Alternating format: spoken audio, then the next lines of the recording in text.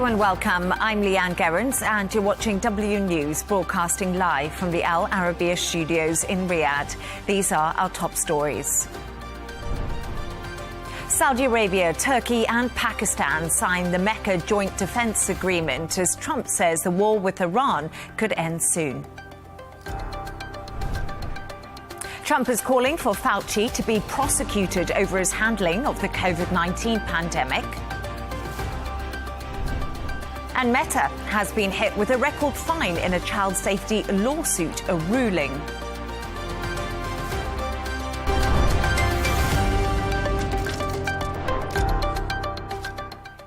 Saudi Arabia, Turkey and Pakistan have signed the Mecca Joint Defence Agreement that's aimed at strengthening collective security. The deal comes as regional tensions with Iran continue. But US President Donald Trump says he thinks the war with Iran will end pretty soon. For more on this, I'm joined by Riyadh Kawaji, Al Arabiya geopolitical and security analyst. As always, Riyadh, it's a pleasure to have you on the show. The Mecca Joint Defence Agreement between Saudi Arabia, Pakistan and Turkey says an attack on one member will be treated as an attack on all. How significant is this commitment? Well, it's significant, of course, and it comes at a time where the region is, the states, the Arab Gulf countries, are all reconsidering the security regime in this region, where for several decades the U.S. was the sole guarantor as a foreign power in the region, at least since the Gulf War, the first Gulf War. Today, in light of recent events over the past year, there is a whole reconsideration. There's proven to be some limitations to the arrangements with the U.S., to the understanding with the U.S. The recent events proven that there are some serious limitations that necessitate that these countries develop new defense agreements with regional powers. So we're seeing here more a bigger approach towards regionalism and developing the security regimes to ensure the stability. So in light of this, Pakistan, Turkey, Saudi Arabia, here we're seeing the three big powerhouses of the Middle East coming together with covering a vast geography, starting from East Asia and going all the way to the edges of Europe, and covering major strategic chokeholds, from Hormuz to Bab el-Mandeb, all the way to the Mediterranean. That's a vast geography, and this is gonna bring a whole new security regime for the Middle East from this moment onward. And Riyadh, what do you make of the timing of this agreement between the three big powerhouses in the Middle East, as you call them? And what message does this agreement send to Iran and to other regional actors amid all the rising tensions that we have been seeing in the Gulf region? Well, it comes at a time we're seeing an escalation again in the U.S.-Iran conflict, along with some promises, some hopes of a possible agreement. So we've been living in this state of no war, no peace environment for some time, and we could go on for several more months. We could see a sudden deterioration towards a new conflict, or we could see a quick, abrupt U.S. pullout from this regime. These countries in the region cannot accept this situation. Holding this sort of defense pact is a clear message to Iran to start with, that now Iran has to seriously consider its policies, its aggressive behavior towards Arab neighbors, towards other players in the region. Attack against one is attack against all. Iran will have to really take in consideration the consequence of launching attacks against Saudi Arabia, because now there are two major powers on its borders, Turkey and Pakistan, that will be involved in the defense. So definitely something to consider. Again, we have a new defense pact. The other power in the region here is Israel. Also, Israel will be watching this very closely, because this will redefine the Arab-Israeli struggle from a different perspective over here. So we have a whole new reality, a whole new order being taking shape in the Middle East now. And Riyadh, Turkey is, of course, a member of NATO. How does this new defence pact fit alongside its existing obligations to NATO? It's not going to affect, because NATO is very much Europe-centric. It deals very much with security of Europe. Part of Turkey is inside Europe, but also the eastern side of Turkey is with the Middle East, with its Middle Eastern partners. So now Turkey is getting more involved in Middle East affairs. It's no longer fully focused on Europe and security of Europe. So it is expanding. Turkey is building its capabilities, defense, economic, and so forth. So it's taking a bigger weight, a bigger role. And I don't foresee, for now, any conflict between the two, because in either way, the fifth article of NATO calls on for the defense if the country is under attack. So it does not recognize about any offensive activities for this country. So still very much centered around the NATO role towards the security of Europe. And just to pivot to another story, an attack by Yemen's Houthis on southern Saudi Arabia did wound 11 civilians on Thursday. How might Saudi Arabia respond militarily or diplomatically? What we've seen Saudi Arabia respond militarily against the Houthis just recently. This could very much happen again.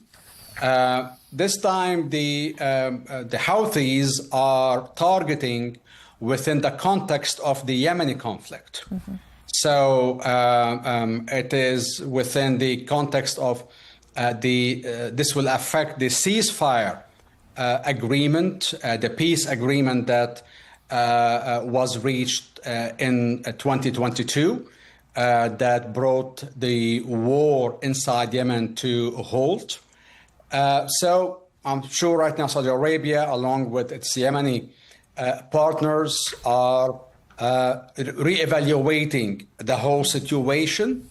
And we could see a parallel engagement, diplomatic plus military, against the Houthis at this point. The Houthis are trying to reactivate this front just to improve their situation. That the Houthis want the blockade on it being lifted so that it can resume receiving military supplies, finances from Iran, from the Revolutionary Guards, to strengthen its position in the Red Sea. So they are again reviving this reigniting this conflict in Yemen, hoping that they could practice some sort of a leverage against the Saudi side. And Saudi Arabia has warned that coordinated attacks by the Houthis and Iran-backed Iraqi militants are imminent. Riyadh, how credible is that threat right now? Well, I'm sure it is credible because we have seen it. And over the past 2 months, we've seen attacks carried out from the Iraqi side by these Iraqi, Iranian-backed or allied militias, and the Houthis at the same time carrying out attacks on Saudi ports, on Saudi tankers, in the Red Sea. So this sort of coordination does exist and could very much evolve in the next few weeks, again, as a means to put on more leverage, because Iran wants to invest now in reviving its militias that were weakened during the past 2 years of the wars.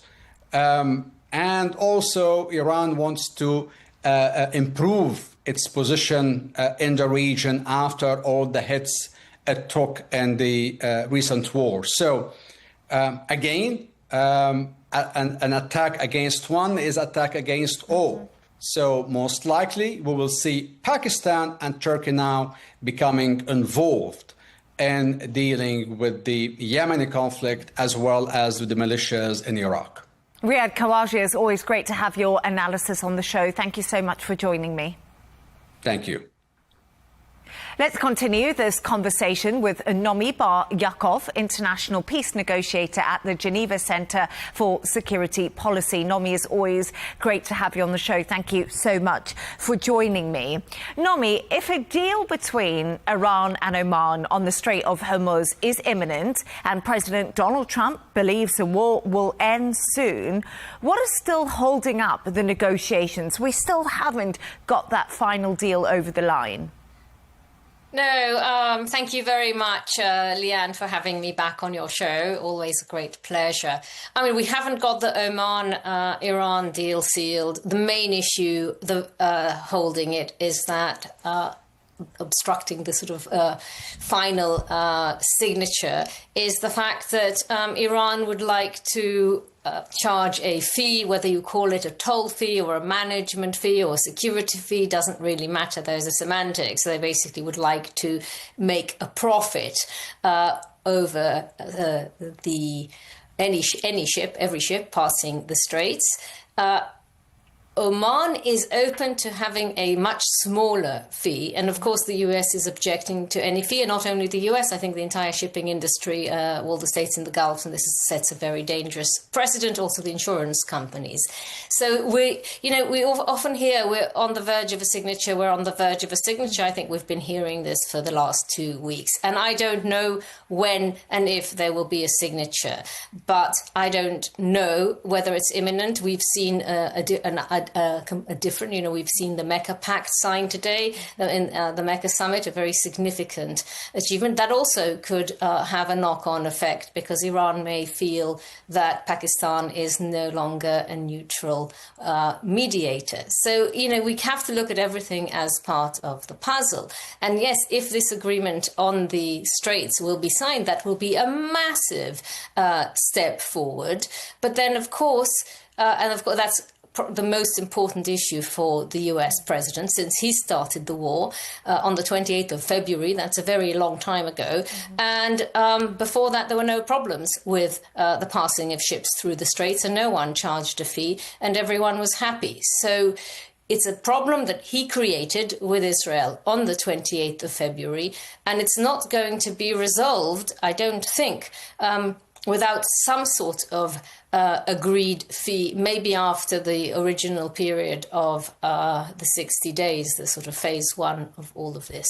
But we don't know, and it's such a delicate issue that until it's signed and until we see the fine text of the agreement, no one will know. They've also agreed, well, again, it's reported that they agreed a shipping route.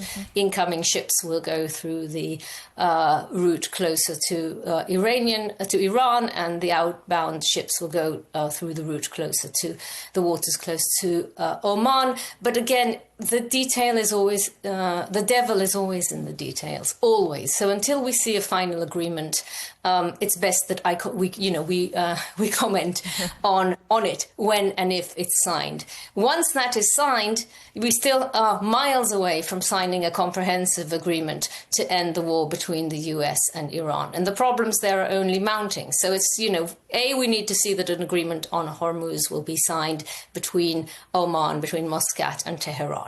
Then we are still left with 440 kilograms of 60% enriched uranium. That's very close to nuclear bomb making enrichment levels, plus much larger and vaster quantities of 20% enriched uranium. Plus Iran is reportedly getting its ballistic missile program back on track, drones back on track. So they are rearming, and that's pretty clear.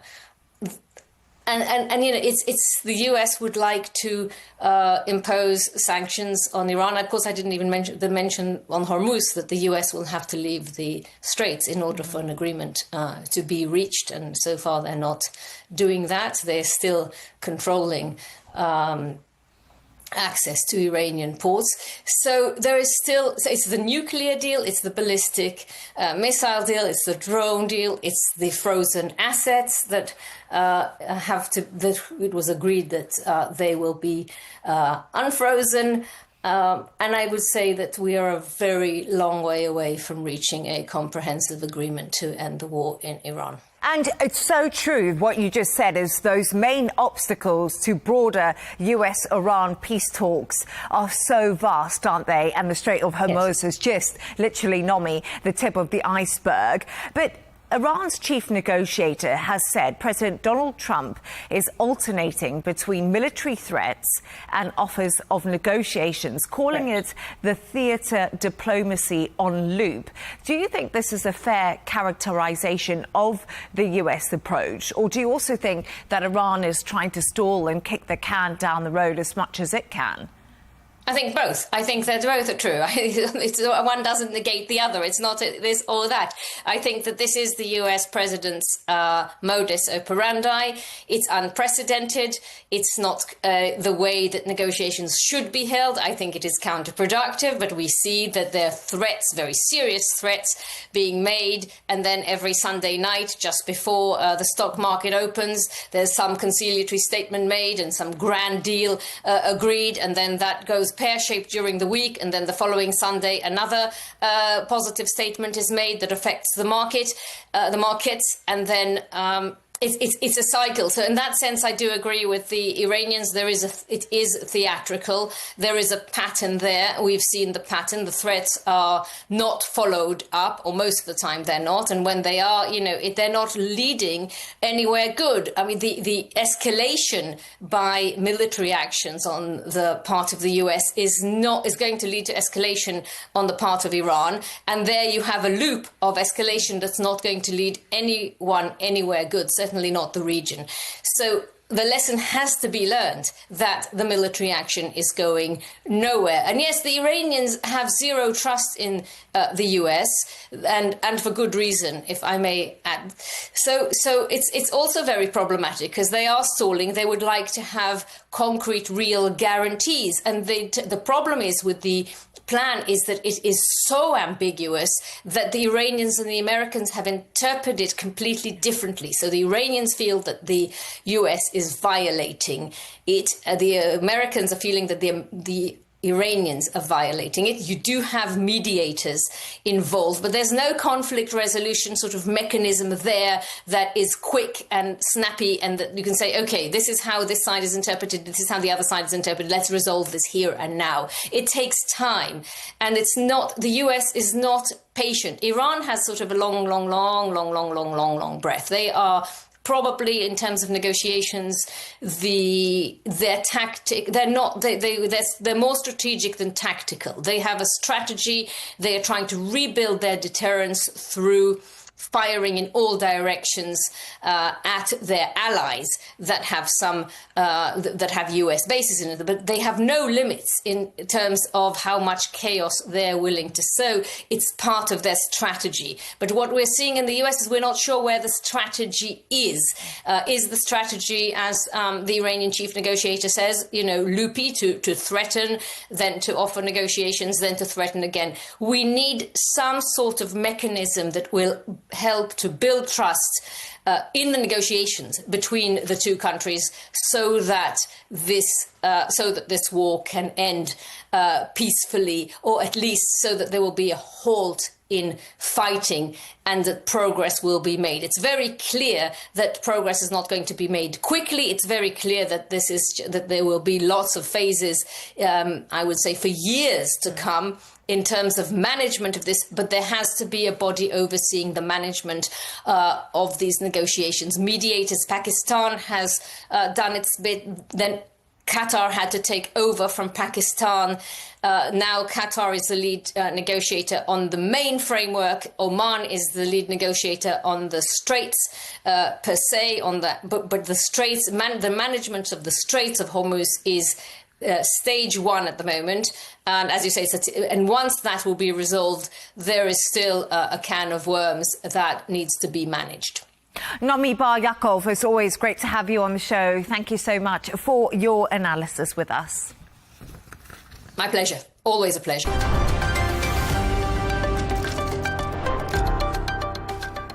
Dr. Anthony Fauci is facing a new political and legal battle over his handling of the COVID-19 pandemic. A US Senate committee has voted to hold Fauci in contempt of Congress after he refused to answer questions and invoked his Fifth Amendment right more than 100 times. Now, Trump is calling for Fauci to be prosecuted. For more on this, I'm joined by Rob Artlett, former Trump state campaign chair. Rob, always a pleasure to have you on the show. So, could pursuing Dr. Fauci after he invoked the Fifth Amendment have a chilling effect on witnesses appearing before Congress, do you think, Rob? Well, good morning. It's always a pleasure to be with you, Lucy. Always an honor to share with your audience. And I would say it's very, I think Fauci's testimony created more questions than anything else, more from a legal pathway and what is truly how he's protected by the pardon that Biden provided to him. So I think it's very evident that there's just more questions about the legality of him invoking the Fifth Amendment over 100 times, I might add. Think about that. Over 100 times, he never said anything other than, that he was protecting himself with his Fifth Amendment right there. So it's just very fascinating from a legal perspective. So I think, how will that impact future testimonies by others? I think time will tell. Again, there's just a lot more questions from the legality view. And I think I also would add, just this week, perhaps he might be protected at the federal level for his actions before the pardon, does not protect him after the pardon, again, to include when he invoking his fifth right, because again, if he didn't have the right to do so, therefore he is in contempt of Congress. But I think another fascinating avenue here that it appears that many are taking is at the state level. This week, you got state attorney generals in Florida. You've got, I believe it's Mississippi, Alabama, and also West Virginia, all Republican state AGs going after Fauci at a state level. And he's not protected at the state level. So it's very fascinating where this could all lead. But I think, at the end of the day, the American people want answers. And I think they also want accountability is what they're seeking. And I find that something that you say, and I want to get to accountability, and I do have a question on that, so just bear with me because we will talk about accountability when it comes to COVID-19. But do you think President Donald Trump's team want Fauci to answer questions and tell the truth about the COVID-19 pandemic? Or, Rob, do they want to see Fauci go to jail? What exactly are they looking for here? I think Well, I mean, one could lead to the other, but I think really they want honesty. They want answers, because I think President Trump, at the very beginning stages of COVID, right? President Trump was the president, and Fauci was, heading up the NIH department that he did. And I think, and through my lens, just a common guy lens, if you would, here in America, President Trump and the American people, and for that matter, the world, just trusted Fauci out of the gate.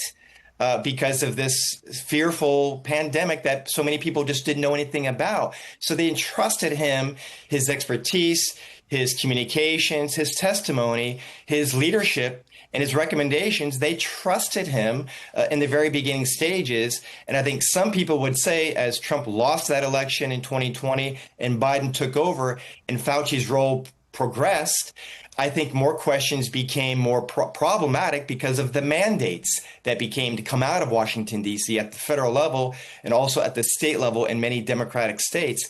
So the question, look, many people that I know, their lives were destroyed. Many died. They lost businesses. They are still recovering, and perhaps some will never recover. So at the end of the day, not to mention the children, all of the lockdowns, at the school levels because of, well, in many cases, what Dr. Fauci was recommending. So many people have been destroyed by the testimony and expertise. I'll put that in quotes, expertise by Fauci. And I think people now realize that perhaps what he was saying was not accurate and not really true and honest. And they want to know why.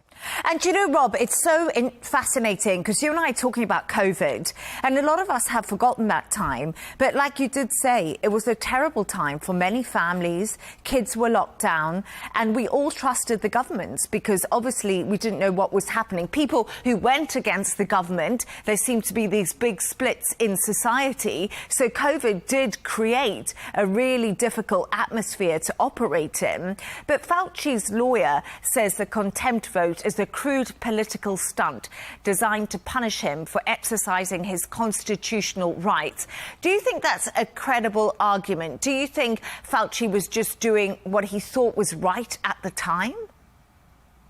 Well, I mean, I think what else is the attorney going to say, to be honest with you, right? I think he's going to make it political because, well, it's a political season. And I think, of course, the Republicans control the Senate, therefore they control the committee. So that comment doesn't surprise me. But at the end of the day, it's just who is going to be held accountable for the problems and the lies. And I think it is very evident today, it is very, very evident that Dr. Fauci had massive amounts of conflicts of interest.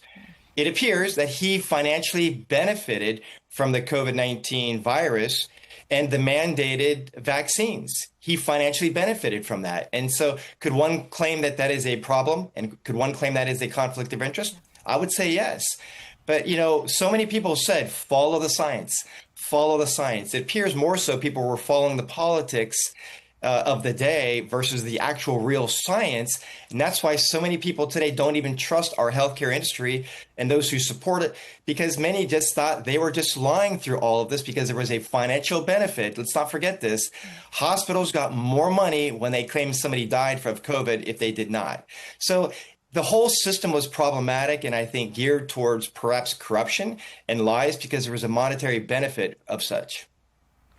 And I want to actually just wrap up because you've said my next question to me, but I want to talk about it a little bit more because Fauci maintained that the origins of COVID was from a wet market in Wuhan, which much of the world believed. But by 2023, US government agencies started to believe it could have been a leak from a lab in Wuhan. So really, Rob, how much mistrust has this created in the system? And once again, do Americans feel like nobody's been held accountable? Do they feel like they're never going to get the answers? Well, yes. And to reflect back, I remember this so vividly. I did a lot of course, TV commentating at the time. And it all began from the WHO, the World Health Organization, because they created a false narrative. If my memory serves me correct, on a text or a tweet on January the 15th of 2020. And that created the lie, if you would, that this was something that became very much out of control. But the whole trust factor is absolutely true and honest. And again, Fauci always denied that it came out of a lab, but now it appears that it absolutely came from a lab. And there was also monetary investments, monetary money coming from Dr. Fauci's department at the NIH, who funded it. So it is very problematic from the appearance. It creates lots of mistrust. At the end of the day, we really do need, we, the American people, we, the world, need to know the truth of what happened, how it happened, and why it happened. And Rob, just to comment on that, I think like governments all around the globe, it hasn't just been the US, the UK, certain European governments, and their people want the truth because they felt like none of the truth was given to them, really. I agree. So I hope the narrative continues because we do need to know the truth and people do need to be held accountable. And I always will say, where is China in this? Why aren't we holding them accountable for creating this virus throughout the world? Where is the massive worldwide onslaught against China who created this? Why aren't they being held accountable? Why aren't they paying? Talk about retributions. Put it all on China. That's my call out to the world. Call on China to pay retributions for what they did with China with COVID-19. I'm sure China will dispute that. Of course, they're not here for a response. But Rob Artlett, as always, great to have you on the show. Thank you. It's an honor. Thank you.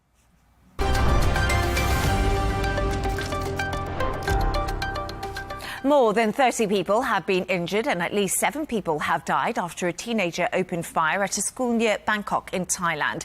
Police say the shooter was well prepared prior to killing his family, his teachers and fellow students in the incident. Our Arabiya English journalist Wandi Intengento has this report. A normal school day in Thailand turned into a bloodbath when a teenage gunman went on a killing spree, shooting dead his grandparents at home before he took the life of teachers and students in Bangkok. Police said the pupil had fired at least 26 bullets. When our team was standing downstairs during the act of shooting, we heard one gunshot. Police told us there was one injured person, so we rushed up and found that the perpetrator had shot himself. The 14-year-old boy had used a handgun that belonged to his grandparents. Authorities discovered at least 34 additional ammunition rounds in his possession. The teen is believed to have been suffering from academic stress. It is a violence, but it is not caused by criminals. It is caused by an individual who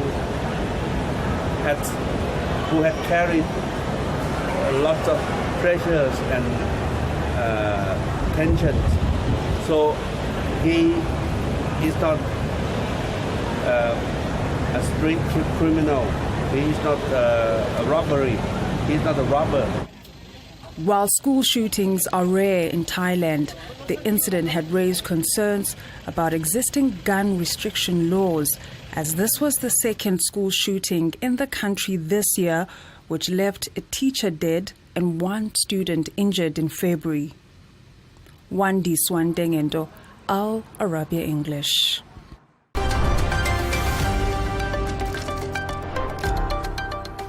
Meta is facing the biggest child safety penalty yet to address the harm caused to children on its platforms. The company, which owns Facebook, Instagram and WhatsApp, has been ordered to pay $567 million in a ruling by a judge in New Mexico. This is in addition to a $375 million worth of damages it had already been told to pay in the case earlier this year, after a jury ruled the company had knowingly harmed children's mental health. Meta says it disagrees with the rulings and will appeal. For more on this, I'm joined by Bruce Daisley, former Vice President of Twitter, Europe, Middle East and Africa. Absolute pleasure to have you on with me. Bruce, let's unpick this, because you described this multi-million-dollar fine as a drop in the ocean for Meta. How significant is this ruling for the tech company? Or do Meta just view these lawsuits as part of the operating costs? Well, I guess to contextualise the size of the fine, the fine is 0.04% of Meta's $1.5 trillion valuation. So it's pretty small. It would be swallowed up by profits, by the next 3 days' profits. So we know that this sum of money in itself is pretty insubstantial. There is more material to it, though. The CFO of the organisation, the chief financial officer, has warned that the impact could be bigger financially of all of these pending court cases. And I think we are starting to see the start of Meta's big tobacco moment, where long-term harmful practices are starting to catch up with the organisation. The critical thing that came from the case is that not only was harm seen to be done, but it was decided that the organisation knew that they were doing harm. And I think that's probably the most harmful part of this judgment. Effectively, the organisation was not only being injurious to young people, but it was aware that it was causing that harm. And Meta already has extensive child protection guidelines, but this case is built around the effects in practice, not a lack of child safety policy on paper for the company. So why is Meta, do you think, allegedly failing children despite these robust guidelines that are in place? So what do you think is going wrong here? Well, it's great that you say that they've got good controls in place, because the court very much found that they did. And I think some of us sometimes forget that we are both the users of these products and also the recipients of their advertising. They've gone out of their way to remind us all of the time that we've got a lot of controls. In fact, the court case found that that wasn't really a good faith argument. They knew that they had young people. They knew that they had young people with issues on their platform, and they didn't really do anything to resolve it. So, we need sometimes to remind ourselves that not only are more lobbyists employed by the tech firms than any other industry, but Meta employs more lobbyists than anyone else in the tech firm. So we shouldn't be surprised if we are receiving their messages, and they might run counter to what we're actually experiencing ourselves. The critical thing I think that we're seeing here is that there's a tide going in the direction against social media.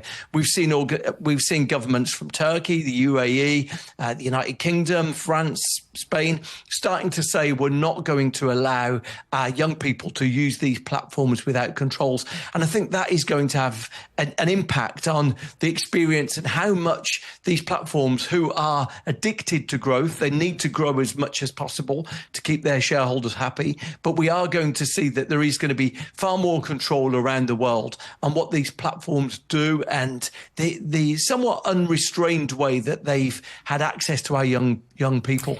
And it's fascinating because you say tide going against the social media companies. And of course, we're seeing that increasingly over the last few years. But what's the answer here? Should governments, do you think, be doing more to put controls in to keep children safe? Should it be the tech companies? Or do you think it's parents who have to be stricter? What's the answer? Yeah, government should be doing more. It's almost an embarrassment, really, when we find that it's a court of law that is taking stronger action than our actual governments around the world. There was a really interesting insight, a peek behind the curtain that we got today. In the United Kingdom, a former government minister who'd left office about 2 months ago said that behind the scenes, tech firms were applying a huge amount of commercial pressure on governments to tell them that they shouldn't regulate the tech platforms. The US government was applying that pressure. And effectively, we saw a bit of it when the UK government did a consultation on the use of social media. One of the most noteworthy contributions was the US government saying it would harm relations between the countries if the UK regulated it. And I think that's what we're going to see. We're going to see the power of the White House, the power of the control of the US government. We're going to see that is mobilized effectively in defense of what are some of the biggest companies in the world. So we're definitely going to see more impact on this. It's a shame it's actually coming from courtrooms rather than from governments right now, but it's an indication that I suspect in 5 years, our usage of social media will probably look and feel different to what it is today. And I just want one final thought from you, and it's actually on artificial intelligence, because there's been so much talk about that too, as well as social media regulation. But if AI could surpass human intelligence within 5 years, as Elon Musk does indeed predict, are technology companies, do you think, doing enough now to manage the risks to keep people safe? You raise a really important existential question. There's two ways that plays a part. Firstly, are tech firms doing enough to regulate it? But what we've seen in the instance of social media here, that when your business plan is predicated on growing 15% a year, 20% a year, you often choose to go with the money over the safety. That's a really important tell of the sort of people who are running these firms and the direction of travel. I guess the other thing to be aware of is that there's also a bigger existential question. A lot of governments around the world are going to be faced in the next 5 years, 10 years, 15 years with the prospect of what's called job displacement. Are some of our jobs going to be done by AI rather than humans? And the question remains, well, who's going to pay for our economies? Who's going to pay for those people who aren't working? The challenge till now has been that no one really has confronted that. But clearly the tech firms are the ones who are going to be benefiting.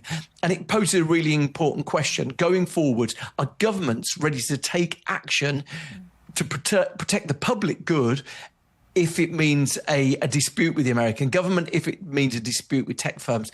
In this social media story here, actually, we see an illustration of the challenges of the big themes that all of us are going to be wrestling with in 5 years, 10 years. My answer, my take on it is that governments need to be stronger, need to be firmer, they need to regulate, they need to take some of the control away from these private companies. But the question will be whether around the world, whether the allies of the US are willing to step in and really sort of take that position. Yeah, absolutely fascinating conversation, as you do say, and we could talk about it for ages. But one quick final thought from you. Obviously, Meta is appealing this ruling in New Mexico. Do you think they'll win that appeal? Well, they lost a jury case. They've lost this case. I suspect it's an illustration of the way that the wind's blowing. You know, when there was a former jury case, it didn't take long for them to rule against Meta. There's a strategy of these firms. They try and kick the can down the road. They'll try and settle certain cases to avoid some of the controversy. And I suspect Meta are going to be doing whatever they can to try and reduce the liability and reduce the amount that we're talking about this. So there's lots more moves for them to play. The indication, I think, is that everywhere around the world, the attitudes to social media have hardened, the attitudes have worsened, and albeit that we're all somewhat addicted to these products, I think there's a growing recognition that that addiction comes with a cost. And so I would be very surprised if Meta end up winning this overall cycle, but they might have some brief wins along the way. Yeah, I mean, I'm guilty of doom scrolling. I'm sure you are at times too, aren't we all? And when I look at these cases, I'm like, oh, you know, maybe should give myself a book to read by the bed at night, not doom scroll on the social media platforms. But Bruce Stacey, great to have you on the show. Really great insights. Thank you. Thank you.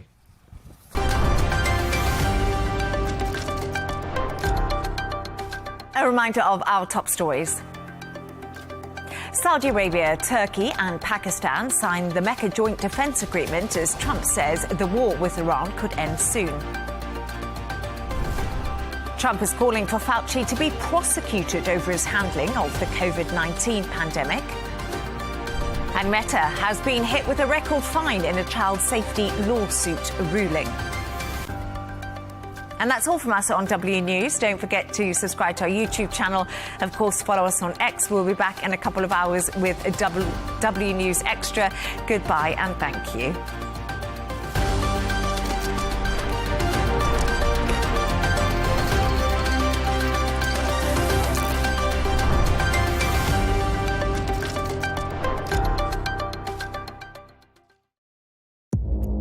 Our allies, in many cases, are worse than our enemies. Stay informed and connected with the latest international headlines. There obviously is a risk. From breaking news to in-depth analysis. It would appear that this war is coming to an end. Who buys this stuff? Investors, pension funds. We deliver the most important developments straight to your screen. Iran always wanted to deal with militia. Join us for compelling, expert-driven conversations. A curfew order has been established. And an insightful look at the issues shaping our world today. There are a lot of proposals about European architecture for security. I'm Leigh Ann Gerrans, and this is W News. We dealt with this when I was Chief of Staff in the first term. Where you don't just hear the headlines, you get the full story.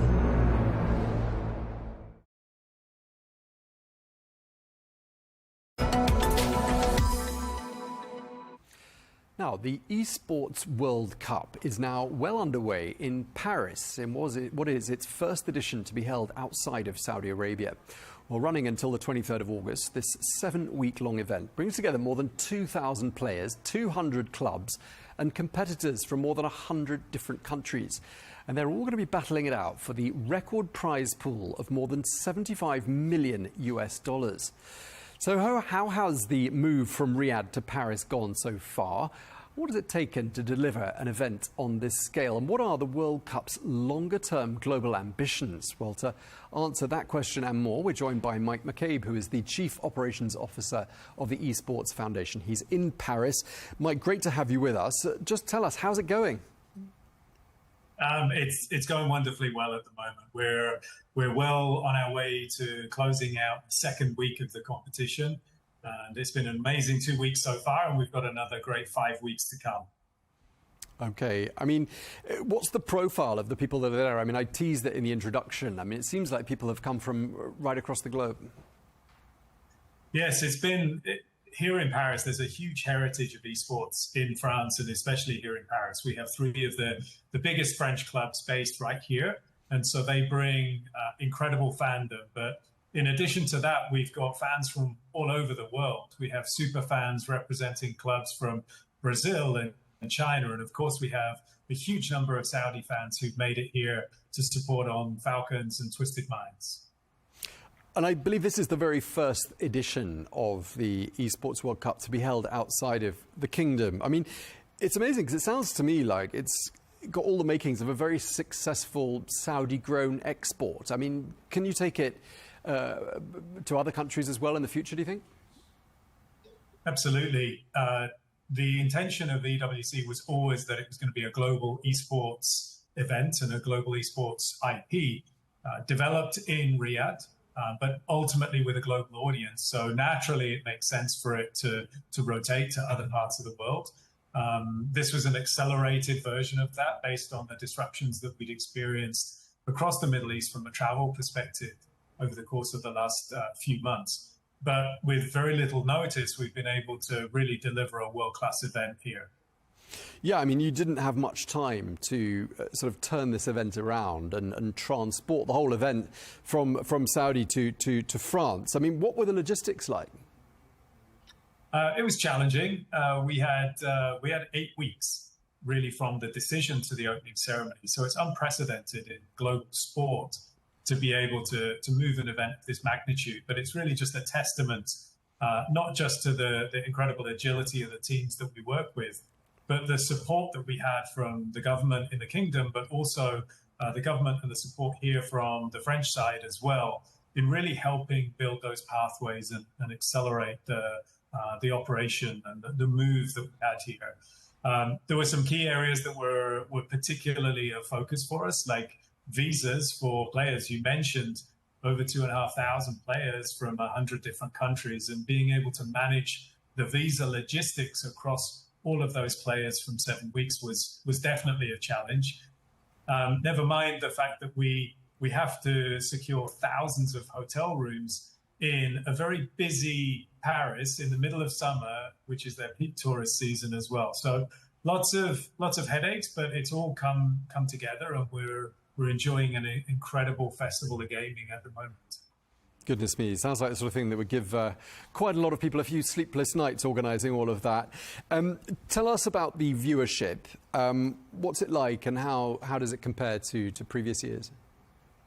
So still very early days from a viewership perspective, but the early indications are really, really strong. We see a lot of our viewership really coming from the broad worldwide markets, but really strong performance so far out of Asia, but also here within Europe and of course in the Middle East as well. So early indicators are really, really strong, and it's really one of our goals. Each year we try to expand a little bit further into the mainstream gaming audience, and the investments that we're making in properties like a docuseries Level Up that's on Prime, and other investments that we're making there are helping us reach a new audience and really introduce them to this wonderful world of esports. What are the games, the top games that are attracting the most interest from the clubs, from the viewers? And what are the games that are on the horizon that you're personally most excited about?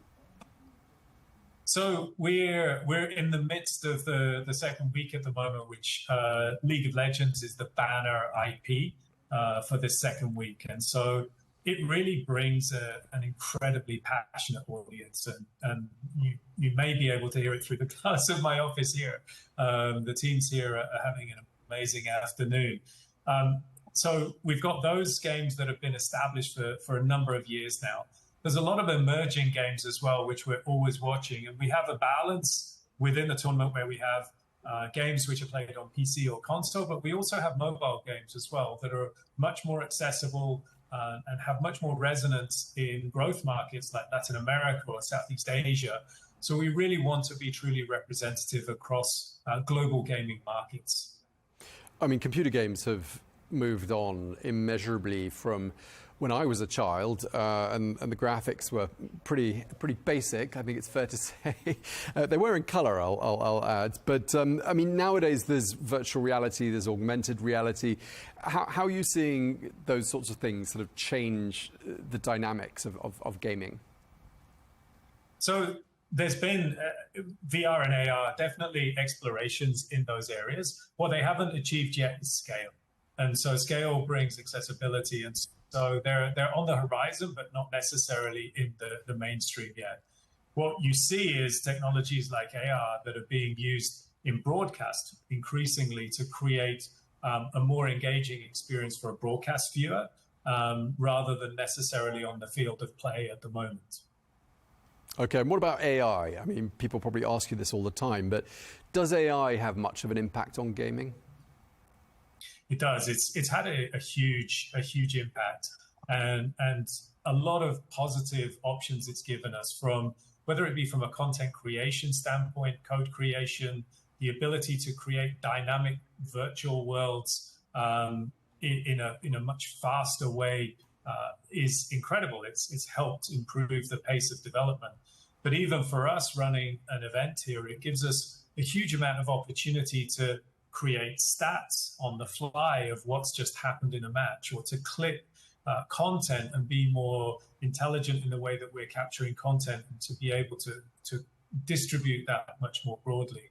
So it's really unleashed a whole host of opportunities for us, not just from a game creation, but in a tournament operation and from a content creation standpoint as well. Okay, you've listed the good points. What are the cons? From our perspective, we're not seeing cons.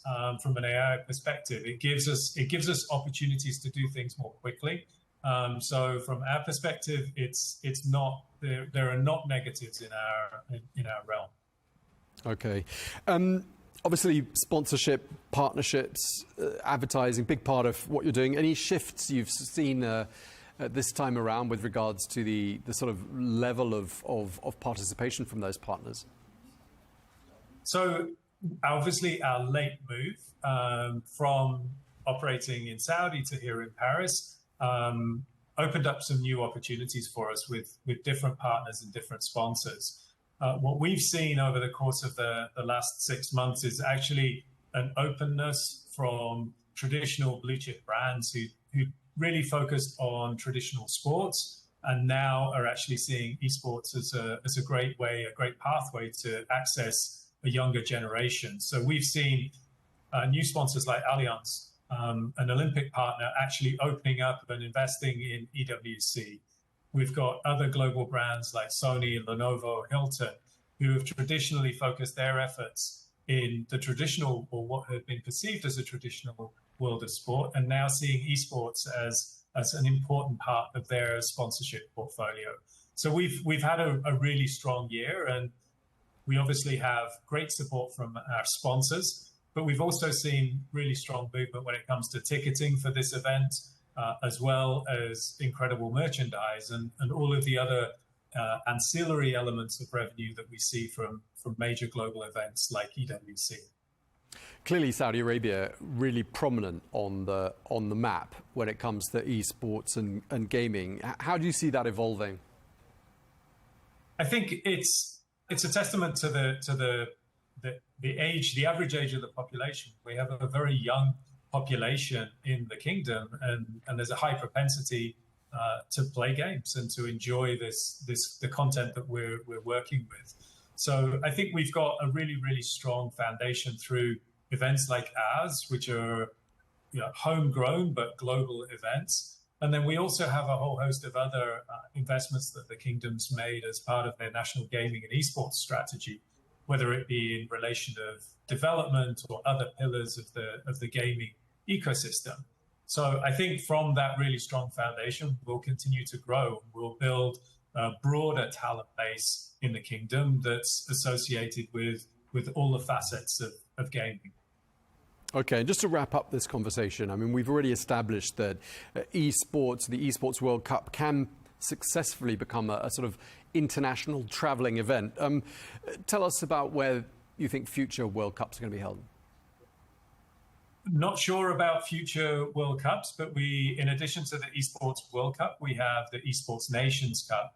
Our inaugural event will be in November this year. And that's an event that we've already committed will rotate out of Saudi Arabia as soon as 2028. So we will have, ideally, ENC and EWC as global properties that will be moving around the world to a variety of host cities. Okay, and of course, the whole point of having this event at this time of year was because it was supposed to give people something to look forward to during the very hot summer months. I'm assuming it's pretty hot where you are.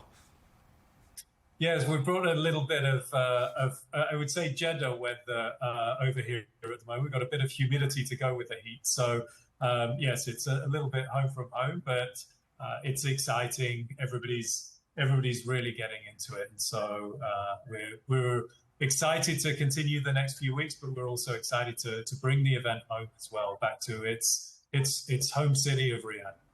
Well, it sounds like everyone there in Paris is very much in the spirit of it, and someone's brought the weather with them. We're going to have to leave it there. Thank you very much indeed, Mike McCabe, Chief Operations Officer at the Esports Foundation. Thank you for your time, sir. Thank you.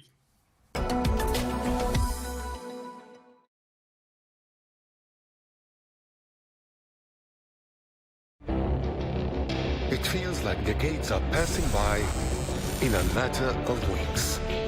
Seismic shifts in the world order. Never, ever will be part of America. With so much happening and so much noise. Whether it's political upheaval, Canada has been ripping us off for years. Economic shifts or social movements. And no one wins from tariffs. I think America can be more friendly to the rest of the world. The in-depth analysis and all the latest developments across the globe. To have an inclusive policy together. The meetings with Hamas gave me some hope. We're in another nuclear arms race. The most important development straight to your screen. Welcome to the dressing room. I'm on my own. I need backup. And an insightful look at the issues shaping our world today. It was not going to happen, that war, and it happened. Join us on Arabiya News, where the world talks.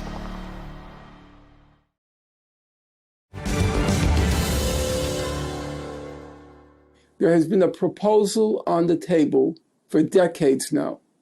Declare the Middle East a nuclear weapons-free zone, like Latin America, South Pacific, Africa. That's an option. Iran has agreed to that option. There's one holdout, one outlier, Israel. So you had the option of turning the Middle East into a nuclear weapon-free zone, and we wouldn't be having any of these discussions.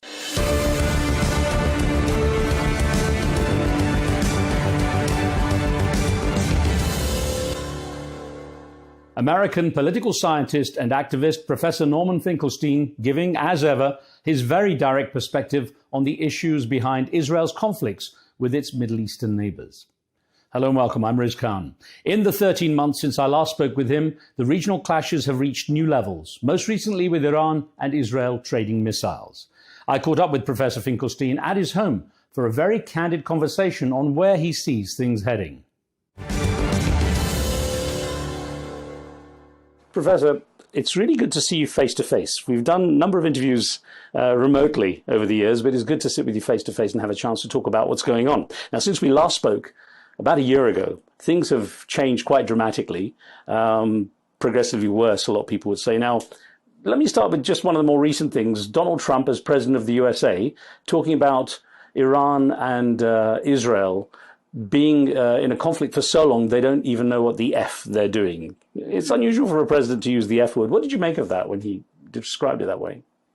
Well, I think both sides know exactly what they're doing. I don't think there is any misapprehension. Israel has regarded Iran as a major regional rival for a very long time. Rival or threat? Rival for a very long time. They've always said that their chief, they call it the main threat to Israel. To Israel, they used to say Hamas, Hezbollah, and Iran. Now, you will recall already during the build-up to the war in Iraq, there is a certain misapprehension. I'm referring now to 2003. Israel's first goal was not Iraq. Israel wanted to attack Iran. The United States had set its sights on Iraq. And the view back then, now we're talking about 20 years ago, the view back then was first Iraq, then Syria, then Iran. So it's been a very consistent policy. Quite strategic, the way you're describing it, yeah. It's been a strategic goal. What changed was there's obviously a difference between an objective and the opportunity to achieve the objective. Now, when October 7th happened, Israel set as its first objective to, for once and for all, solve the Gaza question. There weren't going to be any more mowings of the lawn, as Israel called it. The Operation Cast Lead, Operation, that was 2008-9, Operation Pillar of Defense, 2012, Operation Protective Edge, 2014. There weren't going to be any more operations. We are going to solve the Gaza question once and for all. And the final solution to the Gaza question, it basically took three forms. One, ethnic cleansing. Two, make Gaza unlivable. And three, carry out a mass extermination. And those goals, they overlapped with each other. So at the beginning, it was ethnic cleansing. They hoped to push the whole population into the Sinai, but that the Arab states vetoed that. Then began the making Gaza unlivable with a mass extermination occurring simultaneously. Then Israel realized it could achieve other objectives. In the course of the Israeli genocide in Gaza, they realized they could disable Hezbollah. And that was always a strategic objective of Israel. And they achieved that goal, it seems. I'm not convinced it's been as devastating a blow to Hezbollah as has been claimed, but they obviously did some significant damage. And then they realized they could achieve their third goal, and that was Iran. So what did change was, even though this had been a strategic objective of Israel, they realized after October 7th, they maybe could achieve that goal. You know, you have Benjamin Netanyahu in power for so long and seeming to ride every challenge against him. His claim has been for years that Iran is very close to achieving a nuclear weapon. I mean, that's been going on for quite a while, that narrative. How have you regarded the evidence versus the claims? I'm not an expert in those fields. I can only quote what everybody else has said. Tulsi Gabbard, who's responsible for national intelligence, she said the evidence said no. The IAEA, belatedly, the IAEA stated, the head of the IAEA stated that there was no concerted effort on Iran's side to create a nuclear weapon. So based on the available evidence, the answer seems to be there isn't evidence. I would say, my opinion, Iran would be foolish not to acquire a nuclear weapon. So you have to assume that if that's my rational judgment, it's probably the rational judgment of many people in Iran as well. There are two possibilities. Possibility number, okay, let me just backtrack a bit. There are claims that Iran has been in violation of aspects of the inspections. I read the IAEA report. I probably have it right over here, as a matter of fact. Not to worry. I read the IAEA report, and I think a reasonable conclusion is that the IAEA inspectors are being truthful, and I don't have any reason to doubt their truthfulness, though I don't like what the head of the IAEA did. He released the report, gave Israel and the U.S. the pretext to attack, and then belatedly, after the attack, declared that there's no evidence that Iran is embarked on the program to create nuclear weapons. That could easily have been in the report. So when Iran says the IAEA was complicit in the attack or facilitated it, I think that's correct. In any event, it seemed plausible that Iran had carried on some enrichment that wasn't revealed to the IAEA, or they tried to conceal it from the IAEA, that the expression is sanitized, which basically means destroyed some evidence. Yeah, I think those things are all plausible. However, having said that, we have to be clear about basic facts. First of all, everybody is in violation of the Nuclear Non-Proliferation Treaty. Everybody likes to quote the part that non-nuclear powers who are signatories to the treaty aren't allowed to build nuclear weapons. They're allowed to use nuclear power for peaceful purposes. But there's another part to the treaty which everybody seems to forget. Article 6 says that the nuclear powers have to get rid of the weapons. They have to negotiate in good faith to eliminate the weapons. Now, most people will yawn, well, that's not really possible. I'm sorry. That's in the treaty, Article 6. In 1996, there was a major International Court of Justice advisory opinion. The question was, is the threat or use of nuclear weapons legal under international law? I won't go through the specifics, but I will go to the very end where the ICJ, the International Court of Justice, says there has to be good faith negotiations to eliminate nuclear weapons. Now, the NPT, the Non-Proliferation Treaty, was signed in 1968. We're in 2025. I think that's a long time. And if those weapons have not been eliminated, when I say those weapons, I mean by the US, the UK, France, the Soviet Russia, and China. I don't think Pakistan and India are signatories to the NPT. But those five, they were obliged. So they're in breach of the treaty.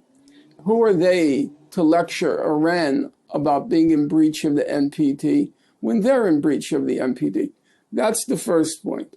The second point is, I'm just going to give you a historical, not so much an analogy coming before. Since somebody mentioned that on my screen, there's Professor Chomsky on my computer screen, I'll tell you a small anecdote, okay? You're much too young to remember, but after World War II, there was a very famous case in the United States of two people named Julius and Ethel Rosenberg, and another person, Morton Sobel. They were accused of giving atomic bomb secrets to the Russians, okay?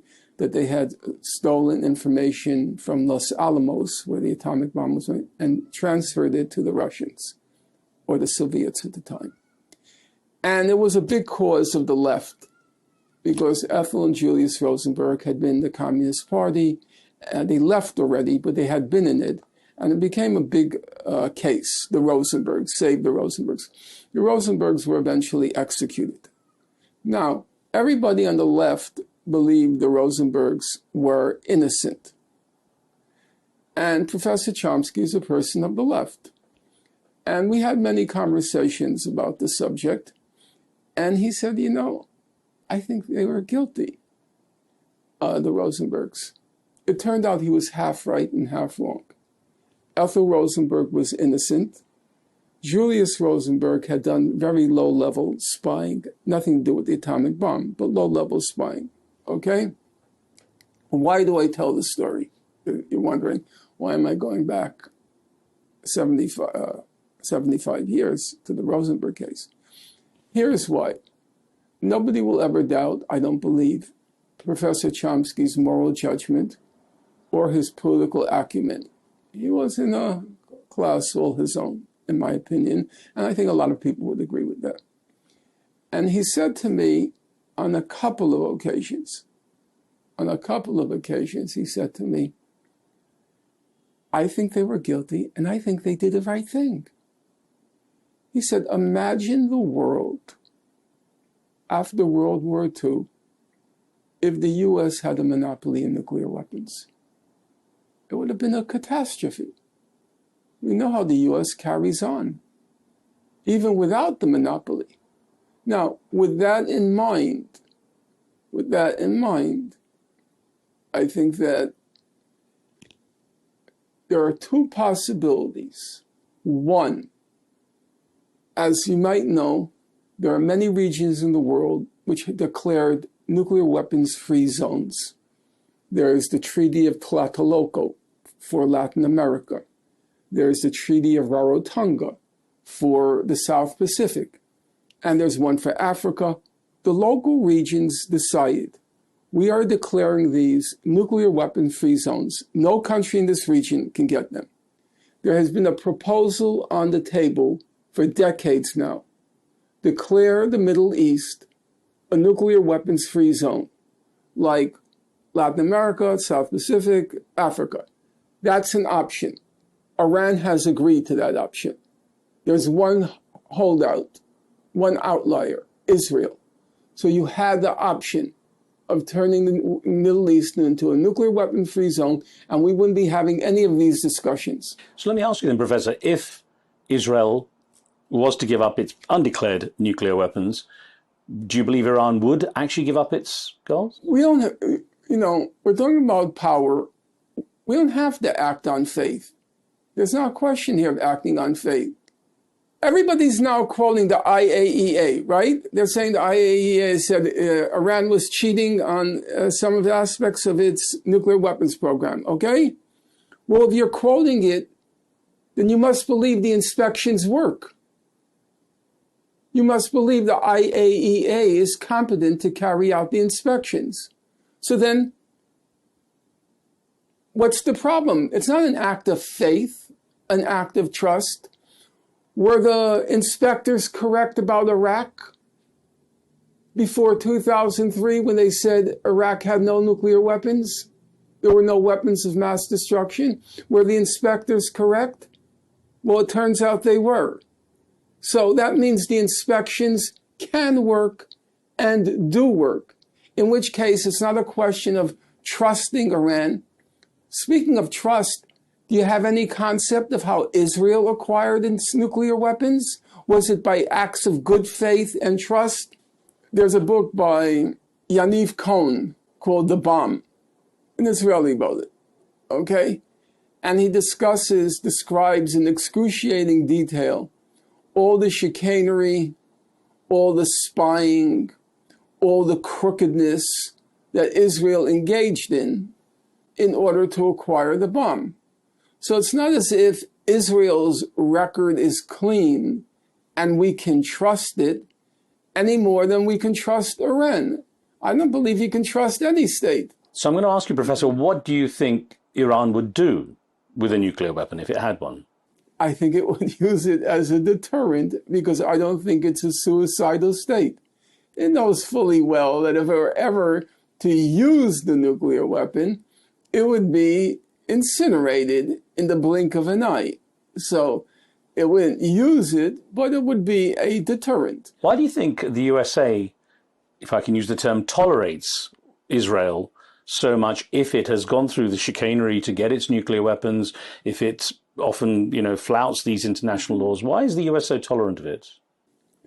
Look, that's like what you call one of these age-old questions, whether it's the dog wagging the tail wagging the dog. I think it's a combination. Obviously, let's take the current situation.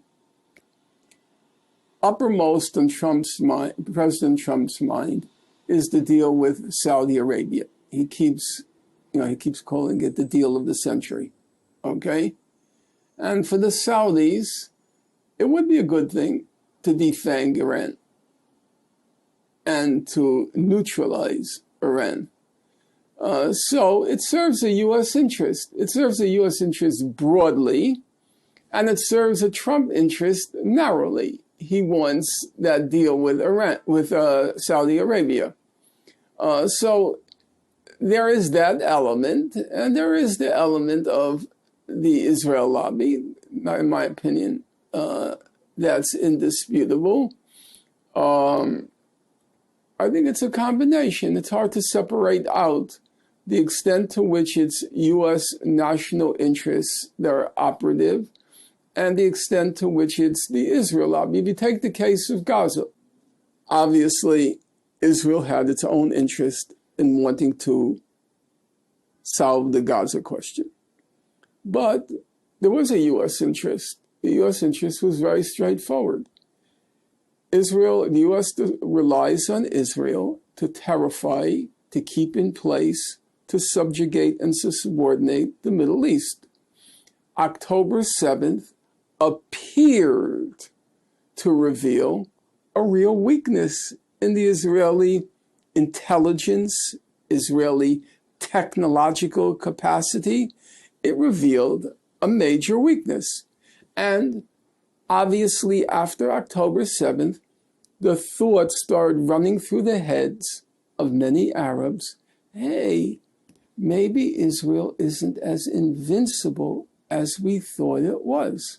This ragtag Hamas army, maybe they can be defeated, Israel, if Hamas could do it. So there's a thought that starts to percolate in the Arab world that maybe there's a military option against Israel after all. And for the United States, that means its main regional surrogate of U.S. power, it has to be restored. Its deterrence capability has to be restored. So the United States was, for its own interest, it was very happy to see Israel annihilate Gaza. So it transmits the message. If you get any idea in your head about a military option against Israel, look at Gaza or what's left of Gaza. Let me ask you, with so much that's gone on since we spoke about a year ago, to what extent do you think Israel's standing in the world, its reputation, perhaps even with the US, where Donald Trump has said he's very angry with Prime Minister Netanyahu and with Israel in general, how much has that reputation been hurt, both of the country and of course, Prime Minister Netanyahu? I think that's a difficult question because there's a difference between a temporary and a permanent harm. You're old enough to remember Operation Castlet, 2008-9. That caused huge demonstrations around the world. Huge. And if you remember, Israel was in a very tenuous position after Richard Goldstone, the South African jurist who was Jewish and by his own self-description, a Zionist, had produced this devastating report on what Israel had done in Gaza. You might recall there were fears that Tzipi Livni would be arrested at the British airport under what's called universal jurisdiction. Why do I mention it? Because nobody even remembers Operation Castlet. It's completely forgotten. So whether this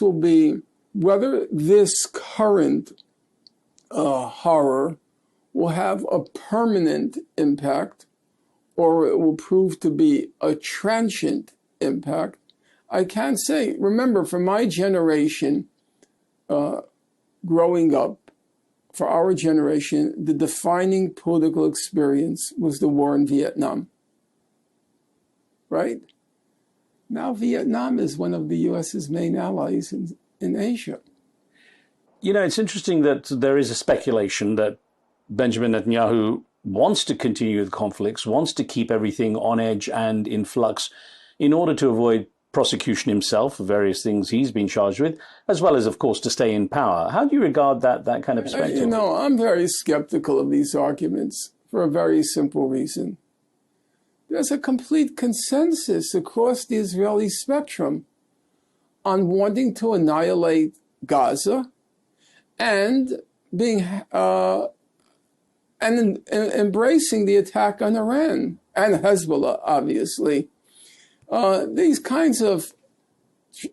attempts to kind of home in on Mr. Netanyahu as if he's the source of the problem, I just think that's completely wrong-headed. Every few years you hear these predictions. Netanyahu's term is over. He's over. It's over. I mean, you can probably fill a book now with these predictions, okay? But that's not what happened.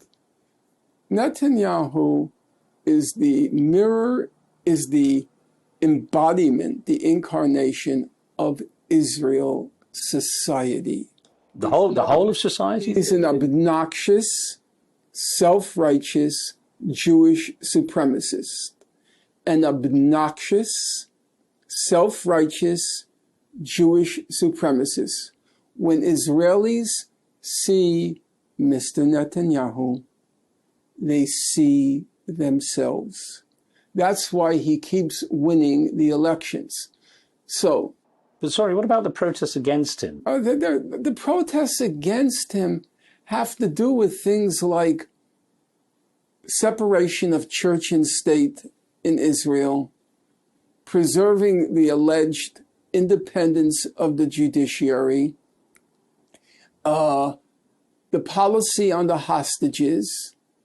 But that's not what we're talking about. I said regarding Gaza and Iran. And there's a broad consensus.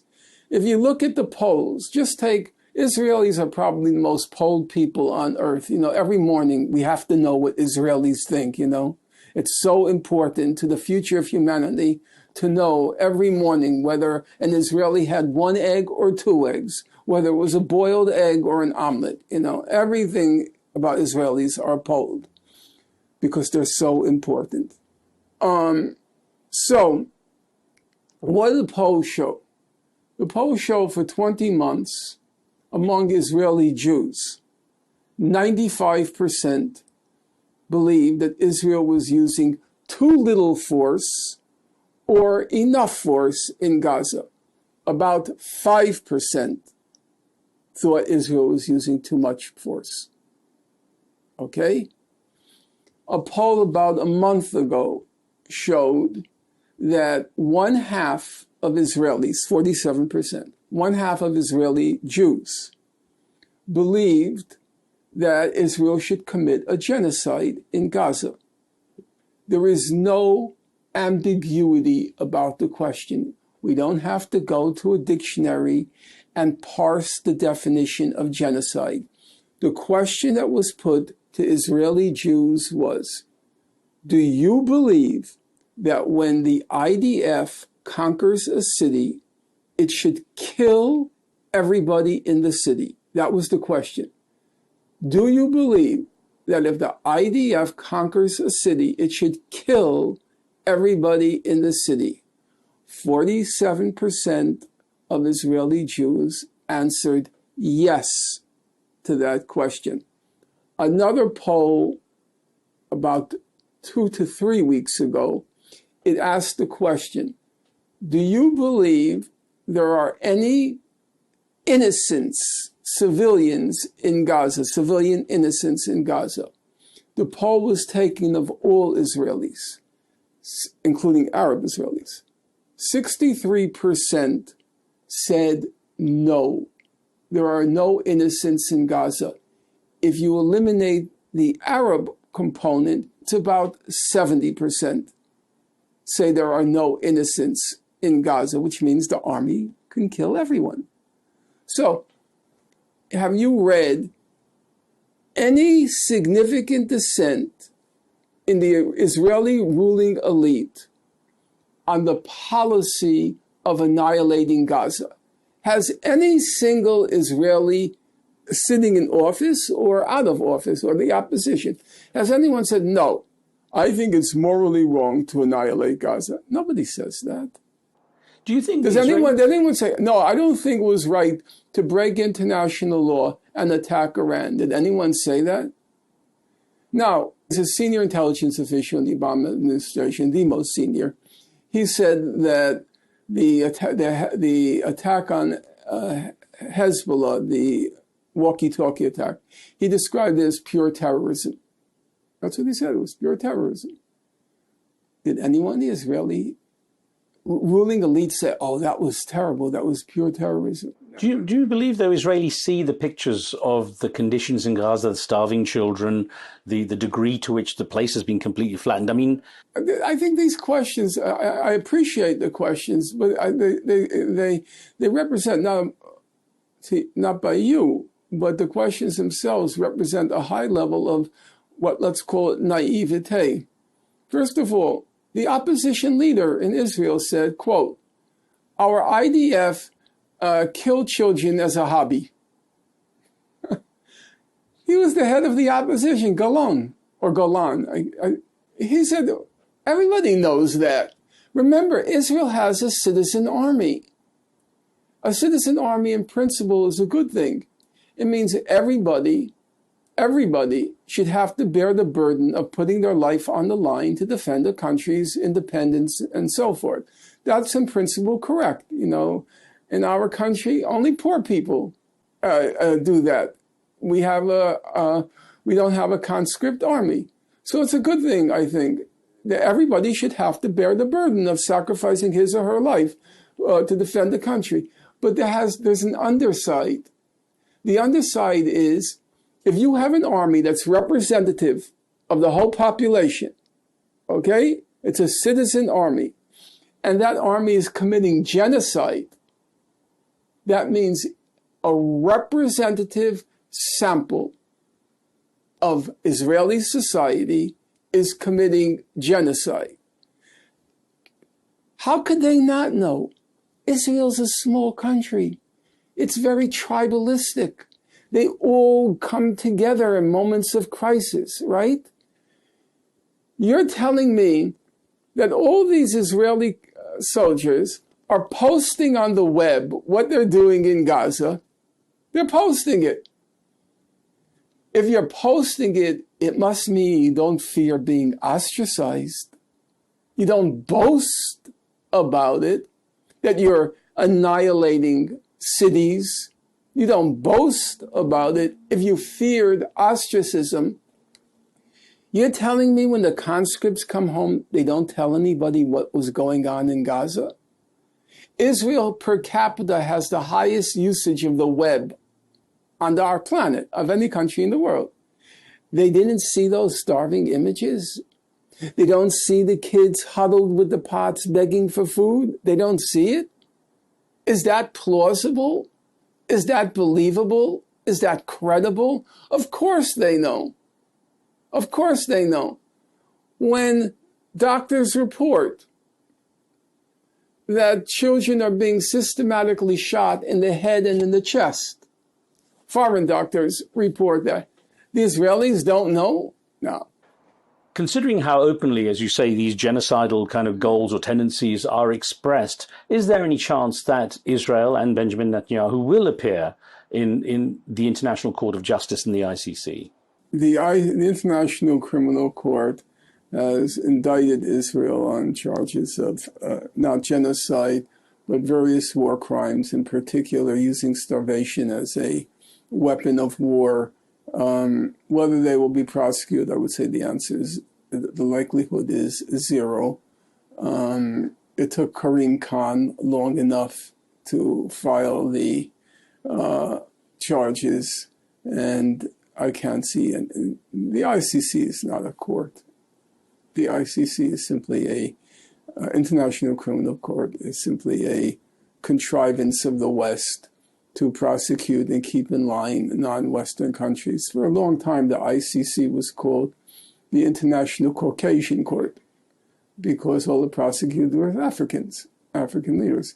It got a little bit embarrassing under Luis Ocampo, and so they then got Fatou Bensouda, an African woman, to do the dirty work. She was a total crook. And I have to say, these are your opinions, just to make sure.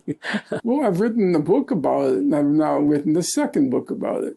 The first book was called I Accuse, about Fatou Bensouda.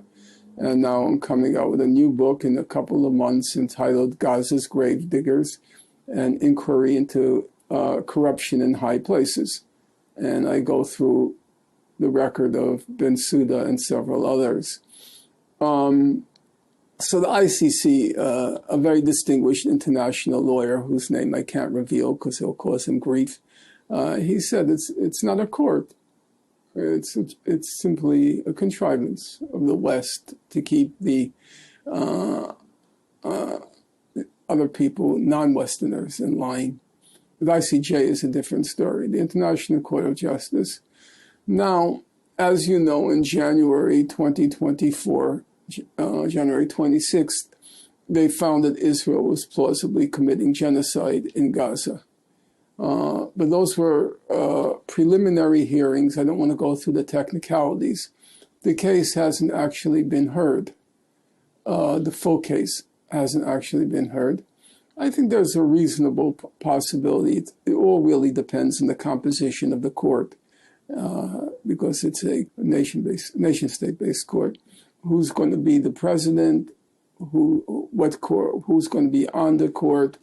Right now, they have a complete crook as the vice president of the court, Julia Sebutinde from Uganda.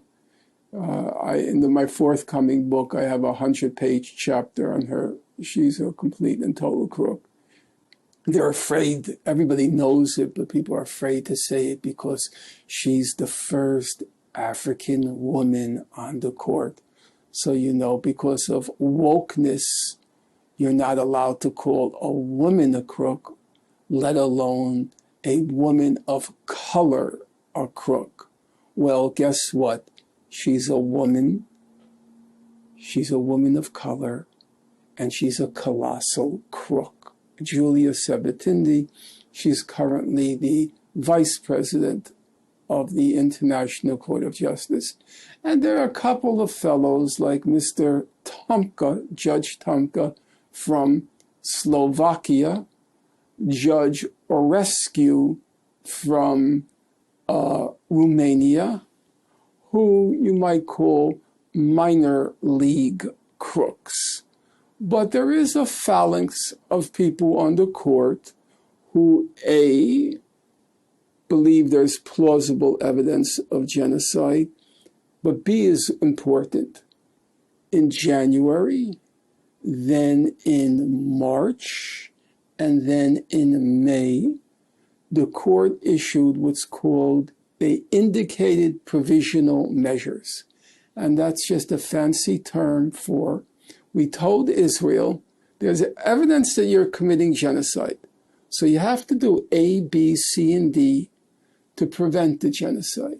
Okay, you have to allow in humanitarian aid. You have to tell your army to stop carrying on in this way. Israel ignored all the provisional measures. And that has to grate on the court. They can't like the fact that this august body, the supreme legal body in the world, the International Court of Justice, 3 times, January, March, and May, indicated provisional measures, and Israel ignored them. So I think there is a reasonable prospect that they will find Israel guilty of breaching the 1948 Genocide Convention. If it is headed up or at least populated with these members that you consider to be crooks, where does that leave the prospect of getting true international justice? Where does that leave the world in terms of having a body on... As I said, in the International Criminal Court, lost cause. Karim Khan is pitiful. I think that's pretty obvious. The current he put his neck out, though. For the sake of the audience, I don't want them to get confused. Karim Khan is the chief prosecutor of the International Criminal Court. He put his neck out because it was becoming absurd that they reacted in a blink of an eye after Russia went into Ukraine. The ICJ, the International Court of Justice, had found that Israel is plausibly committing genocide, and the International Criminal Court wasn't doing anything. So it was losing all of its credibility. And so the pressure builds inside there are in the ICC, because I've studied it, there are a lot of decent people working within the administrative side of the court. There are a lot of decent people. So there's the pressure on the inside, and then there's the pressure being exerted from the outside on the court. So, yes, he finally did something. As you know, no point in, I don't want to get into the trivial aspects, but it was unclear the timing of his decision to issue the arrest warrants, because he had the sexual harassment charges weighing on him. And there's a lot of speculation. I've talked to people in the court who said, yes, the timing probably was due to the sexual harassment charges weighing on him. However, that doesn't change the fact that there was already a very formidable case that Israel was carrying out crimes of a significant magnitude in Gaza. I want to get your take on something that has been put out there too. South Africa is considered pretty brave for having taken on Israel by going to the ICJ with the genocide case. There are those who believe that South Africa is now a target for the USA, and that this whole white farmers issue was a way to kind of punish South Africa, the treatment of Cyril Ramaphosa. What's your view on that? First of all, if I were in the South African delegation, I would be terrified if there was even one skeleton in my closet. You know, those folks beginning with the senior member, John Dugard. I know Professor Dugard, a really impressive guy. You know, he's 89 years old. And he was kind of like, had an uneasy gait as he came up to the podium. I don't want to sing his praises because it might sound sycophantic, and that's not my nature. But he was the lawyer for the Nelson Mandela family when Mandela was in jail. He was Bishop Tutu's lawyer, and he's a white South African. I should have clarified that. He's a white South African. And the Israelis have always had him in their crosshairs because he was the UN Special Rapporteur for the occupied territories. And if you read his reports, they were really meticulous. They were very impressive. So I'm thinking to myself, that guy must have been a saint, must have been a saint in his life, because otherwise the Israelis would have destroyed him. And it's a large delegation, as you remember. I think it's about 7 people. So far there have been no cracks. So far. I spoke with the former South African ambassador to the US, Ibrahim Rasool, while I was in South Africa recently. And he said, you know, the idea was that South Africa feels the obligation, having been through apartheid, having seen extremes when it comes to situations for oppressed people, to stand up and support the idea of true diplomacy and speak out. Of course, he was expelled as a result from South Africa. So it seems at least there is maybe the starting of a movement that might question the world order in that way. It's a step, but it's a long... Look, Mao Zedong once said, former head of the Chinese Communist Party, so in the history of the Chinese Revolution, there's the famous story of the Long March, which I think was 6,000 miles, when the Chinese communists were being encircled by the nationalist forces. And Mao Zedong famously said to traverse, I think it's 8,000 li, L-I, if my memory is right. To traverse 8,000 li, you have to take the first step. And so South Africa took, in my forthcoming book, I devote a large portion of the introduction to honoring the South African delegation. I sent it to Professor Dugard, and he thought I was over the top. But really, it was a riveting moment. I was sitting in front of my computer screen watching it. I showed it to my class because I was teaching a course on the laws of war. It was a riveting moment when the South Africa, it wasn't just a court case, because the South African delegation, it really was a rainbow delegation. It was old white men like John Dugard and Professor Lowe. I think he's from Oxford.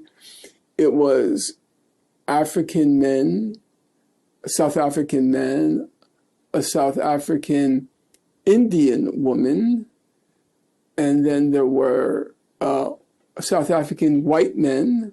But it was a beautiful projection of the future. So it's a first step, just like the victory of Zoran Mamdani. I'm going to ask you about that in a moment, but let me get back to some of the things that are happening now currently. Donald Trump has said he doesn't want regime change in Iran now because he doesn't want to see everything turning to chaos. I guess regime change in the region, many people have a lens on that from the past with everything from, attempts with Syria, Iraq and so on. Regime change hasn't got a good record in the Middle East, has it? It's hard for me to assess that. First of all, I hate euphemisms. It's not regime change. You're overthrowing a government. Let's be honest. Regime change sounds so sanitary. You're engaged in the illegal, the most gross breach of the UN Charter when you carry on in this way, and we should be honest about it. It takes Kofi Annan. It took him a very long time. I think he was out of office already. Kofi Annan, again for the listeners, because time flies, He was the Secretary General of the UN during the U.S. invasion of Iraq. And he finally came out, I think when he was already retired, and said it was an illegal war. He wouldn't say it while it was actually going on. Just difficult for him to do so. Yeah, well, you know, if it's difficult for you to do so, you know, Mahatma Gandhi famously said, the most powerful word in the English language is no. You could have just stepped down. If you stay silent, nobody is putting a gun to Mr. Kofi Annan's head. Nobody was putting a gun to the IAEA head when he stayed silent that there was no evidence that Iran was engaged in a program to build nuclear weapons. So I don't accept it was hard.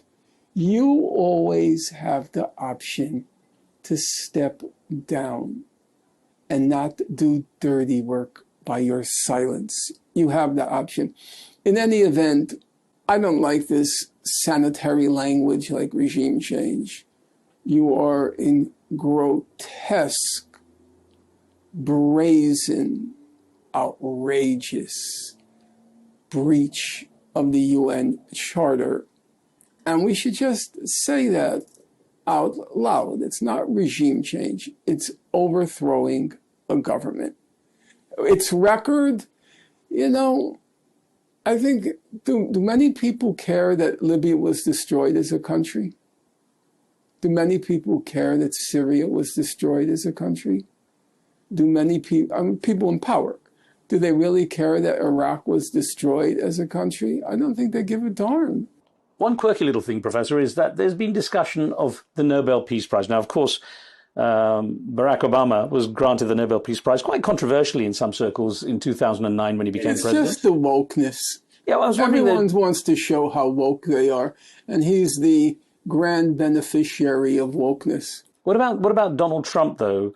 It seems he might have his eyes set on it. If he was to solve the situation, say, between Iran and Israel, or say between the Palestinians and Israel, does he deserve a Nobel Peace Prize? Look, Henry Kissinger got a Nobel Peace Prize. Probably one of the, you know, he's got to be up there in the top 5 mass murderers of the 20th century. Menachem Begin got a Nobel Peace Prize, a mass murderer. And you can go down the list. I've already forgotten. So I should point out, you always give your opinion. Your opinion is pretty strong. Well, if you ever read, for example, there's a very large book, volume by Seymour Hersh. It's called The Price of Power, Henry Kissinger and the Nixon White House. And it's about 800 pages. And I think it's accurate to describe in about each page, another 1,000 people are dead because of Kissinger. You know, it's not fashionable anymore to say it. Professor Chomsky used to call Henry Kissinger in the 60s the doctor of death. 4 million people were killed in Southeast Asia by the United States. That's not a small number. 2 million Vietnamese. But that was a horror. That was the defining experience of an entire generation. So the Nobel Peace Prize has no real value in your eyes? It seems to be pretty good at pinpointing who are the main mass murderers of each generation. So I don't attach any significance to it. Is the world bowing down to Donald Trump? It seems, I mean, he was at NATO, and the NATO Secretary General, the Dutch head of NATO, current head of NATO, you know, referred to him as daddy, coming in to solve two arguing, two fighting siblings, perhaps, with Iran and Israel. You know, the references to him as daddy and the kind of nature and the way people are very keen to keep him happy, to assuage his concerns. Is he, I mean, is the world bowing to Donald Trump? Look, he's an erratic figure. He's an eccentric figure. It's very difficult to. He's a narcissist, and so everything is everything is contingent on his ego. But with him not being a politician, some say he might actually achieve the things that the old guard might not. I just think this is kind of ridiculous. There were obvious ways to resolve, for example, the Israel-Palestine dispute. The U.S. stood in the way. The U.S. blocked it. The U.S. went along with Israel's opposition to an independent Palestinian state. I'm talking now, the goal of an independent Palestinian state dates back, believe it or not, to the early 70s. The PLO, the Palestine Liberation Organization, had already agreed to it.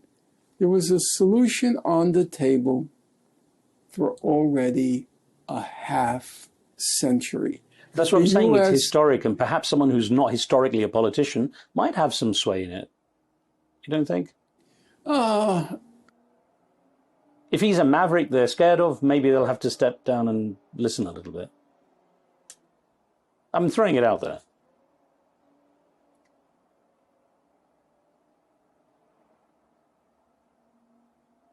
You don't see it? No, because Mr. Trump is not going to tell Israel to end its settlements. It's not going to tell Israel to give up control of East Jerusalem. The Palestinians might be forced to accept a rump state. That's possible. But a state that has any substance, no, I think that's good. But that's true of every administration. It was never going to happen. And I think people are Look, Trump is a menace. I'm not going to deny that. Trump is a menace. But let's remember the facts. Who presided over the genocide in Gaza? Was it Donald Trump? Where was 90% of the death and 90% of the destruction? Did that occur under Donald Trump?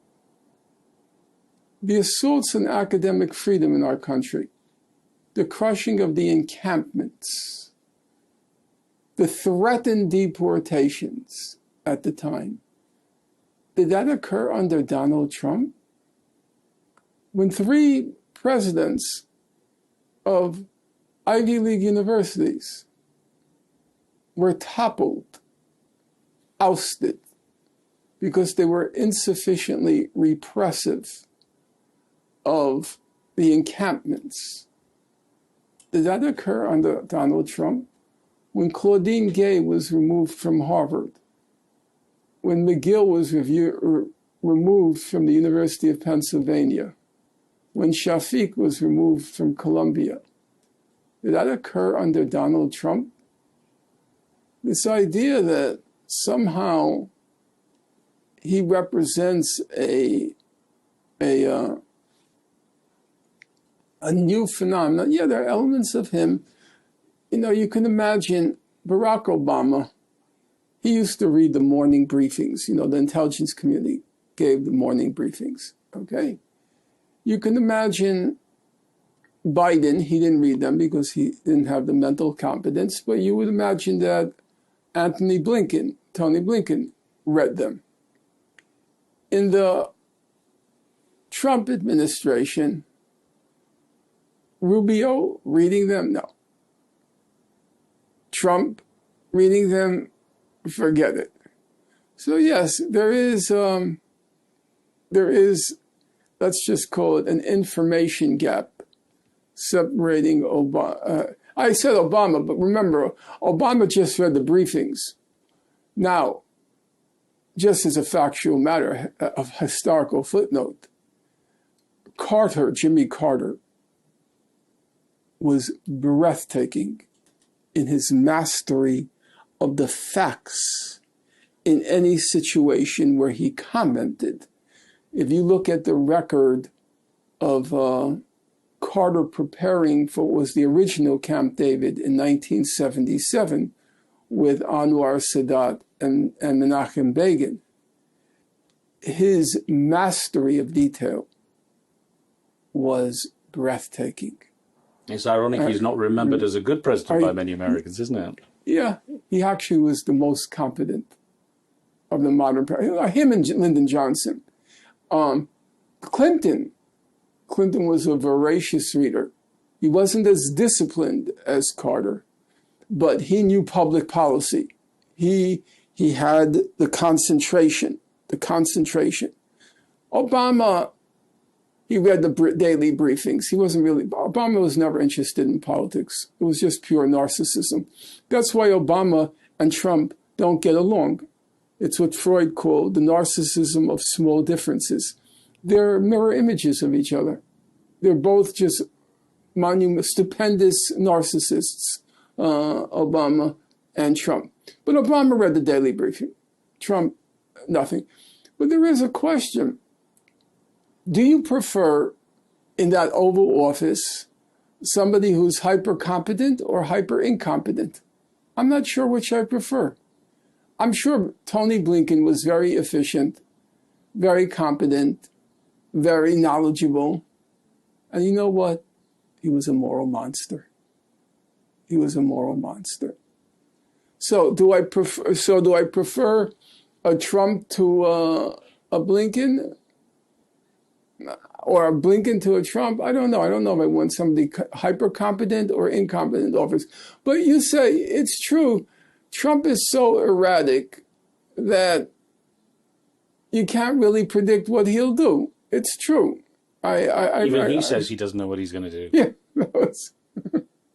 that was a very funny remark. Will the academic world recover, Professor, from the hit it's taken that you described? It's come so heavily under attack. I think it's largely unprecedented, it seems.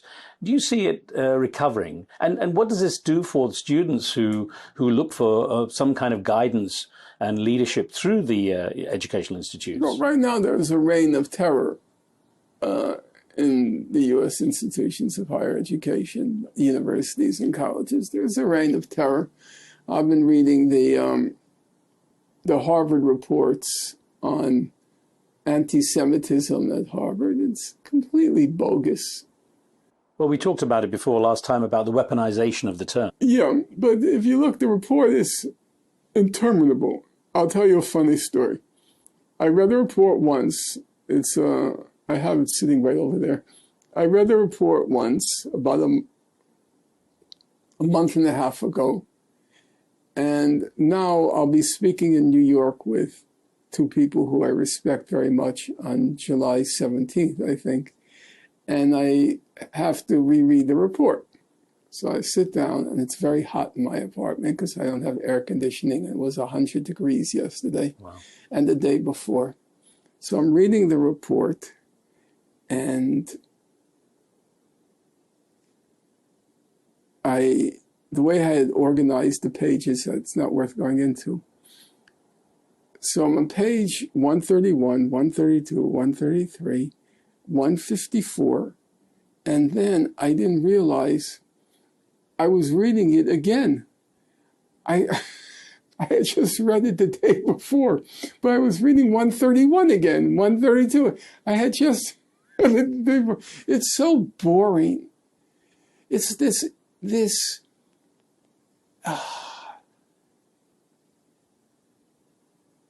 navel gazing. What's the ultimate goal? On a cosmic, every thought that a Jewish student at Harvard, every thought has to be recorded for eternity. I really don't care. Okay, you're smart. I get that.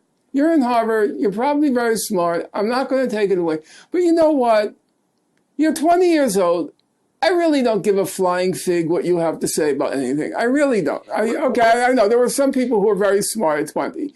Okay, I'll grant that. I grant Bach. I listened to his music even when he was 6 years old. Mozart when he was 20. Okay, I'll grant that.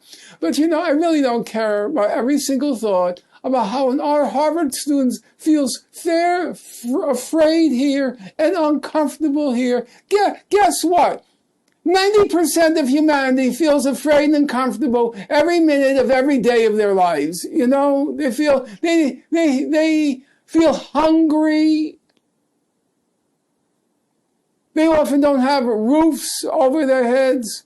So if somebody said something at Harvard College that made you feel afraid, unwelcome, these are the words they use. We felt unwelcome, uncomfortable.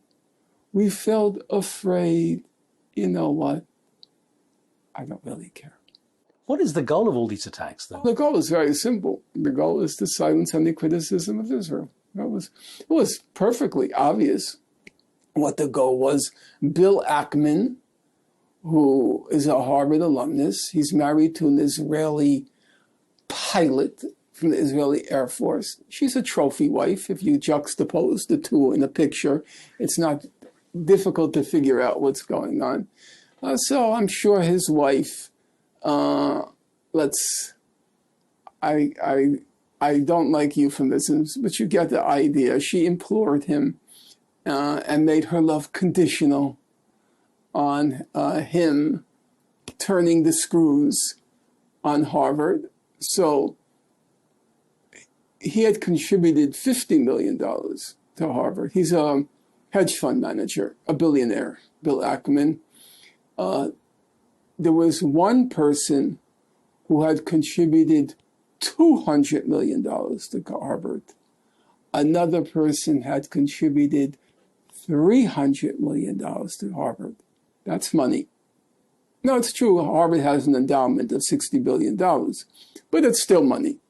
And then all the Jewish alumni put together a petition. At the last, it was a long time ago now, it was about 1,200 names. Now I'm sure it's much longer, threatening to withhold alumni contributions. So it was taking Harvard hostage. It was extortion. Either you crush the encampments or you're not getting alumni money. You're not getting alumni contributions. And then it's true, again, Trump is a menace. It's true. So when he came into office, he expanded the target. Originally, the target was the encampments, the Middle East studies programs, Harvard. There were sympathetic voices at Harvard Medical School, Harvard Divinity School, and the Harvard School of Public Health. And they came under concerted attack now because of the threats of withholding alumni money. When Trump comes in, he broadens the target to all of these woke courses, in sexuality, ethnic studies, women's studies. He broadened the target because, first of all, a lot of those courses, they are garbage. You have to be honest about those things. Those courses are unserious.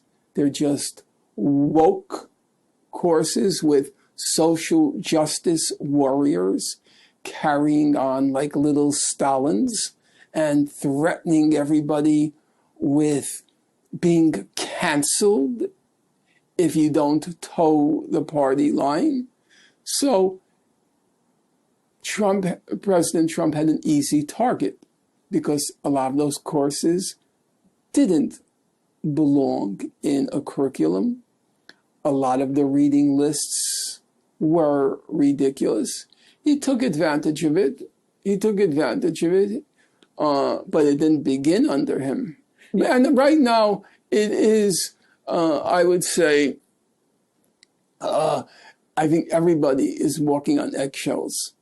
But do you see any kind of backlash against the right rising? We've seen Zohran Mamdani just won the New York City Democratic primary on a socialist platform. He could become the city's first Muslim mayor. How much of a turning point is that? And what does it indicate of where things might go? Well, I want to I belatedly, because I was caught up in Gaza and I was caught up with Iran more recently.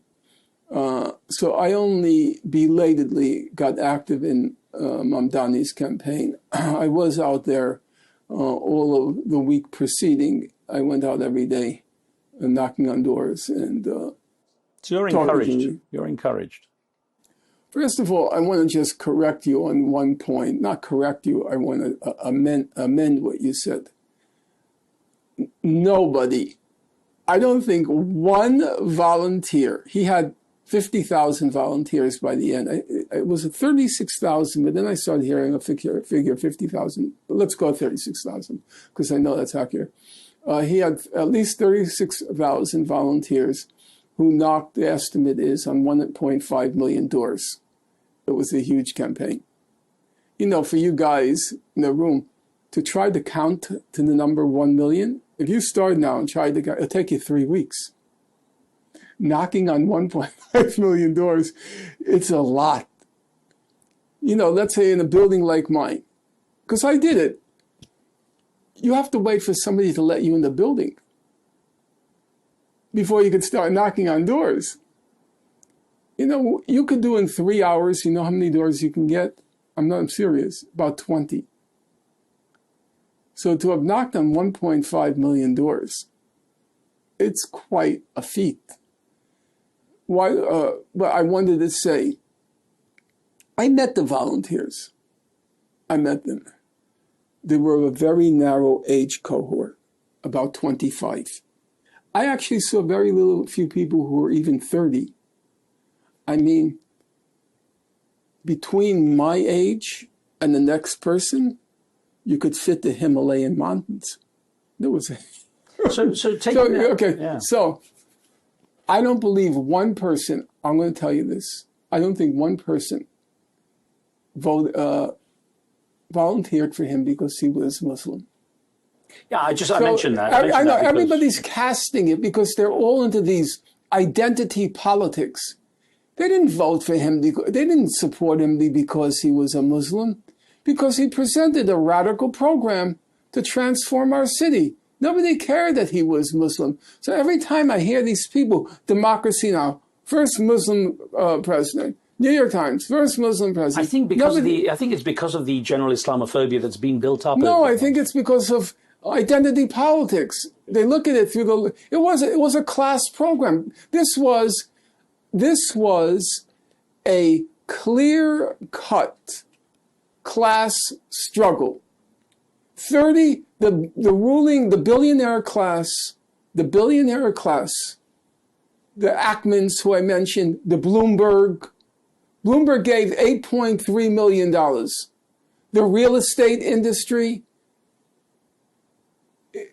he was outspent, Mamdani, 30-1. It was 30 million. They say 25, but then there were these hidden PACs, super PACs. It was about 30 million versus Mamdani raised 1.2 million. You know, it was the Bernie Sanders candidacy, but on a local level. Bernie Sanders, every night he hammered away the billionaire class, Big Pharma, Goldman Sachs. And this was on a local level. But as one person put it, a big donor, the real estate, Reckler is his name. He said, what's going on here? New York City is the capital, the world capital of capitalism. The world capital of capitalism. We're not letting Mamdani, a socialist, we're not letting him in City Hall. This was a class struggle. It had nothing to do with his identity. Fine. If he had been white and he was clever as Mamdani is, it would have been a white candidate, Jewish, anything. So having established that, let me get back to my first point or the question. What does this bode for the future? Well, it's the first step in a long march. It's going to become brutal now, between now and November. It's, to my thinking, it's pretty obvious what they're going to do. They want to knock out they want one candidate. They want to coalesce under around one candidate. So then, right now, you have Curtis Sliwa in the Republican Party. You have Eric Adams, the current mayor, a crook of a very high order. You have possibility of Cuomo running. And if you have those three, it'll split the opposition vote. So they're going to get rid of Sliwa, give him a few bucks, a total prostitute Sliwa. Get rid of Adams, probably give him, a few free trips to the Caribbean. And then, or they may get rid of, or Cuomo may decide from pride he's not going to do it, in which case they're already talking about a coalescing around Adams. So it'll be down to 2. The vote against Mamdani won't be split. It'll be down to 2. And then it will be full blast the smear campaign. It will be full blast the smear campaign. The biggest error that Mamdani could commit, he's a very smart guy. He doesn't need my advice, but I'm going to offer it. Don't do what Corbyn did. When he started getting smeared with the anti-Semitism charges, first by the British Board of... Jeremy Corbyn, excuse me. First by the British Board of Deputies, and then by the whole ruling elite, from Sky News to the BBC, from The Guardian to the tabloids. They used and Corbyn kept trying to appease them and placate them, making one concession after another. That's never going to work. You will never placate them, even if you get on your hands and knees. And beg. It's not going to happen. So my strong advice to Mr. Mamdani is don't try to appease. On his election night victory speech, he said, I know that there are a lot of people who feel uncomfortable with certain of my views. He said, and we know who he was alluding to. And he said, I will stick by my principles. I will stick by my convictions. But he said, I'm ready to listen to the concerns of the other side. I, of course, like the first part, I worried about the second part. The concession.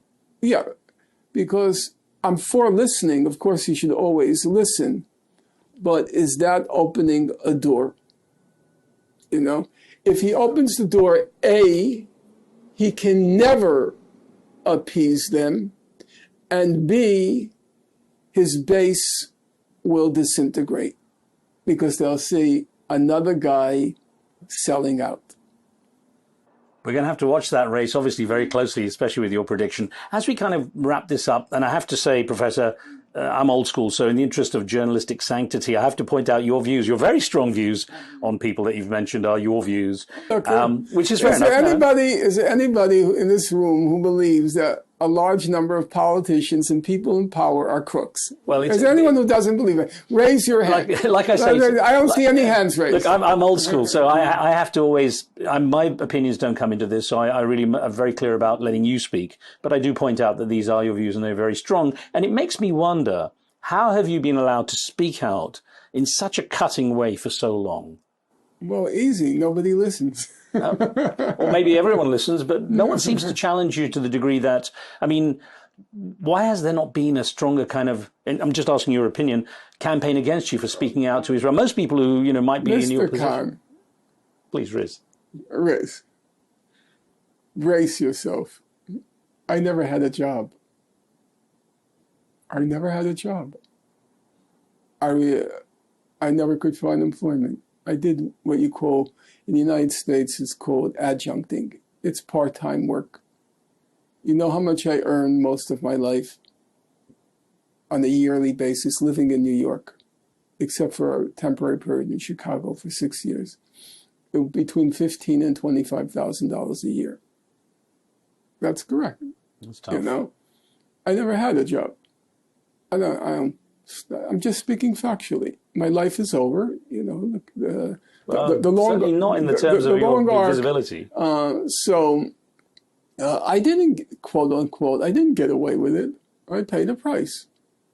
I was willing to pay that price, and I have no regrets about it. Of course, I can be self-pitying. And I can be bitter, which I have been. Not anymore, because it's over. But I never had a job. Now, just to give you a few trivial examples, okay? I wrote the only book, Political History of Gaza. I wrote the only one, Gaza, an Inquest into Its Martyrdom. The only one, the only scholarly book on the subject. There is, in respect, Sarah Roy of Harvard, she wrote the major economic study of Gaza. The only scholarly political history of Gaza was written by me. It came out from University of California Press. It's a distinguished publishing house, okay, academic publishing house. It's never been mentioned anywhere.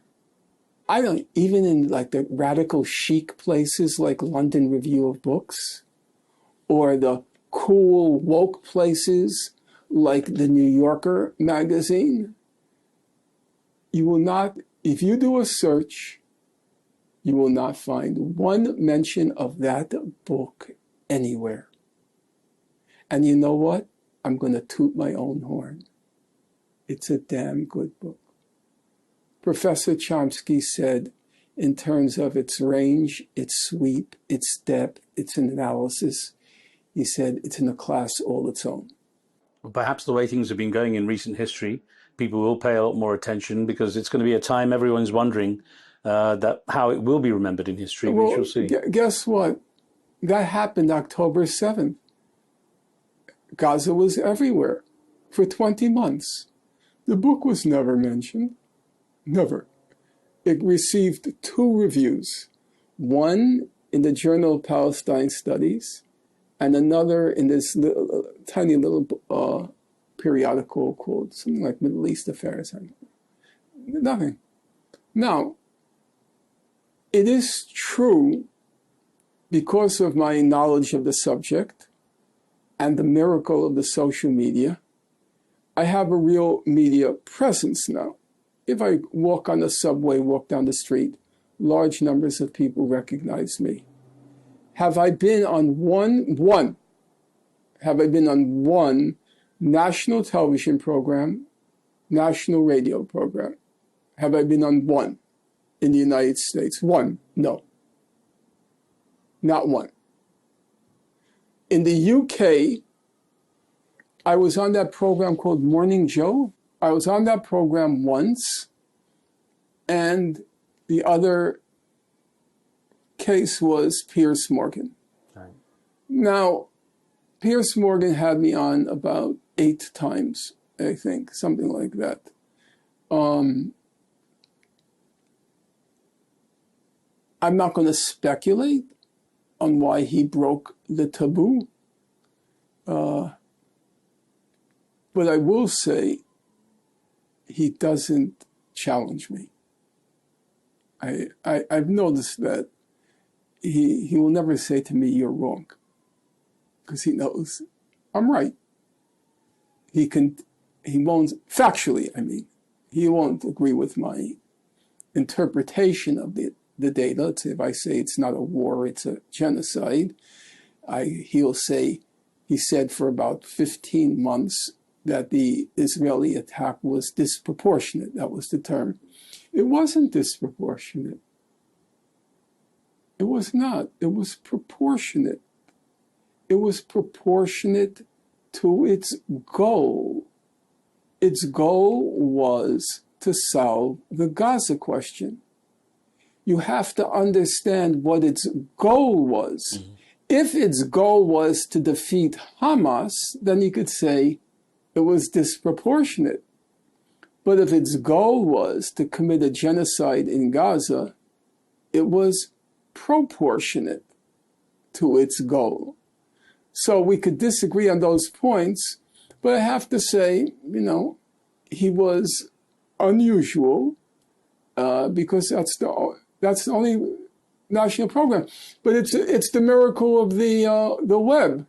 You take a interview by me with him, then they chop it up into 10,000 pieces and they make it on TikTok. So it looks like, oh, people call me, you must be so busy.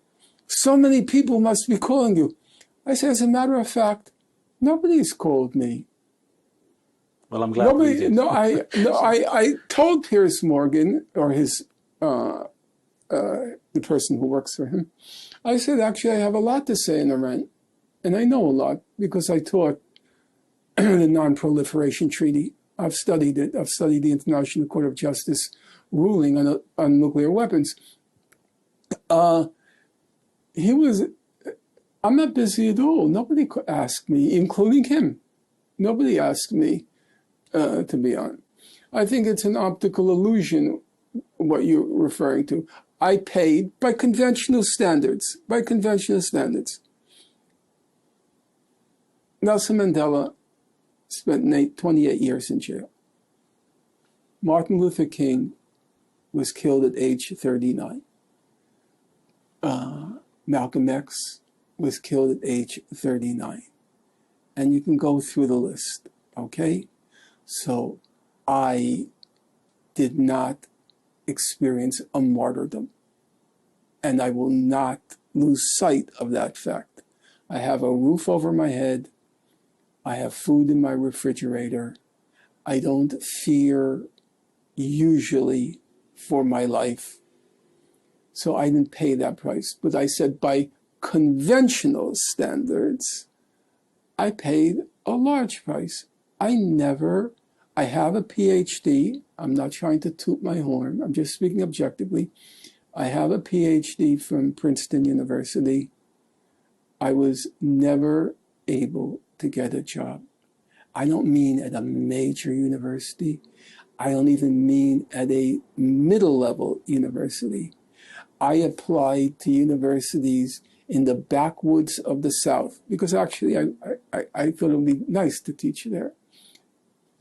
The good side of the web I talked about already. The bad side of the web is they don't look for references anymore. No schools ask for references. They just Google your name. And so you Google my name, you'll have 30,000 websites saying I'm a Holocaust denier. You'll have 30,000 websites saying I'm a supporter of terrorism. And it's over. It's over. Even if they were willing to go through each of these websites to see whether it's true. Does anybody want to have the burden of me in the faculty? You know, no. So I did pay a price by conventional standards. And B, if it looks like I'm omnipresent, and if I have high facial recognition now, it's a kind of an optical illusion. It's 2 or 3 interviews which have been chopped up into 10,000 pieces, and they're all over the web. Just to give you an example, so I was on with Lex Friedman, and I debated Professor Benny Morris from Israel, and this thing called Destiny, right? So with Destiny, it came out mostly to name calling because he's a moron. You know, I can't fix that. I can't repair that fact. It's in his DNA. So that debate lasted about 3 hours. It was 3 hours, 3 or 5. You know, I can't remember now. It was 3 or 5. In any event, there are 10,000 videos now out there of me calling Destiny a moron. And each video, each one, has 1 million hits. Everybody, I saw you with Destiny. That was so funny. That was so funny. So it gave me a name. Like the other famous one was in Waterloo, Canada. It was like something like 2003, where this woman is crying about, I make them feel so bad when I say that Israelis are carrying on like Nazis. And I said, please stop with the crocodile tears. Okay? So whenever I'm in any Arab country, I can be walking down the streets of Amman, Jordan, all right? 10,000 people rush up to me. crocodile tears, crocodile tears. You know? I think to myself, I spent my whole life immersed in books, steeped in reports, trying to get all these factual details right. And the only thing people remember of me, the only thing I'll be remembered for is crocodile tears. Well, Professor, thank you for being so generous with your time today. And it won't be 10,000 pieces, I hope, not that many at least, but it was great to have a chance to see you face to face and to speak with you again. I look forward to next time. Thank you, sir.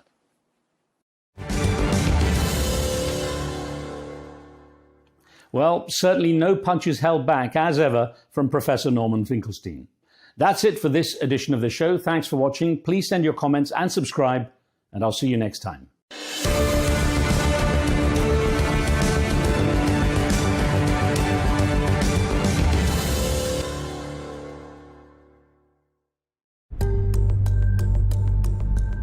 This place might control the future.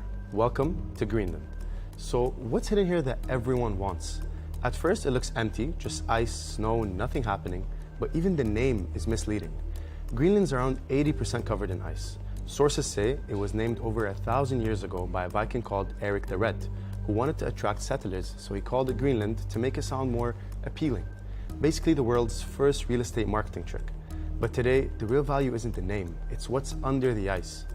Greenland holds massive reserves of rare earth minerals, lithium, uranium, copper, and even iron. The same materials used in electric cars, smartphones, renewable energy, and modern weapons. In other words, Greenland isn't empty, it's a warehouse of the future. Now, here's the bigger question. What happens as the Arctic melts? New shipping routes are opening across the top of the world, linking Asia, Europe, and North America. Russia is already developing and using northern Arctic routes to move exports between Europe and Asia. And China is investing in Arctic trade with Russia to find shorter alternatives to traditional routes. That puts Greenland right in the middle of future global trade. Then there's politics. Greenland belongs to Denmark, but it governs itself and could one day become independent. The United States already have a major military base there used for missile detection and space surveillance. So what if the US controlled Greenland? It would control critical minerals. It would sit on the world's next trade highways, and it would gain a permanent military position between America, Europe, and Russia. So Greenland isn't just ice, it's resources, it's leverage, it's power. And that's why this frozen island might end up shaping the future of global politics. Greenland was never green with grass, it was green with value. Future may prove it was the most accurate name Eric the Red could have chosen.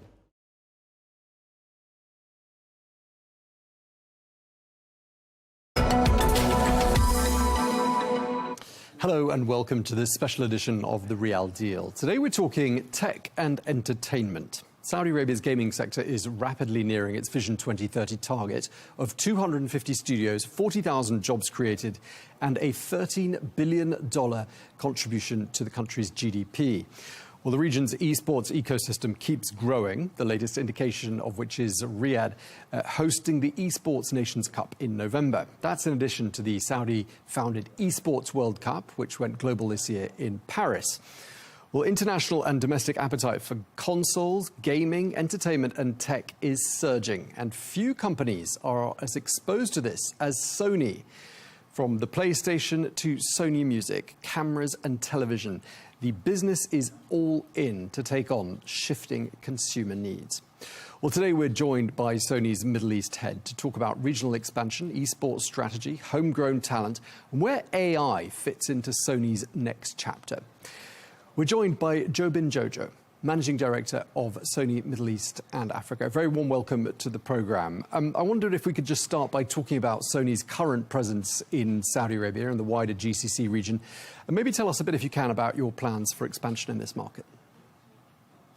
So the Kingdom of Saudi Arabia has always been at the forefront when it comes to adopting new technology and innovations with its young, tech-savvy population. To stay connected with our consumers in Saudi Arabia, we have recently launched our e-commerce platform, which is sonyworld.sa. This gives access to our consumers in Saudi to our latest product launches, our product offerings, as well as various membership benefits. This, together with our trusted network of retail and distribution partners, provides seamless shopping experience to our customers, whether they want to buy online or from physical stores. Beyond consumer electronics, Saudi Arabia is also a key market for us for our digital imaging and professional solutions business. For more than 25 years, we have been working with the Saudi Broadcasting Authority, providing professional broadcast solutions that have supported the kingdom's evolving media landscape. More recently, Sony was selected as a preferred technology partner to provide professional imaging solutions for major sports productions, including the Saudi Pro League, further demonstrating the confidence placed in our technology and expertise. Looking ahead, our focus remains on strengthening partnerships, expanding across various products, and creating experiences that continue to meet the evolving needs of Saudi consumers and creators. Okay, well, thank you very much for that introduction. I wonder if we could talk a bit about esports now, because, of course, the World Cup is something we've been keeping a very close eye on, the Esports World Cup in Paris. How does that fit in with Sony's broader gaming and esports strategy in this region? So we are proud to be a founding partner of the Esports World Cup. This is not just a sponsorship for us, it's the real testament of how important it is for us to support the gaming and esports needs across the region. Saudi Arabia has a young, passionate gaming community, and esports is an integral part of this culture. Looking ahead, our strategy in gaming and esports isn't a one-off activation, it's about consistent presence. With each product launch, we want to be able to cater to different gaming needs. To support this increased demand, we have created and introduced our in-zone gaming range, designed specifically for gamers at various budgets without compromising on the immersive gaming experience. Okay, exciting stuff. Now let's talk about talent here in Saudi Arabia, and I wondered what initiatives Sony's got in place to try and promote Saudi talent in areas like music and photography, and what sort of programs you've got in place to achieve that. So Saudi's music scene, I would say, is incredible right now, with the rise, whether it is the rise of homegrown talent, artists, or the growth of live events, or simply how music has become central to everyday life. This really kind of aligns with our Alt Power Sound series product range that we have launched, where the lineup includes wireless speakers and noise-cancelling headphones designed to keep up with the energy of music which people are listening to and creating.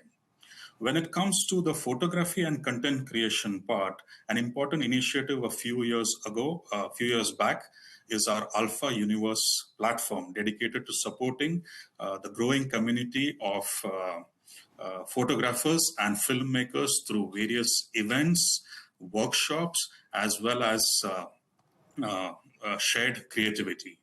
In Saudi specifically, we have hosted hands-on workshops led by local Saudi photographers and filmmakers, covering everything from documentary to portrait photography to cinematic lighting and product photography. Over the last couple of years, we have also supported female content creators through our Alpha Femme workshops. Okay, just a reminder there of just how broad Sony's reach is in so many different sectors and subsectors. Let's talk a bit about trends here in Saudi Arabia. What sort of trends are you noticing from consumers, and what do they mean for Sony's strategy moving forwards? So we are seeing this playing out in several ways. At home, there's a rising demand for premium entertainment experiences as consumers try to bring home cinema kind of experience into their living rooms. In gaming, Saudi Arabia now would be the leading market across the Middle East with over 23 million gamers, and that passion is driving the demand for high-performance gaming devices. The creator economy is rapidly growing too, increasing demand for professional cameras and content creation tools as more people across the region build careers around content. These trends closely align with Sony's strengths across our product categories, allowing us to deliver technologies that meet the changing needs of consumers and creators alike. Understanding our consumer needs and bringing in products to meet their needs has always been at the forefront of our strategy in the region. Okay, so consumer trends changing all the time, and clearly AI is a huge part of what all consumers are engaging with and relying on to a greater extent. I wonder how AI is shaping Sony's products and operations, and what does that integration look like in practice? So AI is not something new to Sony, and it has always been an integral part of our DNA. In home entertainment, our Bravia TVs are equipped with Sony's proprietary XR processor. The technology goes beyond conventional AI, and it analyzes, let's say, pictures and recreates pictures the same way that humans can see and hear, bringing the creator's intent to life. In digital imaging, Sony's advanced AI capabilities enable our cameras to track fast-moving objects, be it people, animals, or even vehicles. This intelligent automation optimizes autofocus and exposure settings, ensuring the best possible shot in every situation. Additionally, we have also taken a proactive approach of developing our own enterprise LLM, which is a secure web platform designed to help our employees safely explore generative AI while enhancing their AI literacy. This initiative ensures that our teams can harness AI responsibly and effectively. Okay, so AI sounds like it's really central to so much of what you're doing. We talk a lot about gaming on this program, which might surprise some people, but gaming is a major strategic priority for Saudi Arabia. And I wondered how Sony is contributing to the growth and the success of Saudi Arabia's gaming sector. I mean, I would say gaming is one of the clearest examples which continues to play a strategic priority in the kingdom. And that ambition matches exactly where we have been investing as a company. We introduced our in-zone ecosystem into the market, including gaming headsets, monitors, as well as gaming accessories, built specifically for competitive gaming and not just a normal consumer use. We are closely working with local talent to make sure it performs at the level that the market demands. Our collaboration with Team Falcons is a great example, being one of the leading esports organizations both in the region and globally. They give us real ground-level feedback on our in-zone products. Our products aren't just tested, they are tested and refined by players that the gear is built for. Beyond products and partnerships, it's about contributing to the wider ecosystem, supporting the infrastructure, talent, and culture around gaming through various tournaments and initiatives. And what about your alignment with Vision 2030? Where do you see Sony sitting within that vision? Well, Sony is committed to supporting Saudi Arabia's Vision 2030 ambition and to contributing to the kingdom's innovation agenda and creative economy. Through our technology, our entertainment ecosystem, and our strategic partnerships, we are aiming to support the continued growth of the local market. An example of this was the partnership with the Ministry of Culture to set up and operate the Jack Studios, which is one of the largest virtual production studios in the world using Sony's crystal LED displays. Our senior management in Tokyo is in regular discussion with top executives across various key institutions in KSA to explore and finalize on opportunities that support localization, nurture local talent, and contribute to the long-term growth of Saudi Arabia's technology infrastructure. Okay, just looking forwards, I wonder how in 5 years from now you'll measure whether or not your initiatives have been successful. I mean, are there any metrics or targets that perhaps will give us the strongest indication that Sony's strategy in Saudi Arabia has succeeded?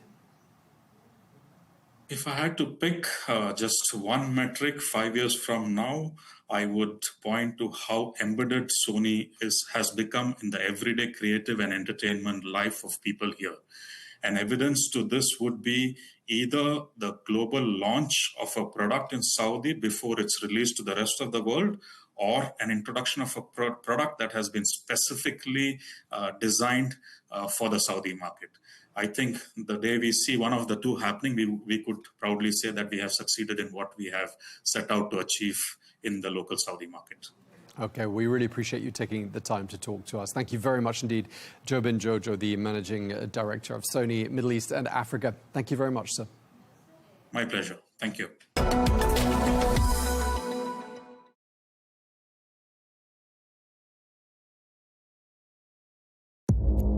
Our allies, in many cases, are worse than our enemies. Stay informed and connected with the latest international headlines. There obviously is a risk. From breaking news to in-depth analysis, it would appear that this war is coming to an end. Who buys this stuff? Investors, pension funds. we deliver the most important developments straight to your screen. Iran always wanted to deal with militia. Join us for compelling, expert-driven conversations. A curfew order has been established. And an insightful look at the issues shaping our world today. There are a lot of proposals about European architecture for security. I'm Leigh Ann Gerrans, and this is W News. We dealt with this when I was Chief of Staff in the first term. Where you don't just hear the headlines, you get the full story.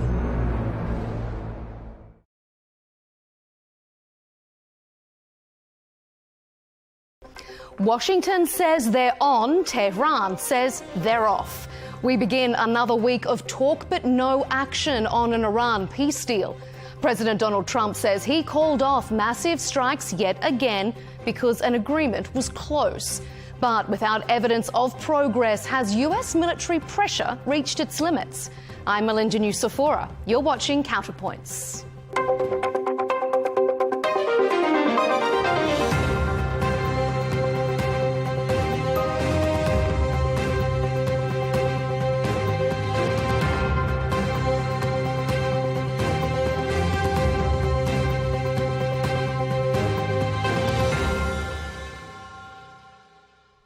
For President Trump, the outcome of the Iran war is simple. We just want to win. We just want to win. We're doing very well. Doesn't mean they don't have any capability. They have some, but very little. We just want to win. But how will it actually achieve that? Despite warnings to the contrary from his top military advisor, the president still seems convinced the US can bomb its way to victory. We had an attack that would be the biggest attack since World War II, and it would have been disastrous for them, and they didn't want us to do it. But once again, President Trump has backed out at the last minute. He said Gulf allies convinced him not to act. And he said negotiations were set to resume with a deal on the horizon. That is news to the Iranians. We currently do not have negotiations with America. The negotiations are with Oman and are focused on reaching an understanding over a path to ensure the security of shipping passage through the Strait of Hormuz.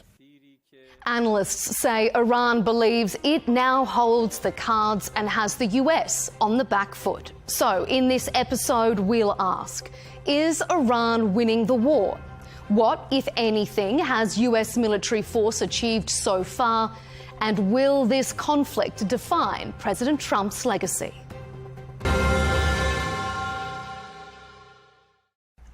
Joining this Counterpoints panel is Tobias Ellwood, a former British Middle East minister and former Conservative Party MP. Goldie Gamari is joining us, political analyst, human rights activist and host of The Goldie Show on YouTube. And rounding out this Counterpoints panel is Vijay Prashad, a historian who is also the Executive Director of Tricontinental Institute for Social Research. To all of you, thanks for being here on this debate. Well, President Trump has called off planned strikes on Iran, an operation he claimed would have been the biggest since World War II. He did so, he said, to allow room for more negotiations. If it feels a lot like deja vu, it's because we have been here before. Strikes from both sides, threats of massive force, followed by a last-minute reprieve to allow for diplomacy. Iran denies it's interested in talks with the US, perhaps an indication it thinks it holds the cards. Goldie, the Trump administration coined that term peace through strength. Was it a mistake to cancel this military operation? You know, I have a feeling that there's more going on behind the scenes than what meets the eye. I mean, obviously, for the Iranian people, they want President Trump to finish the job.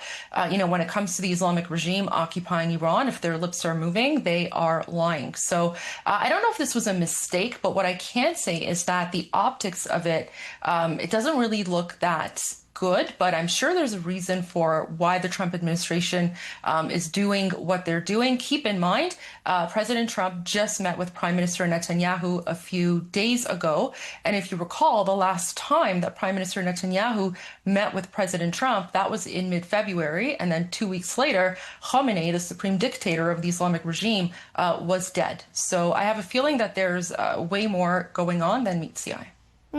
Okay. VJ, was this a mistake to call off this strategy? Or do you think it's an indication that maybe the US has realised that it may not hold the upper hand? I mean, I think it's important to indicate that this has been a war of aggression. You know, a war of aggression is a war crime. If you are a UN member state and you violate the UN Charter, you attack another country without a UN Security Council resolution, that's a war against peace.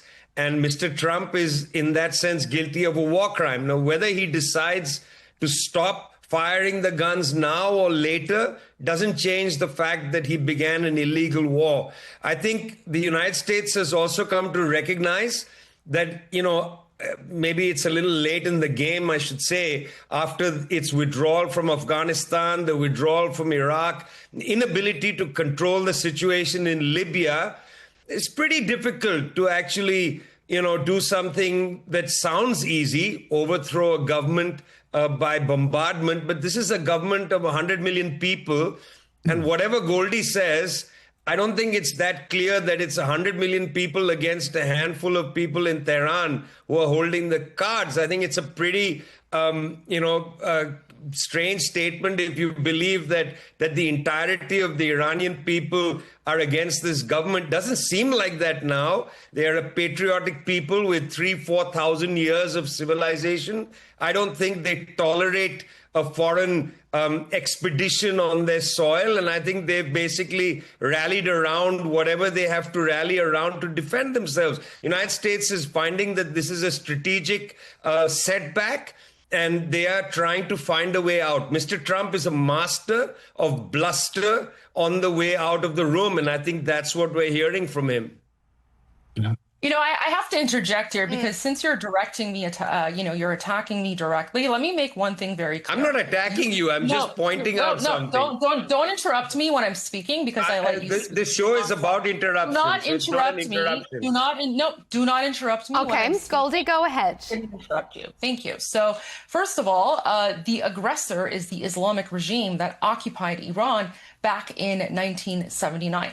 You're not Iranian, you don't speak Persian, you don't watch Iranian news, so you actually have no idea what's going on. I checked your background, you're a communist, okay? You're literally, you promote the fact that you're a communist. And communists are one of the reasons that Iran turned into the Islamic hellhole that it is today. And by the way, when you speak about the 3,000, 4,000 year civilization, that's pre-Islamic. So right now, the Iranian people are fighting the Islamic regime, which is the invading, occupying force. Because prior to 1979, Iran had freedom of religion. Iran was a constitutional monarchy. So yes, the Iranian people are in fact rallying around His Royal Highness Reza Pahlavi, who is going to free Iran. And you're speaking about this so-called war of aggression. Well, what happened when the United States was attacked by the Islamic regime for the last 47 years? What about the hostage crisis situation when was in the 1979? United States attacked And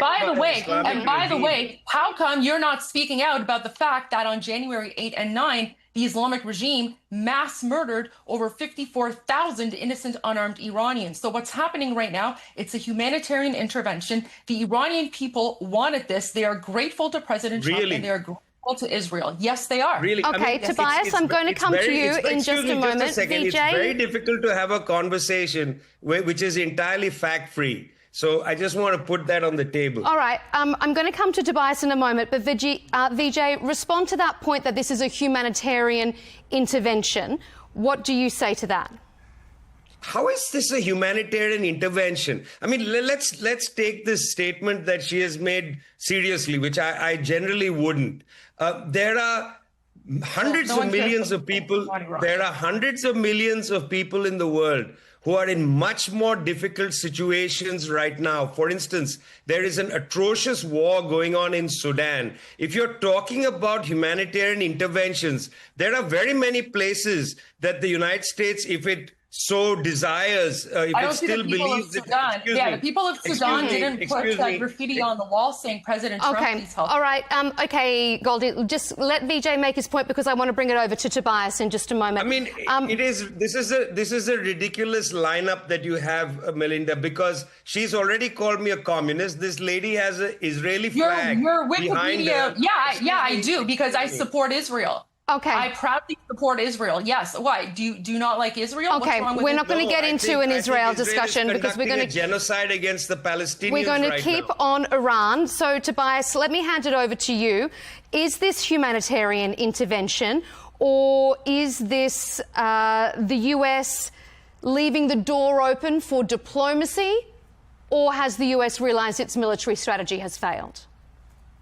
Well, good evening. Yeah, I mean, so many points to unpick here. Let's get us back to the reality here, which is the fact that you have a United States that has been plagued by Iran since 1979. And we can have our arguments, our difference of views as to why that happened. There was an uprising in Iran because of the way the country was run. But there's no doubt about it that successive American presidents have had to deal with a very difficult Iran and I would say, have not done enough to challenge Iran's proxy influence, its pursuit of a nuclear weapon, and its treatment of its own people. But that doesn't then give license for Donald Trump to do whatever he likes. And he's been poorly advised. In fact, I know many of my friends that used to work in the State Department are no longer working there, who would have advised him against this military operation unless there was a clear political strategy to follow. If you simply believe that you can use superior military might to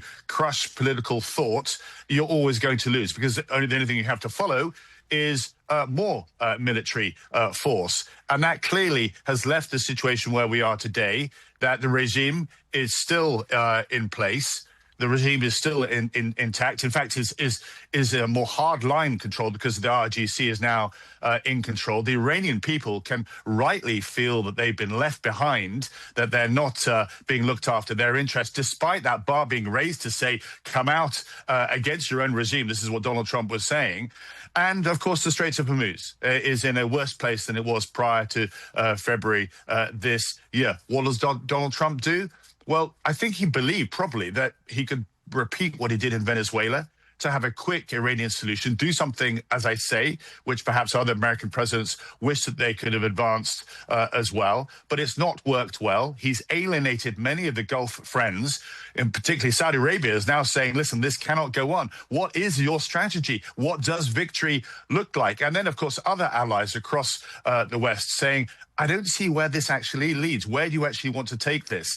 So, yes, he's called off this latest promise to attack and annihilate. But actually, the point has actually been made. When any military force, any state hits another country, no matter how unpopular the regime is in that country, often it does rally people around them because they don't like an outside entity coming in to that country telling them what to do. And I wish Donald Trump would listen to some international voices that have much more experience about what to do, where to take Iran, how to prevent Iran pursuing a nuclear weapon, to allow greater advancement in the freedoms of the people of Iran. But ultimately, we've got a Middle East that is in a worse place, is more dangerous, and the prospect of escalation is much, much higher than prior to February 2026. Goldie, do you think the US military strategy has failed? And has it actually made Iran stronger because they're rallying against the US? Well, first of all, when you look at World War II, the Allies, and, Tobias, you should know this, given that you're a former conservative politician. I myself, I'm also a former conservative politician in Canada, by the way. World War II was not won through diplomacy. World War II was won by bombing the Nazis and sending them back to where they belong, which is, 6 feet under. So just keep that in mind. And, when it comes to the Islamic regime has never been weaker. Okay, so this is really important to keep in mind. Now, I'm the only Iranian person on this panel who's actually been following and monitoring Islamic regime state TV. I look at their statements.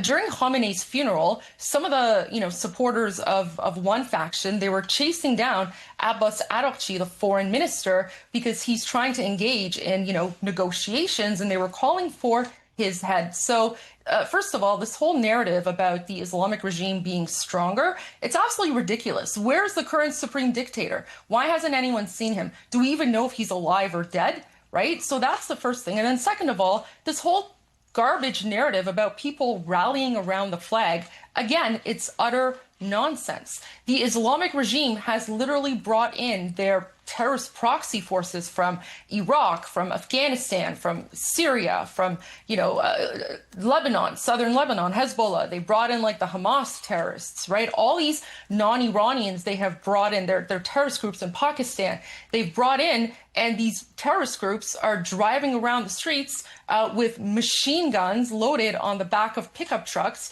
to keep the Iranian people from rising up. So this is an Islamic regime that is illegitimate. It is in control through power and through the fact that when Iranians rise up, they are executed. Just 2 days ago, a 20-year-old Iranian man, his name was Arvin, he was hanged by the Islamic regime for the crime of muharebe. Muharebe is basically waging war against Allah. So the Islamic regime is speeding up executions, and the Iranian people are saying that the only way to get rid of this Islamic regime is to overthrow them once and for all. They can't do that right now because they are not armed. When the Iranian people tried peaceful uprising back on January 8th, over 54,000 were slaughtered. Okay. Can I come back on that? Can I just come back on that? Firstly, I mean, it's disingenuous to compare it with World War II, because there the Nazis, in fact the Axis, tried to territorially push other countries aside, and then it took a coalition to territorially move into that space and then create a new regime, a peaceful regime that would meet. So you want to? So you think you? Let me finish my point. You should engage in diplomacy. You didn't want. But no. But do you think? Just a moment, Goldie. We'll let Tobias finish his point, and then we can come to you with a response. Yeah. You made it clear that you didn't want to be interrupted, so please have the courtesy to allow me to finish my point, okay? So, Second World War, we quite rightly stood up and forced unconditional surrender, took over the country completely, and placed a new peaceful regime that would adapt to international laws. Now, what you're seeing in Iran at the moment, and you just touched on it, you don't want the regime to be there, but I think we can all agree with that. But the strategy that Donald Trump is pursuing at the moment is purely to bomb the country from the air, as if somehow that's going to have a result that's going to lead to regime change. In fact, it's weakened militarily, it's weakened economically, but ultimately it's strengthened its ability to control its own people by the very reasons you've outlined, by brute force. Not only that, it's controlling the Straits of Hormuz in one way or another. It's certainly preventing shipping from moving up and down. And the consequences of that economically is enormous right across the world. So it begs the question, what is Donald Trump's strategy? And I still scratch my head to say exactly what it is, because it's not clear where he wants to take this. He certainly doesn't want to put troops on the ground, as we saw in the Second World War, and he certainly has no plan for a regime change. So I ask the question, where does this go? What does Donald Trump do? Because at the moment, his answer is simply to pursue more military might. And as I say, that doesn't lead anywhere. Goldie, as I said, I'll give you right of reply and then we'll come to you, Vijay. Thank you. So first of all, President Trump has made it very clear that it's not America's responsibility for regime change. And I agree with that, because ultimately it's the Iranian people's responsibility to change the regime. We are working on reversing the mistake that Jimmy Carter and the Democrats made back in 1979 when they supported a brutal Ayatollah and, thought that he would actually create some sort of religious belt to keep out communism, because back, at that time, Iran shared a border with the Soviets. So, it's important to know your history, Tobias, in that sense. And then when it comes to what's currently happening, Iranian people, we are grateful that President Trump is bombing those institutions of suppression, because, again, if the Iranian people, the only chance that we have to rise up and overthrow the Islamic regime is to make sure that the Islamic regime is weakened. So anyone who says, President Trump is engaging in regime change, absolutely incorrect. That's not what President Trump is doing. He's never said that he's there for regime change. He has said it. On February 28th, when he made his initial speech, he had a message directly to the Iranian people. And he said, Iranian people, your time will come. When the United States is done, that will be your opportunity to reclaim your country. President Trump is not done. The Islamic regime is currently being more and more weakened every single day. We're hearing news of, people inside of Iran who are fighting back. And the Islamic regime, they have been murdering us for the last 47 years, okay? They've been murdering us for the last 47 years. Again, on January 8th and 9th. But if I can bring you back to the question, Goldie, where does President Trump take this? If we can just circle back to that one point. Where does President Trump take this now? Does he escalate? If I was advising President Trump, I would say 100% escalate. But, everyone who says, oh, we don't know what his military strategy is, obviously no one knows, because he's going to keep his cards close to, he's going to keep his hand hidden from everyone, because why would he give away the military strategy before it actually happens? Remember, on February 27, when reporters asked President Trump, are you planning on engaging in strikes? And then President Trump said, you know what, we're going to think about it and we're going to continue talks over the weekend. 12 hours later, Khamenei was dead. So people who are saying that we don't know what the military strategy is, yeah, there's a reason for that. It's called operational security. No, it's daft. I mean, that's absolutely, you're talking out of your hat. You really are. I make it really clear that you do share your strategy with your allies. There you go. Personal attacks. So just because you don't like what, I was trying to finish my sentence. I'm talking out of my hat? Yes, you are, because why are you personally attacking? Well, you said that Iranians are rallying around the flag. Just a moment. I'm really not sure what show I'm on, to be honest with you. I'm very confused because I've been a journalist for over 35 years. I reported from Iraq. I reported from Afghanistan.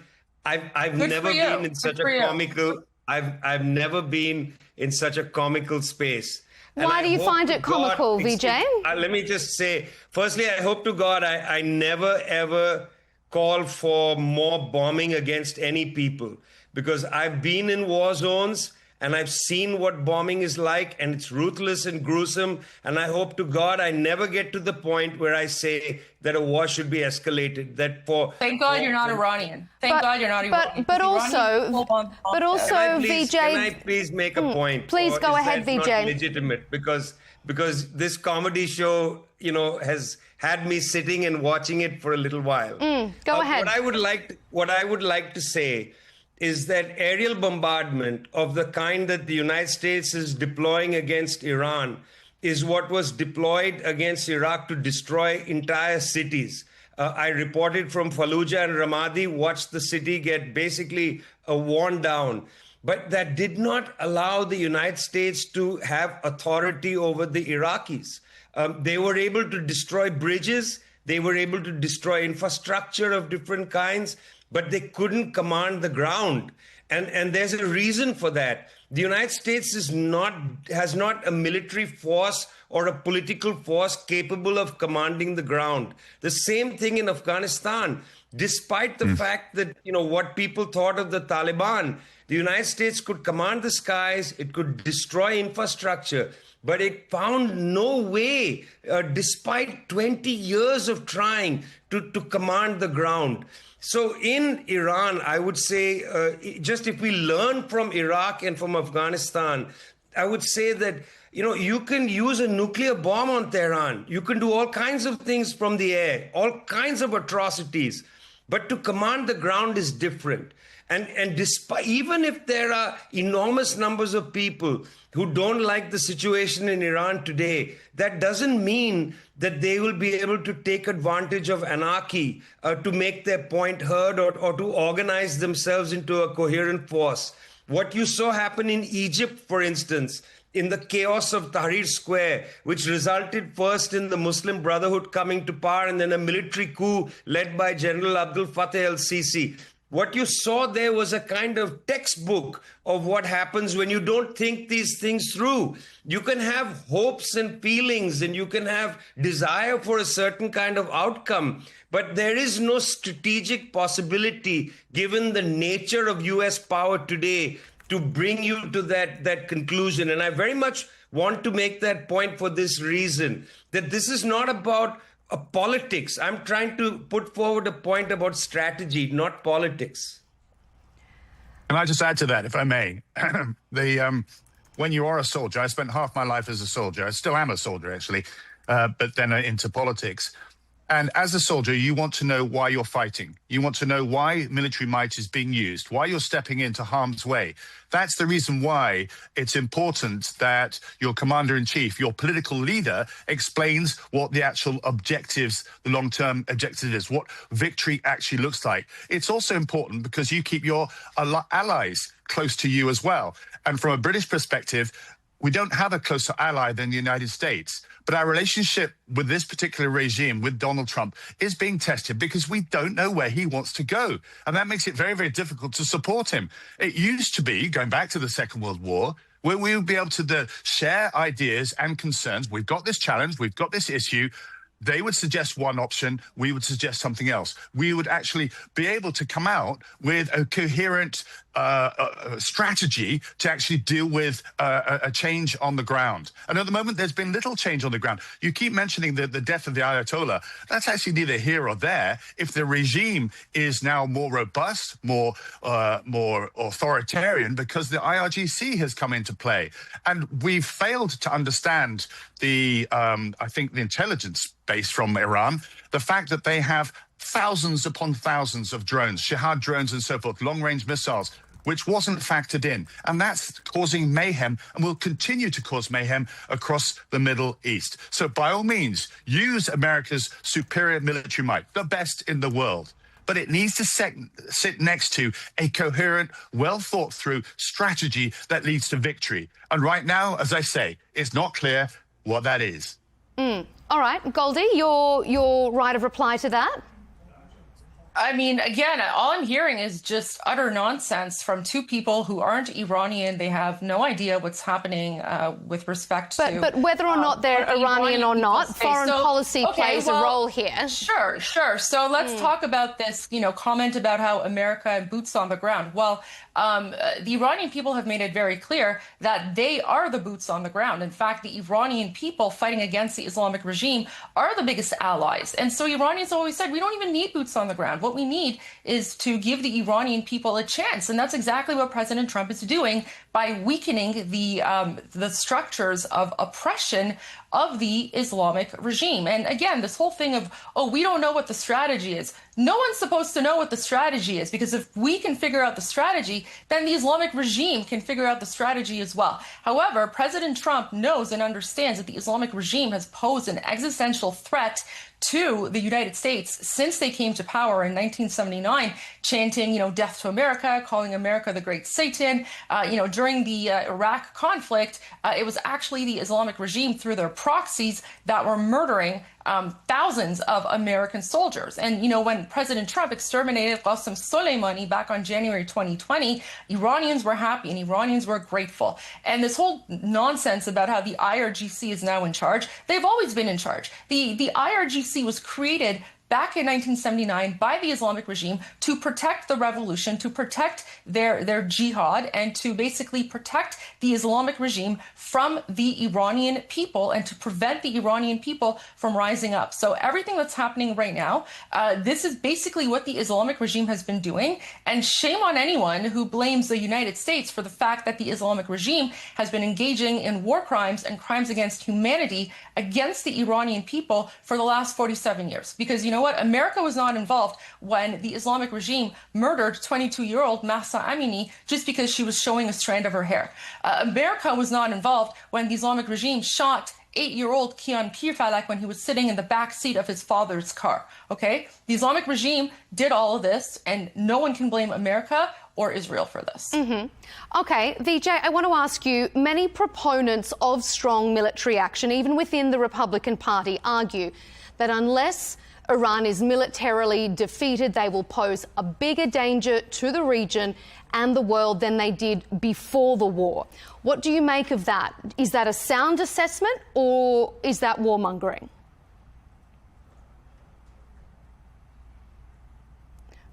Frankly, I think that there are some problems with an assessment like that, because on the one hand, and I know that my fellow panelists may not agree with me because we seem to have different realities, but on the one hand, the Iranian government has said repeatedly that it's not interested in a nuclear weapon. Whether it is or isn't is not germane to what I'm saying now, which is that, in fact, this particular attempt, this military attempt by the United States, might provoke further nuclear proliferation in the region. If you followed the recent 123 agreement that the United States and Saudi Arabia have made, this is an agreement that might lead to Saudi Arabia procuring a nuclear weapon. This is they have said that that's not their intention. It's for civilian purposes. Everybody seems to be saying that. That's absolutely correct, because that's exactly what the Iranians have also been saying, that it's not their intention. But I agree with you. That's what they've said. But the 123 agreement is a sign, a potential sign of a further proliferation of nuclear weapons in the region. Israel has nuclear weapons. Other countries might now decide the best way to seek security is through a nuclear weapon. In fact, the Iranians might escalate to a nuclear weapon because they say that, look, you either look at Libya on the one side, gave up a weapon, everything was destroyed, and North Korea on the other. So this is a great danger, not only to West Asia, but all of Asia. If we're going to see nuclear proliferation in the region, this threatens the situation across Asia. So that's one thing I would say that I worry about, that this conflict might harden things and push these countries to go nuclear. Very dangerous. Secondly, Iran has not exhausted its escalation ladder. It still has a number of quite dangerous options, which I think the United States is not, factored in. For instance, Iranian forces, whether they are pro-Iranian or they are proxy forces or whatever, in Iraq and other regions, other parts of the region, haven't blown the whistle yet. They haven't started to act. The United States has to be aware that Iran is holding back. Its escalation has some potential to it. They can rise in the escalation ladder, whereas the United States has almost come to the very top. That's why I earlier said, not facetiously, that you might have to drop a nuclear bomb on Tehran. That's what worries me. What worries me with the whole shock and awe mentality, which begins, with the war on Iraq in 2003, is that the United States military has ceased to think about escalation. It goes hard. It goes very hard at the beginning. And then you're sort of stuck if it doesn't work. What do you do next? Do you keep going hard? Do you try to go harder? Harder is very dangerous. So they've run out of very many military options. What remains are political options. And when it comes to political options, it looks like, with the help of the Pakistanis, the Omanis, and others, that Iran might have the upper hand at this moment. So you have to divide this between the military options and the strategic political options. And when it comes to the military options, it looks like the United States is near the top of the escalation ladder. When it comes to the strategic political options, I think the US is being played by Iran, Pakistan, and Oman. Goldie, do you think that this conflict is increasing the danger of a nuclear buildup, not just in the region, but globally? In saying that Iran can't have a nuclear weapon, has the United States, in effect, made so many countries now consider the need for a nuclear option? I think it's absolutely incorrect to blame the United States for anything. Keep in mind, Iran actually signed the Nuclear Non-Proliferation Treaty back when the Shah was in power. And since the Islamic regime took over, they have spent over $2 trillion building at least 3 secret underground nuclear facilities. And as a former politician who worked on the energy file in Ontario briefly, what I can tell you is that, no government spends $2 trillion building underground nuclear facilities, under mountains because, they want to build a kebab stand or a botanical garden. So the Islamic regime has been trying to get to nuclear proliferation and create the nuclear bomb for several years. And, God bless Israel for what they did last year. And of course, God bless America as well for bombing and destroying those 3 nuclear facilities. However, now we've also heard about Pickaxe Mountain, another secret underground facility. So the Islamic regime has been engaging in this behavior for a very long time, because again, I monitor Islamic regime state TV, and what the imams and what the jihadis are saying is that it is their Allah-given right to build and develop nuclear bombs. And God forbid the Islamic regime ever obtain a nuclear bomb, because if you think right now the situation is bad, just imagine how much worse it's going to be when you have this jihadi death cult that yells death to America and death to Israel, sending nuclear bombs everywhere. And there's a reason that Saudi Arabia is now allying with the United States in bombing and destroying IRGC bases and facilities, because even Saudi Arabia recognizes the dangers. So I think we should all be grateful to America and Israel for pretty much stopping the Islamic regime in their tracks and preventing them from getting a nuclear bomb, because that's the trajectory that they were going down. And just for clarity, the Kingdom of Saudi Arabia hasn't been actively involved in numerous operations. This was one joint operation that it conducted with the United States on proxies in Iraq. It hasn't been... And the Houthis as well. But it hasn't been targeting Iran itself, and has been warning other countries, including the United States, to decrease this escalation ladder. Tobias, this idea of an increased nuclear danger. President Trump has again reiterated Iran can never have a nuclear weapon. It says it had never intended to, but is it increasing the impetus to nuclearize their military, given the escalation ladder that we've seen? Yeah, I mean, again, a lot to unpick there. Firstly, what America did in pushing back Iran's nuclear ambitions was phenomenal. There's no doubt about it, bearing much of the capability in the mountains because of the bombing that took place. But it's done a lot more than that. We know that. And if there was a potential breakout period that was shortened, that Iran were able to procure even a low-yield nuclear weapon, I suspect Britain would be upfront working with America to make sure that never happened, using potential military force as well. But our own agencies say that we're a long way off from that. Certainly that's been pushed back even further, which takes us back to today as to what is the strategy. The Houthis have been mentioned, the Hamas and Hezbollah.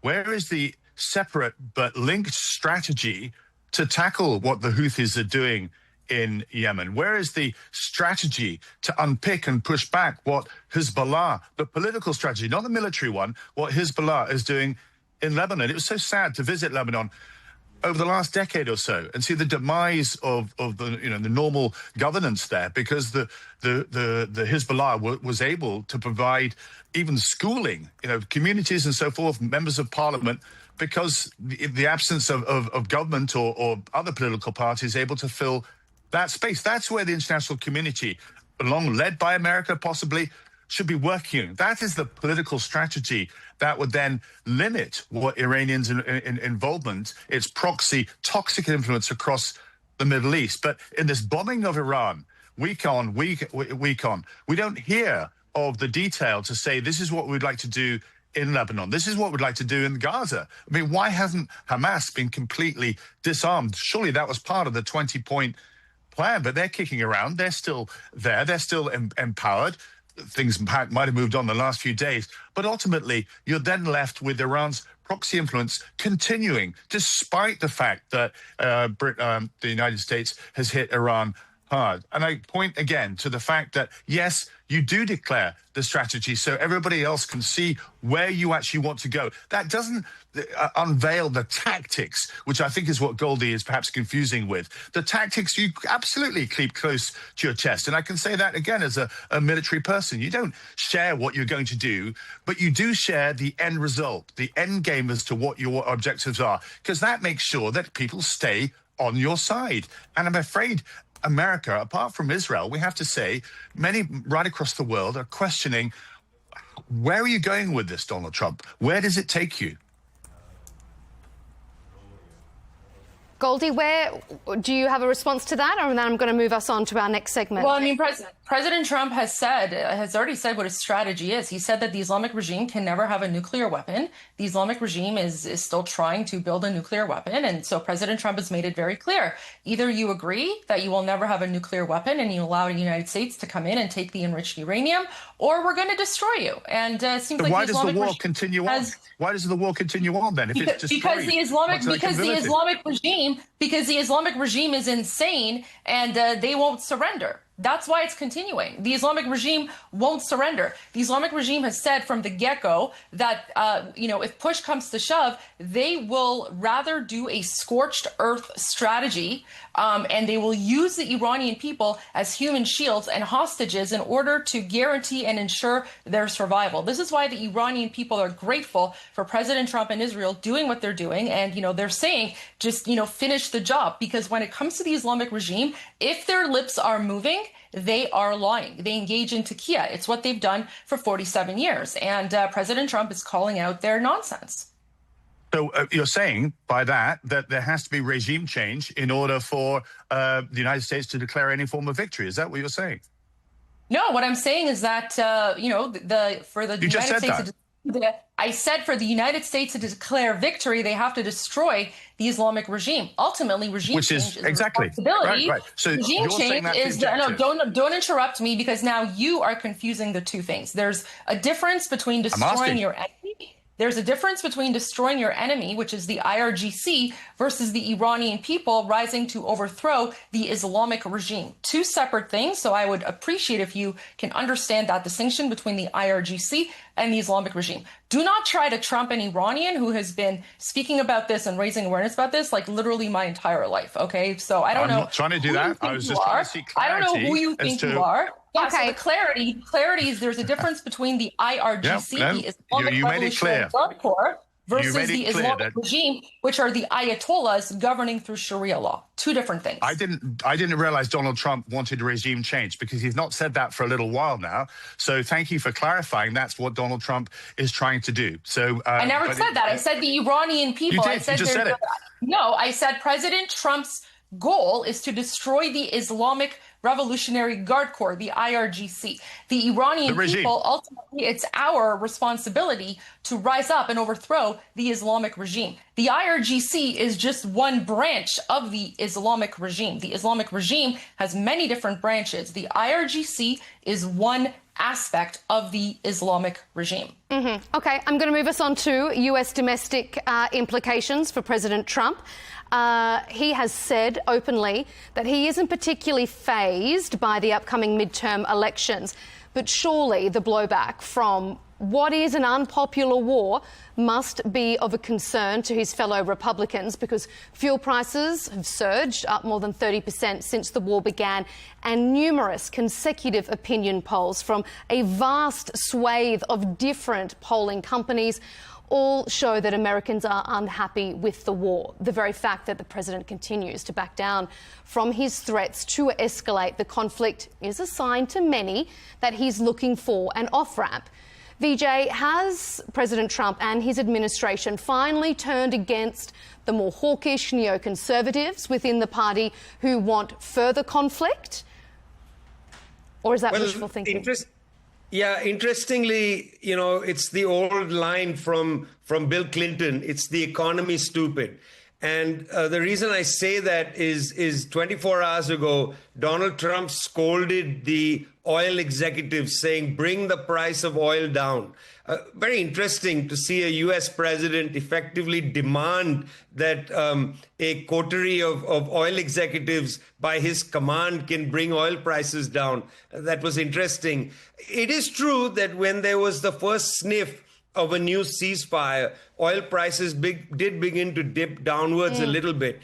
But they are not reacting very well. They are not going to follow the command of Donald Trump, because there's a lot of anxiety about the question of the Strait of Hormuz. There's a lot of anxiety, not just about Iran, but about escalation in Ukraine, about other oil markets being disrupted. There's a great deal of anxiety about that. And as a consequence, food and fuel price inflation up, are not only around the world, but also in the United States. And I will say it's interesting to watch people like Tucker Carlson, who recently gathered together a group of former MAGA, hardcore MAGAites, to open a front against Donald Trump. And one of the lines of that front is the question of Israel and the question of Iran. It's very interesting to see the biography, the recent biography of Tucker Carlson, who moved from being quite a loyal Trump man to really carving out a most idiosyncratic political space, which has included a departure from his previous alignment with Israel. Very interesting development. And I think Mr. Carlson, who, by the way, was a student at a college where I used to teach many years ago, Tucker Carlson, I think, has carved this space out because he recognizes that a section of the base of Mr. Trump is just not interested in any of this stuff because they are getting hit so hard at home, around the kitchen table and so on. That's why I started with Bill Clinton's line. It's the economy, stupid. You can have as many, large macro questions as you want. You can debate morality all you want. It's of no interest if you can't, balance the checkbook at the end of the month. And oil prices are just not going to come down. As I said, I'm sitting in London today and watching Andy Burnham's new government. Mr. Burnham is struggling with this as well. His talk about rethinking North Sea oil. By the way, not so easy to drill up there, not so easy to open those wells up. But still, just the suggestion of it has sparked the first sign of discontent with Mr. Burnham, a novel feeling in the Labour Party. But that kind of thing, where you're seeing the inflation lead the political debate in these countries rather than the consequences of a war far away. I think that's something people should not lose focus of. You've got to focus sometimes on the pocketbook. Tobias, I see you shaking your head. Yeah. I think the Tucker Carlson is a very interesting character. He's been very brave, having been such a supporter of Donald Trump, to now come out and speak his mind and say, listen, I don't agree where things are going. It shows you the sheer power that Donald Trump has managed to accumulate. I mean, we've had news here in the UK of Donald Trump's recent veterans golf tournament, where apparently he won. And now reports are coming out about he cheated, he knocked the ball in with his hands and so forth. It shows how people are almost scared of Donald Trump in America to actually challenge him. But what you started off by saying is that the prices, oil prices, the gas prices in the fuel pumps and so forth, when the economy is now impacted, people are daring to say, where are we going with all this? Where is Trump taking America? Not just in a more isolationist route.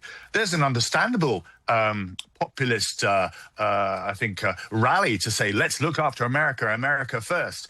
But when it comes with consequences, not just in falling out with allies, and Greenland is another great example of falling out with Denmark and Canada, but also with Britain too, and the tariffs and so forth. People are daring to question where Donald Trump is taking America. So the midterms themselves, I think, will be very telling indeed, and to see whether it checks his behavior or whether he will continue to dig in and say, actually, I've got an advance as to where I want to take America. I've got friends that actually applied to work on the Trump administration, and they were on the foreign policy side of things, working for American think tanks and so forth. And the first question they got asked when they went into the room is, do you believe that that election in 2020 was stolen? And if you don't answer, yes, it was stolen, the interview ends. That's, I'm afraid, where political thinking is in the Republican Party at the moment. And that's very, very dangerous indeed. And it means that you're then left with either apologists, absolutely, who are going to sycophantically support Donald Trump, or you get people on the opposite side of the aisle, rather than people who actually say, actually, I support a strong American president. He's dared to step forward and deal with Iran, but I question the strategy, and I would like him to do something differently. Okay, Goldie, we're almost out of time, so I'm going to give us a rapid-fire round in just a moment, but just your brief response to that, Goldie. Do you think we are seeing Republicans question, as Tobias said, where President Trump is taking America, or do you think that they're rallying around his Iran strategy? I see Republicans rallying around President Trump's America, strategy when it comes to the Islamic regime, and we're seeing that in the primaries. So, I mean, anyone who quotes Tucker Carlson immediately loses my respect. I mean, everyone knows where Tucker Carlson's loyalties lie. Just follow the money. All right, before we wrap up, a very rapid-fire round to all of you. If I can get a brief response. VJ, to you first. Will this conflict define President Trump's legacy? Oh, we've lost you.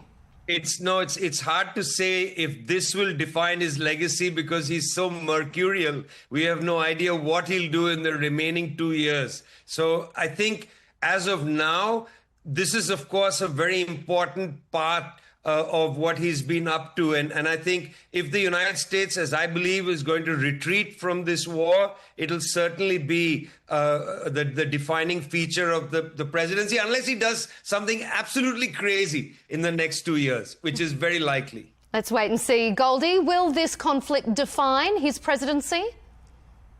Yes, I believe so, and I think it's going to define his presidency in a very positive way. Tobias, round us out. It will, but it isn't just that. It's wider foreign policy as well. He's now befriended President Putin. He's gone against the rest of Europe in trying to support Ukraine. And when you link all these things together, he's taken America, as I've alluded, as I mentioned, into a very, very different place. And I think that's the legacy, which means it won't click back to where it was before, but that's the legacy as to where he's taken America. America and Europe are no longer on the same page. Our adversaries are starting to rally together, Iran, China, and Russia, and our world is splintering. And it's very dangerous to have an American president not wishing or wanting to uphold the international rules-based order, the very order that America helped create back in 1945-46. We will leave it there. It's been wonderful to have such a diverse range of opinions. Tobias Ellwood, former British Middle East Minister, thank you for being here. Goldie Gamari, political analyst and host of The Goldie Show on YouTube, thanks so much for your contribution. And Vijay Prashad, historian and executive director of Tricontinental Institute for Social Research, thank you so much for your thoughts. It's great to have you all on Counterpoints. And thank you for tuning in to this episode. Keep up to date with our latest debates and interviews by subscribing to Al Arabiya English on YouTube. And of course, you can follow us on X and TikTok. We'll see you next time.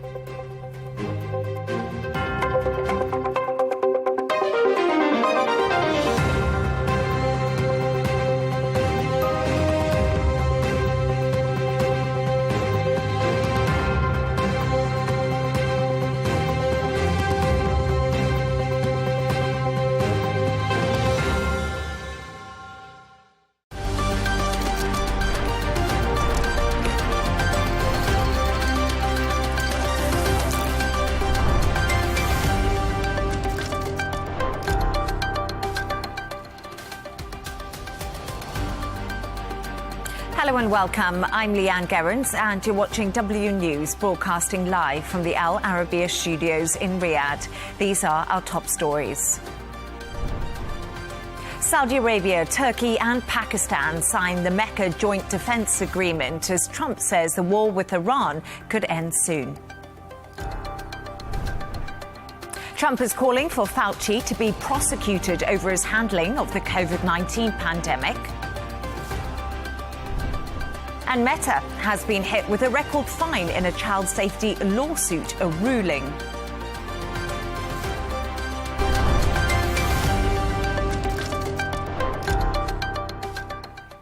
Saudi Arabia, Turkey and Pakistan have signed the Mecca Joint Defence Agreement that's aimed at strengthening collective security.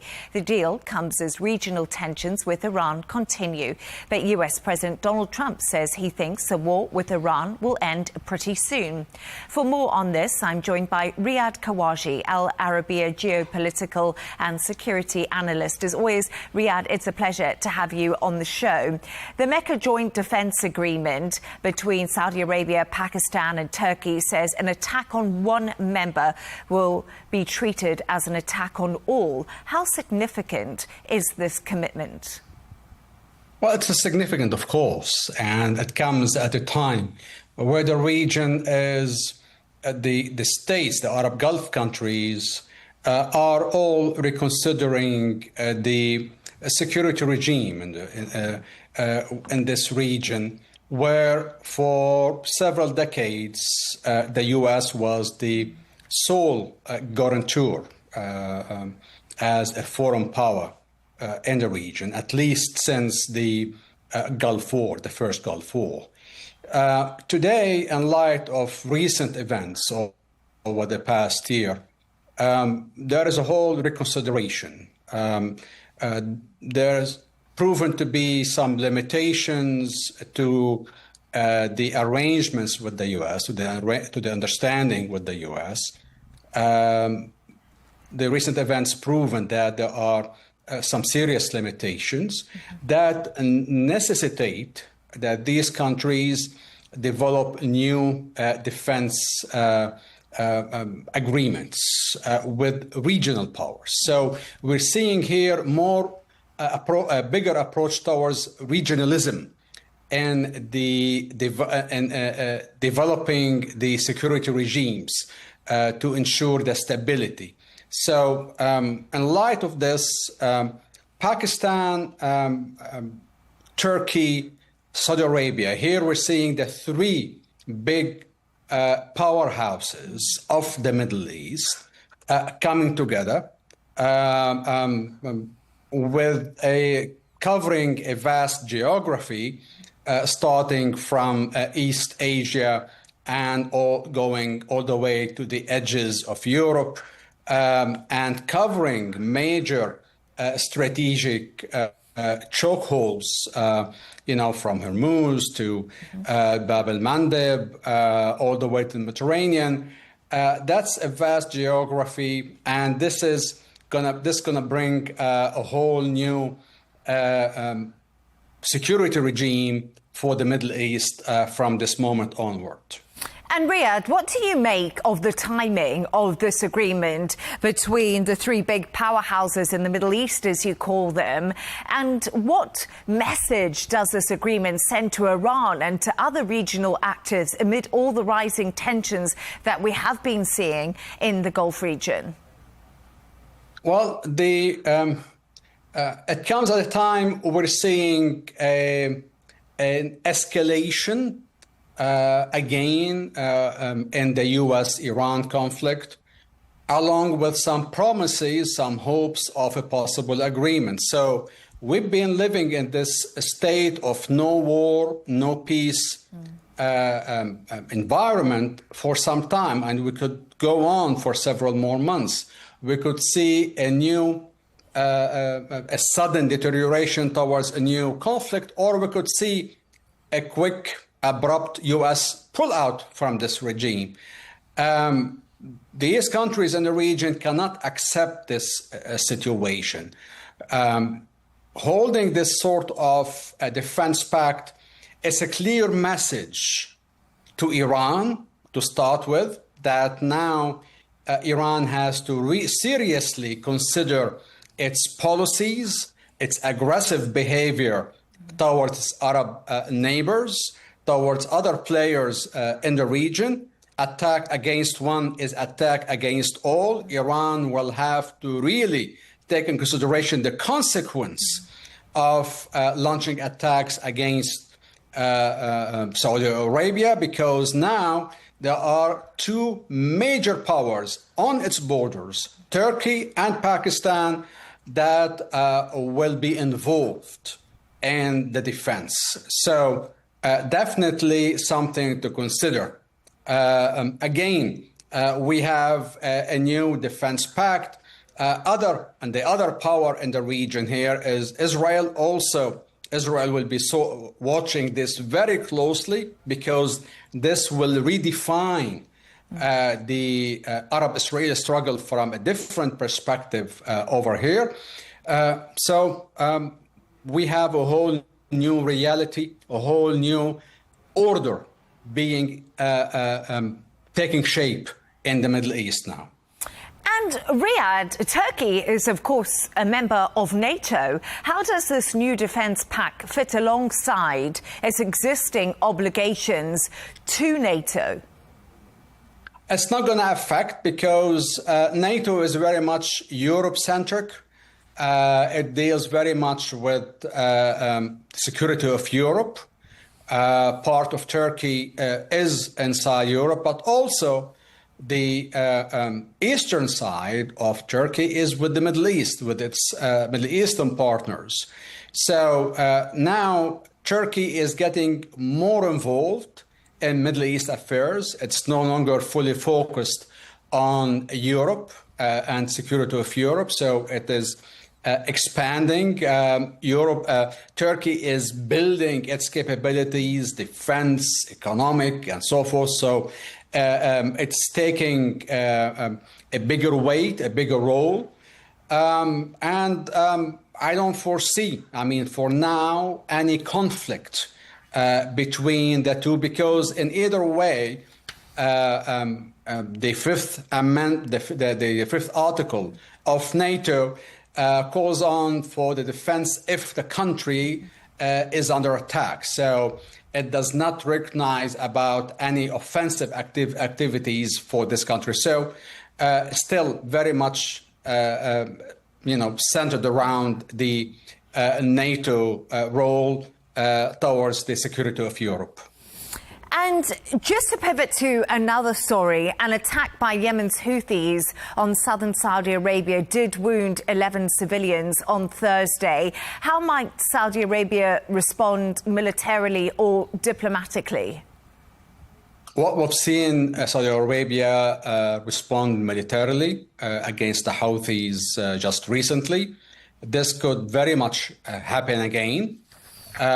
This time, the Houthis are targeting within the context of the Yemeni conflict. Mm-hmm. So it is within the context of this will affect the ceasefire agreement, the peace agreement that was reached in 2022 that brought the war inside Yemen to a halt. So I'm sure right now Saudi Arabia, along with its Yemeni partners, are re-evaluating the whole situation.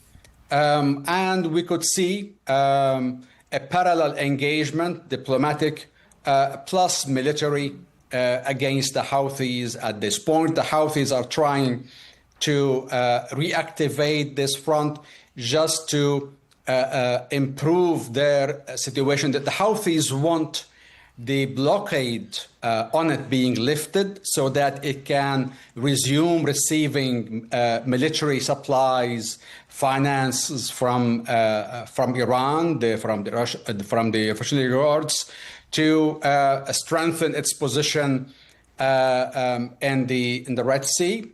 So they are again reviving this reigniting this conflict in Yemen, hoping that they could practice some sort of a leverage against the Saudi side. And Saudi Arabia has warned that coordinated attacks by the Houthis and Iran-backed Iraqi militants are imminent. Riyadh, how credible is that threat right now? Well, I'm sure it is credible because we have seen it.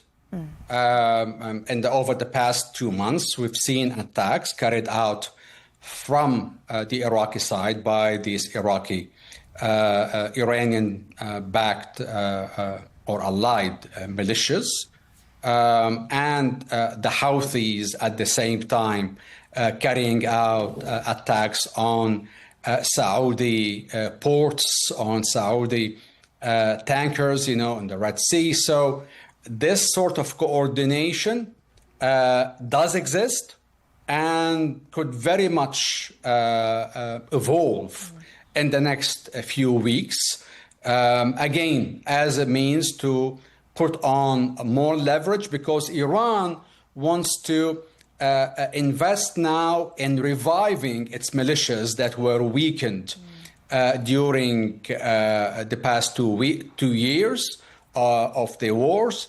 And also Iran wants to improve its position in the region after all the hits it took in the recent war. So again, an attack against one is attack against all. So most likely we will see Pakistan and Turkey now becoming involved in dealing with the Yemeni conflict as well as with the militias in Iraq. Riyadh Khawaja, it's always great to have your analysis on the show. Thank you so much for joining me. Thank you. Let's continue this conversation with Nomi Bar Yaakov, international peace negotiator at the Geneva Center for Security Policy. Nomi, it's always great to have you on the show. Thank you so much for joining me. Nomi, if a deal between Iran and Oman on the Strait of Hormuz is imminent and President Donald Trump believes the war will end soon, what is still holding up the negotiations? We still haven't got that final deal over the line. No, thank you very much, Leigh Ann, for having me back on your show. Always a great pleasure. I mean, we haven't got the Oman-Iran deal sealed. The main issue holding it is that obstructing the sort of final signature is the fact that Iran would like to charge a fee, whether you call it a toll fee or a management fee or a security fee, doesn't really matter. Those are semantics. They basically would like to make a profit over every ship passing the straits. Oman is open to having a much smaller fee. And of course, the US is objecting to any fee. And not only the US, I think the entire shipping industry, all the states in the Gulf, and this sets a very dangerous precedent, also the insurance companies. So we often hear we're on the verge of a signature, we're on the verge of a signature. I think we've been hearing this for the last 2 weeks. And I don't know when and if there will be a signature, but I don't know whether it's imminent. We've seen a different, we've seen the Mecca Pact signed today in the Mecca Summit, a very significant achievement that also could have a knock-on effect, because Iran may feel that Pakistan is no longer a neutral mediator. So, we have to look at everything as part of the puzzle. And yes, if this agreement on the Straits will be signed, that will be a massive step forward. But then, of course, that's the most important issue for the US president since he started the war on the 28th of February. That's a very long time ago. And before that, there were no problems with the passing of ships through the Straits, and no one charged a fee, and everyone was happy. So it's a problem that he created with Israel on the 28th of February, and it's not going to be resolved, I don't think, without some sort of agreed fee, maybe after the original period of the 60 days, the sort of phase one of all of this. But we don't know, and it's such a delicate issue that until it's signed and until we see the fine text of the agreement, no one will know. They've also agreed, again, it's reported that they agreed a shipping route. Incoming ships will go through the route closer to Iran, and the outbound ships will go through the route closer to the waters close to Oman. But again, the detail is always, the devil is always in the details, always. So until we see a final agreement, it's best that we comment on it when and if it's signed. Once that is signed, we still are miles away from signing a comprehensive agreement to end the war between the US and Iran. And the problems there are only mounting. So it's, we need to see that an agreement on Hormuz will be signed between Oman, between Muscat and Tehran. Then we are still left with 440 kilograms of 60% enriched uranium. That's very close to nuclear bomb making enrichment levels, plus much larger and vaster quantities of 20% enriched uranium. Plus Iran is reportedly getting its ballistic missile program back on track, drones back on track. So they are rearming, and that's pretty clear.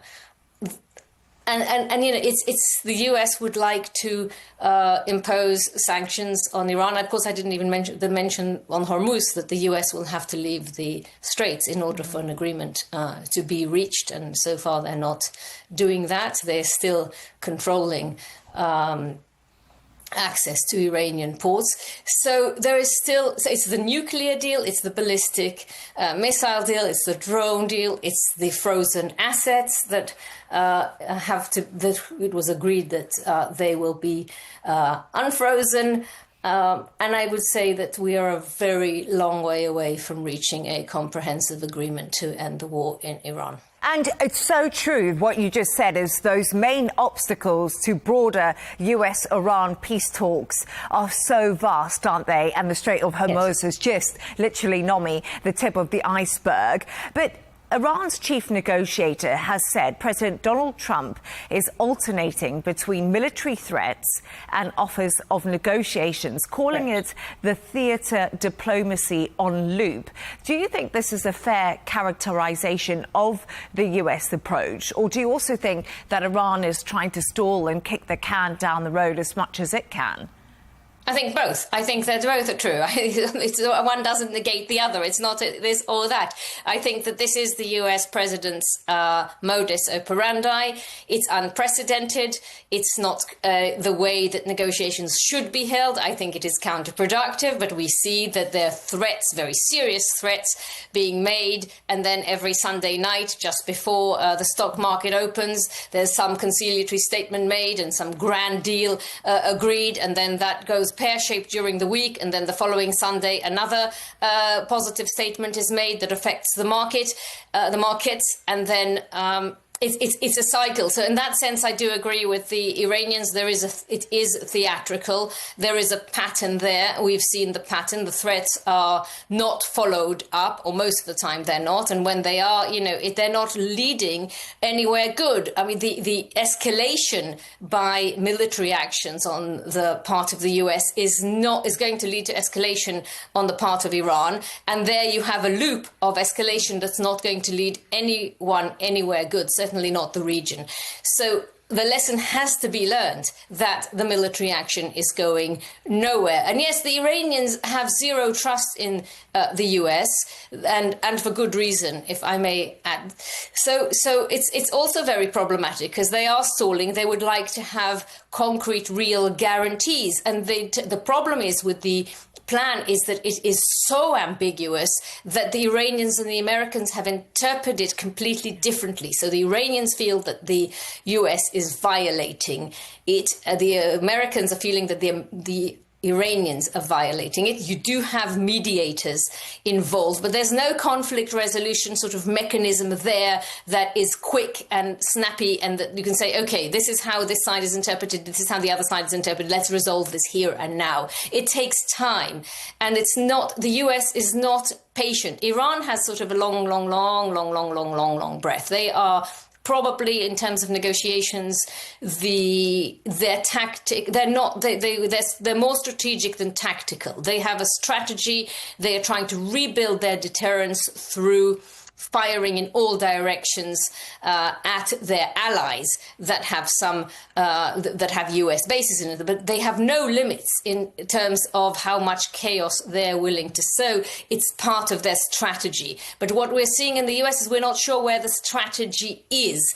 Is the strategy, as the Iranian chief negotiator says, loopy, to threaten, then to offer negotiations, then to threaten again? We need some sort of mechanism that will help to build trust in the negotiations between the two countries, so that this war can end peacefully, or at least so that there will be a halt in fighting and that progress will be made. It's very clear that progress is not going to be made quickly. It's very clear that that there will be lots of phases, I would say, for years to come in terms of management of this, but there has to be a body overseeing the management of these negotiations. Mediators, Pakistan has done its bit, then Qatar had to take over from Pakistan.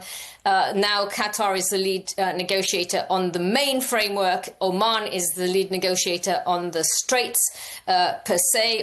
But the Straits, the management of the Straits of Hormuz is stage one at the moment, and as you say, and once that will be resolved, there is still a can of worms that needs to be managed. Nomi Bar Yaakov, it's always great to have you on the show. Thank you so much for your analysis with us. My pleasure. Always a pleasure.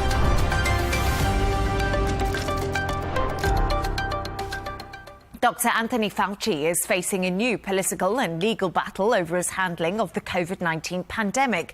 A US Senate committee has voted to hold Fauci in contempt of Congress after he refused to answer questions and invoked his Fifth Amendment right more than 100 times.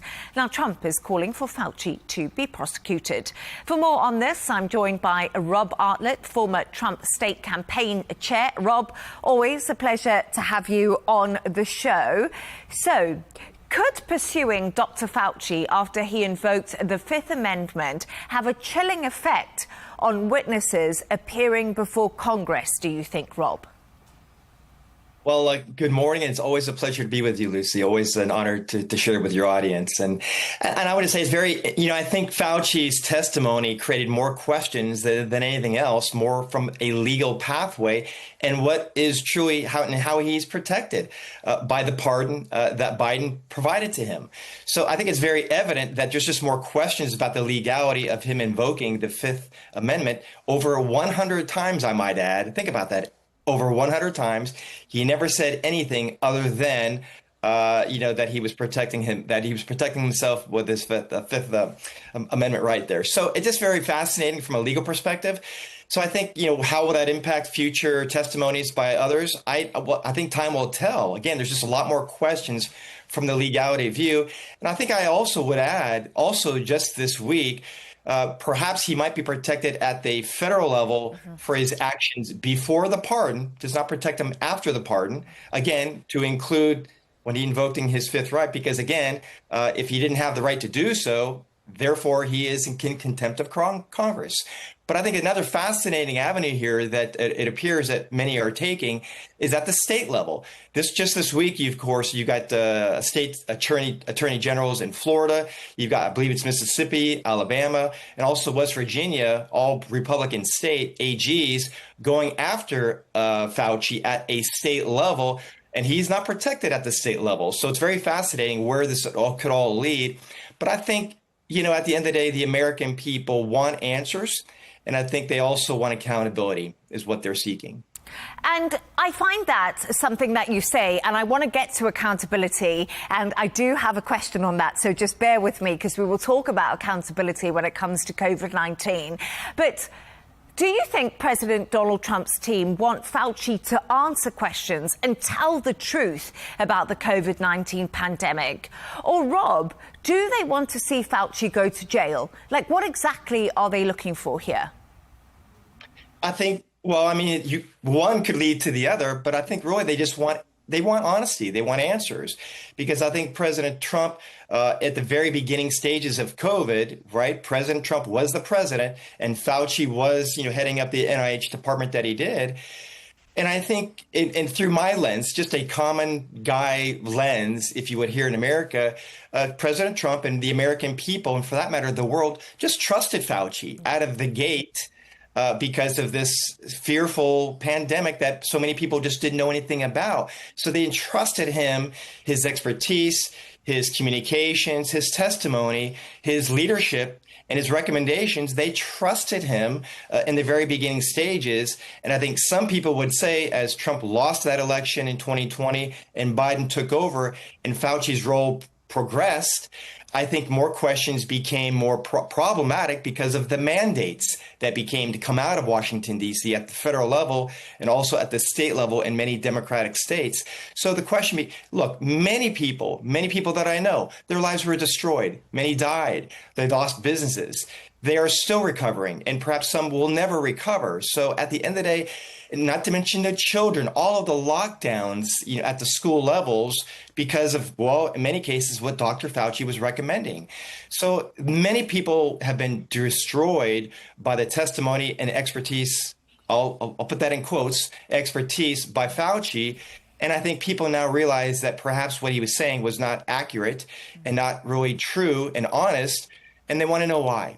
And Rob, it's so fascinating because you and I are talking about COVID, and a lot of us have forgotten that time. But like you did say, it was a terrible time for many families. Kids were locked down, and we all trusted the government because obviously we didn't know what was happening. People who went against the government, there seemed to be these big splits in society. So COVID did create a really difficult atmosphere to operate in. But Fauci's lawyer says the contempt vote is a crude political stunt designed to punish him for exercising his constitutional rights. Do you think that's a credible argument? Do you think Fauci was just doing what he thought was right at the time? Well, I think what else is the attorney going to say, to be honest with you, right? I think he's going to make it political because, it's a political season. And I think, of course, the Republicans control the Senate, therefore they control the committee. So that comment doesn't surprise me. But at the end of the day, it's just who is going to be held accountable for the problems and the lies. And I think it is very evident today, it is very, very evident that Dr. Fauci had massive amounts of conflicts of interest. It appears that he financially benefited from the COVID-19 virus and the mandated vaccines. He financially benefited from that. And so could one claim that that is a problem? And could one claim that is a conflict of interest? I would say yes. But, you know, so many people said, follow the science, follow the science. It appears more so people were following the politics of the day versus the actual real science. And that's why so many people today don't even trust our healthcare industry and those who support it, because many just thought they were just lying through all of this because there was a financial benefit. Let's not forget this. Hospitals got more money when they claimed somebody died from COVID if they did not. So the whole system was problematic and I think geared towards perhaps corruption and lies because there was a monetary benefit of such. And I want to actually just wrap up because you've said my next question to me, but I want to talk about it a little bit more because Fauci maintained that the origins of COVID was from a wet market in Wuhan, which much of the world believed. But by 2023, US government agencies started to believe it could have been a leak from a lab in Wuhan. So really, Rob, how much mistrust has this created in the system? And once again, do Americans feel like nobody's been held accountable? Do they feel like they're never going to get the answers? Well, yes. And you know, to reflect back, I remember this so vividly. I did a lot of course, TV commentating at the time. And it all began from the WHO, the World Health Organization, because they claimed, they created a false narrative. If I want to, my memory serves me correct, on a text or a tweet on January the 15th of 2020. And that created the lie, if you would, that this was something that became very much out of control. But the whole trust factor is absolutely true and honest. And again, Fauci always denied that it came out of a lab, but now it appears that it absolutely came from a lab. And there was also monetary investments, monetary money coming from Dr. Fauci's department at the NIH who funded it. So it is very problematic from the appearance. It creates lots of mistrust. At the end of the day, we really do need, we, the American people, we, the world, need to know the truth of what happened, how it happened, and why it happened. And Rob, just to comment on that, I think like governments all around the globe, it hasn't just been the US, the UK, certain European governments and their people want the truth because they felt like none of the truth was given to them, really. I agree. So I hope the narrative continues because we do need to know the truth and people do need to be held accountable. And I always will say, where is China in this? Why aren't we holding them accountable for creating this virus throughout the world? Where is the massive worldwide onslaught against China who created this? Why aren't they being held accountable? Why aren't they paying? Talk about retributions. Put it all on China. That's my call out to the world. Call on China to pay retributions for what they did with China with COVID-19. I'm sure China will dispute that. Of course, they're not here for a response. But Rob Artlett, as always, great to have you on the show. Thank you. It's an honor. Thank you.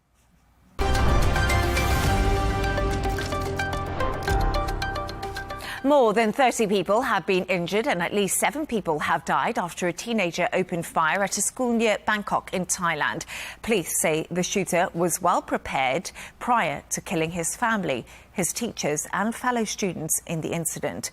Al Arabiya English journalist Wandi Intengento has this report.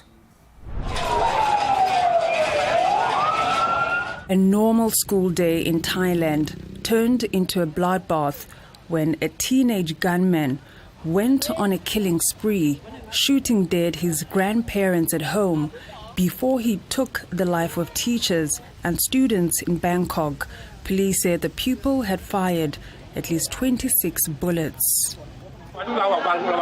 When our team was standing downstairs during the act of shooting, we heard one gunshot. Police told us there was one injured person, so we rushed up and found that the perpetrator had shot himself. The 14-year-old boy had used a handgun that belonged to his grandparents. Authorities discovered at least 34 additional ammunition rounds in his possession. The teen is believed to have been suffering from academic stress. It is a violence, but it is not caused by criminals. It is caused by an individual who had carried lots of pressures and tensions. So he is not a street criminal. He is not a robbery. He is not a robber. While school shootings are rare in Thailand, the incident had raised concerns about existing gun restriction laws, as this was the second school shooting in the country this year, which left a teacher dead and one student injured in February. Wandi Swandengendo, Al Arabiya English.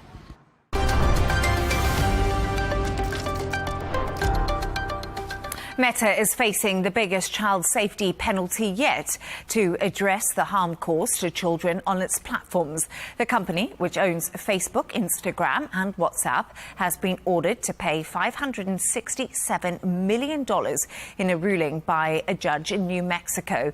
This is in addition to a $375 million worth of damages it had already been told to pay in the case earlier this year, after a jury ruled the company had knowingly harmed children's mental health. Meta says it disagrees with the rulings and will appeal. For more on this, I'm joined by Bruce Daisley, former Vice President of Twitter, Europe, Middle East and Africa. Absolute pleasure to have you on with me.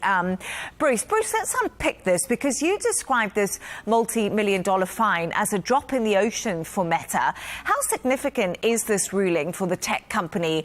Or do Meta just view these lawsuits as part of the operating costs? Well, I guess to contextualise the size of the fine is 0.04% of Meta's $1.5 trillion valuation. So it's pretty small. It would be swallowed up by profits, by the next 3 days' profits. So we know that this sum of money in itself is pretty insubstantial. There is more material to it, though. The CFO of the organisation, the chief financial officer, has warned that the impact could be bigger financially of all of these pending court cases.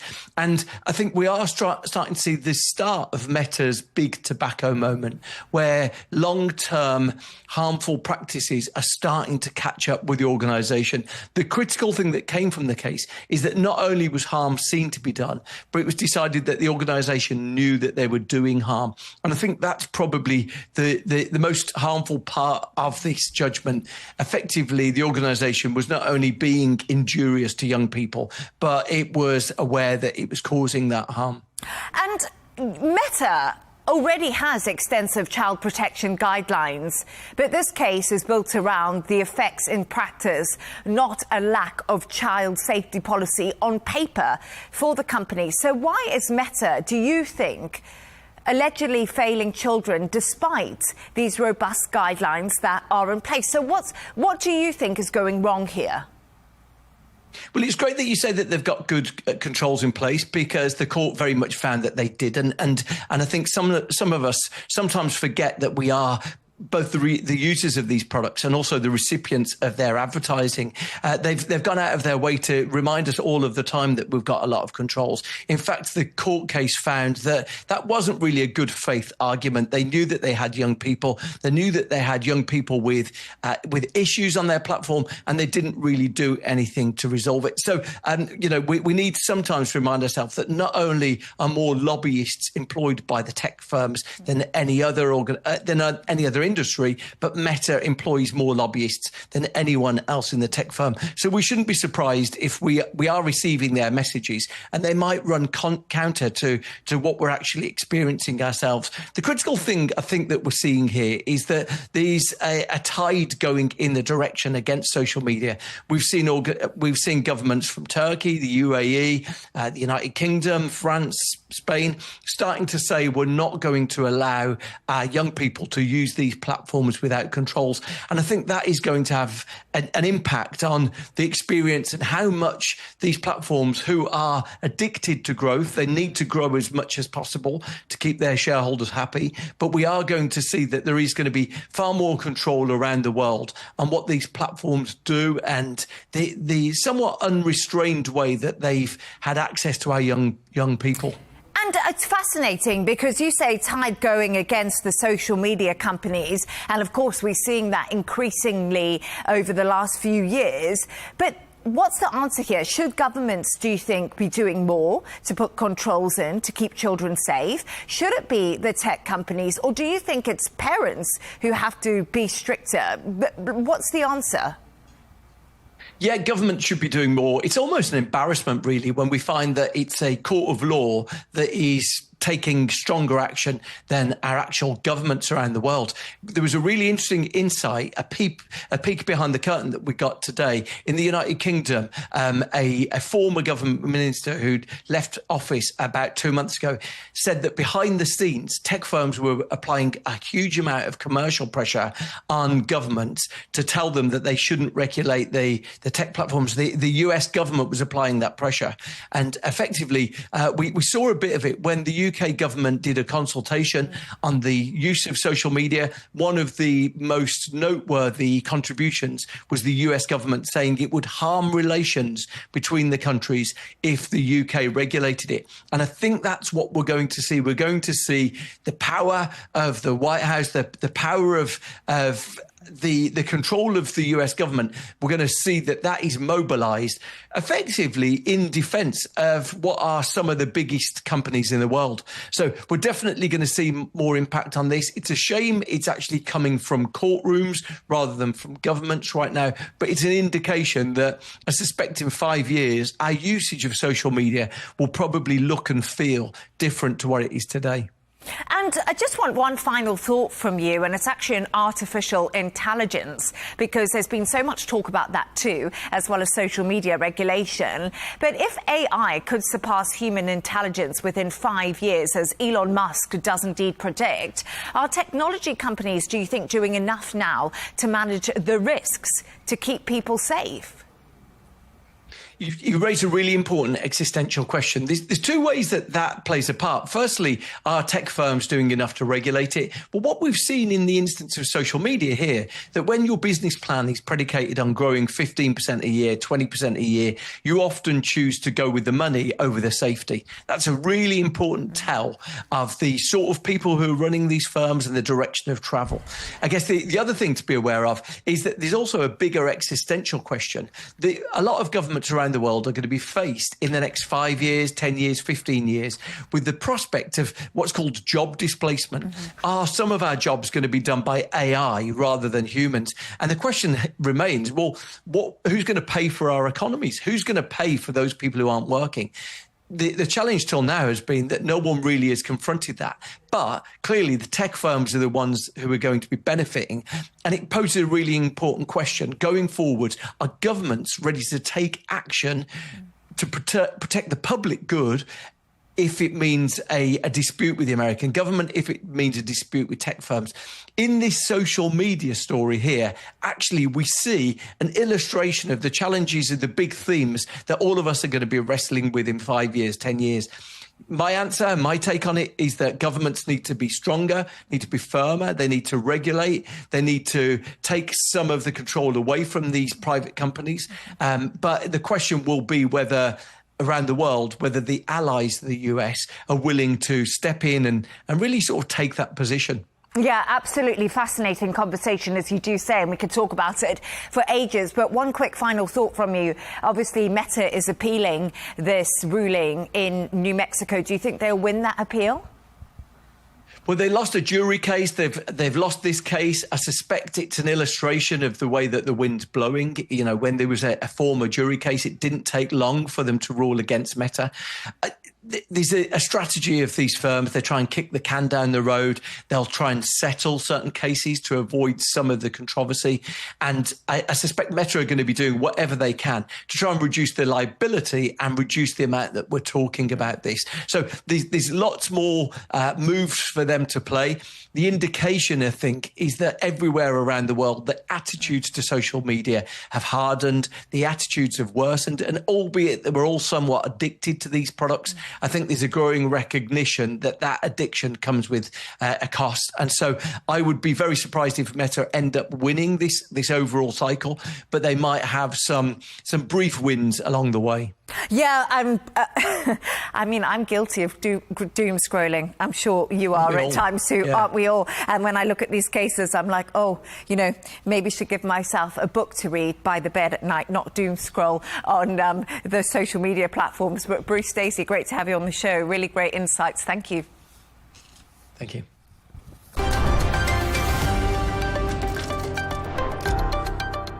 A reminder of our top stories.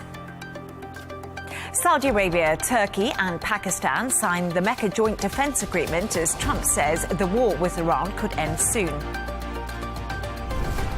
Trump is calling for Fauci to be prosecuted over his handling of the COVID-19 pandemic.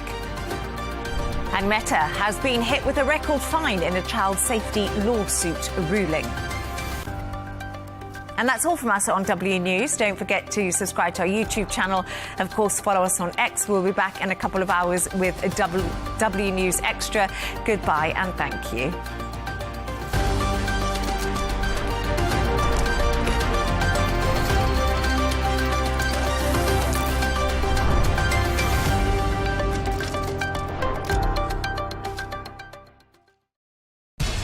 We have to take care of our people, and we're going to take care of our people first. For in-depth analysis and all the latest developments across the globe, make sure you join us every weekday. President Trump is trying to negotiate a ceasefire. With so much happening, so much information, and so much noise, international law will have no part in his administration. It can be hard to keep track. Tariffs will just fuel inflation. We're going to fight these tariffs. But you can count on us to tell you what you need to know. We stand by your side. Join me, Tom Burges Watson, for Global News Today, right here on Al Arabiya News.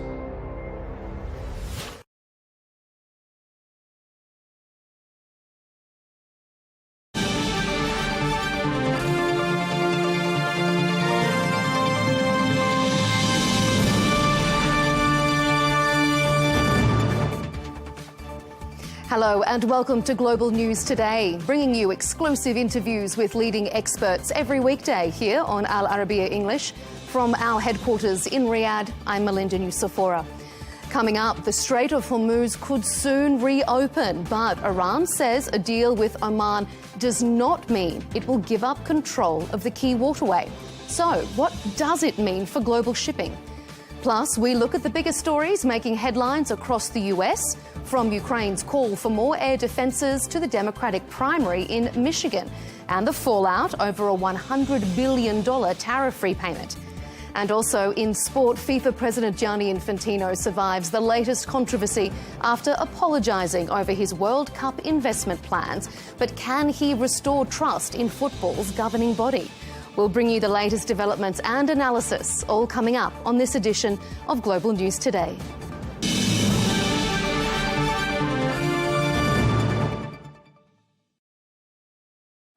Hello and welcome to the program. Well, we could soon see the Strait of Hormuz reopen. That's according to Tehran. It says it's working on the finer points of the shipping agreement with Oman. But Iran is also making it clear that even if a deal is signed, that doesn't necessarily mean the strait will reopen right away. Reports also suggest the agreement could give Tehran control over ships entering the Gulf through the Strait of Hormuz, a move that would mark one of the biggest concessions yet to Iran. So, what other conditions could the agreement entail? We'll have the latest. Meanwhile, US President Donald Trump says talks with Iran are going well, but Tehran continues to insist it's only negotiating with Oman and not directly with Washington. Kevin Ayer is joining us from Colorado. He's a retired US Navy captain who previously commanded 3 warship cruisers. Kevin, thank you for being with us. President Donald Trump says negotiations with Iran are working out well and a deal on reopening the Strait of Hormuz is close. From a military perspective, do you think the administration's peace through strength strategy has finally worked? Very kind of you, Melinda. I do not know whether it has worked or not. Only time will be the arbiter of that. The president has said consistently and persistently that negotiations are ongoing, that they are heading in the right direction. However, as a military person, I see no evidence of that, and I will believe it when I actually see it. The MOU that was signed, as you know, fell apart catastrophically. However, the U.S. Navy blockade of Iranian ports remains in place and can remain in place interminably as long as needed, and the United States military is prepared to strike upon command, so the president can say whatever he wishes with regard to negotiations, but as a military man, we'll believe it when we see it. You say that they can strike whenever given the command, but that brings me to all this speculation about munitions stockpiles in the US. President Trump has taken to social media to refute claims that the US has exhausted a large amount of its precision air defense interceptors. What's your assessment? Well, I don't like to contradict the president, but my understanding of the situation is as follows. Those precision interceptors, we're specifically talking about the Patriot missile system, which provides primary air defense against ballistic missiles. The CSES, which is a U.S. very evolved think tank, projected that there were approximately 2,300 Patriot PAC-3 missiles in existence in the U.S. inventory prior to war start. They now predict that there are approximately 1,000 left based upon recorded firings. That's a 57% reduction in the total number of interceptors.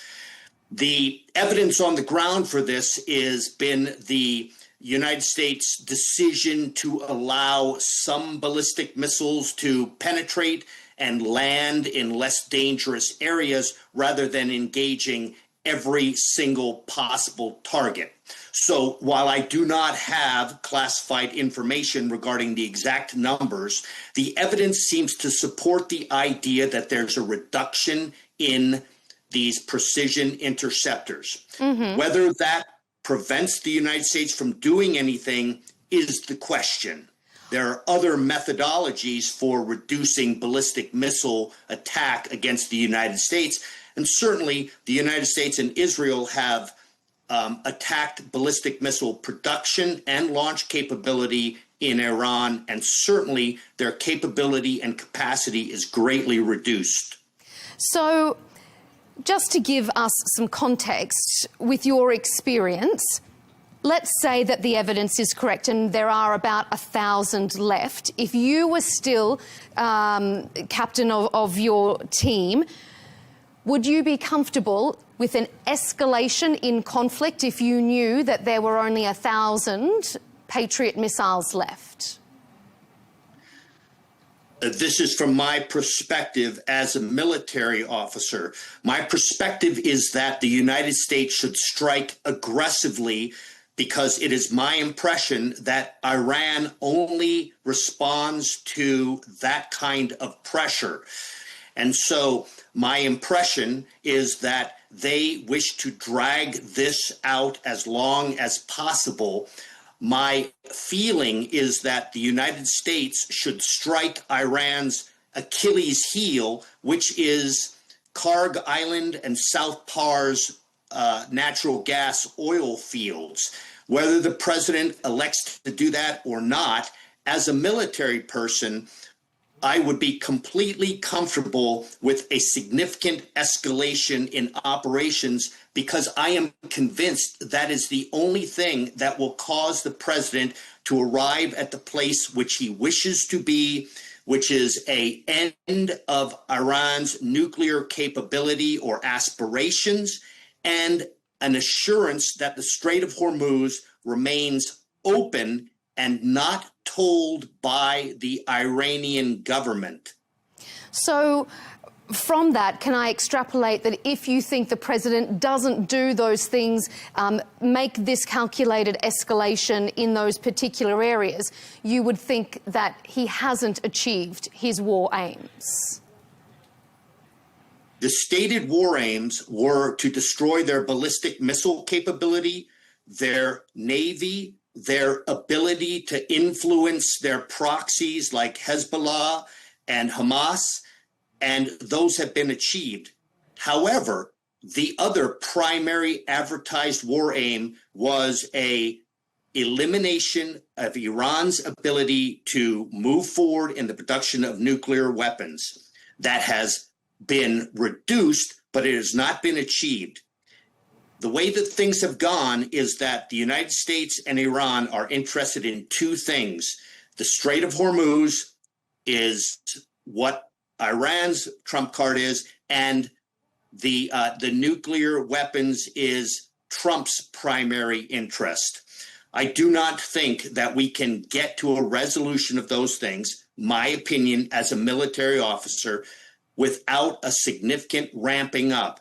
Trump talking about negotiations ongoing, we're about to arrive at a mutually agreeable, successful finish.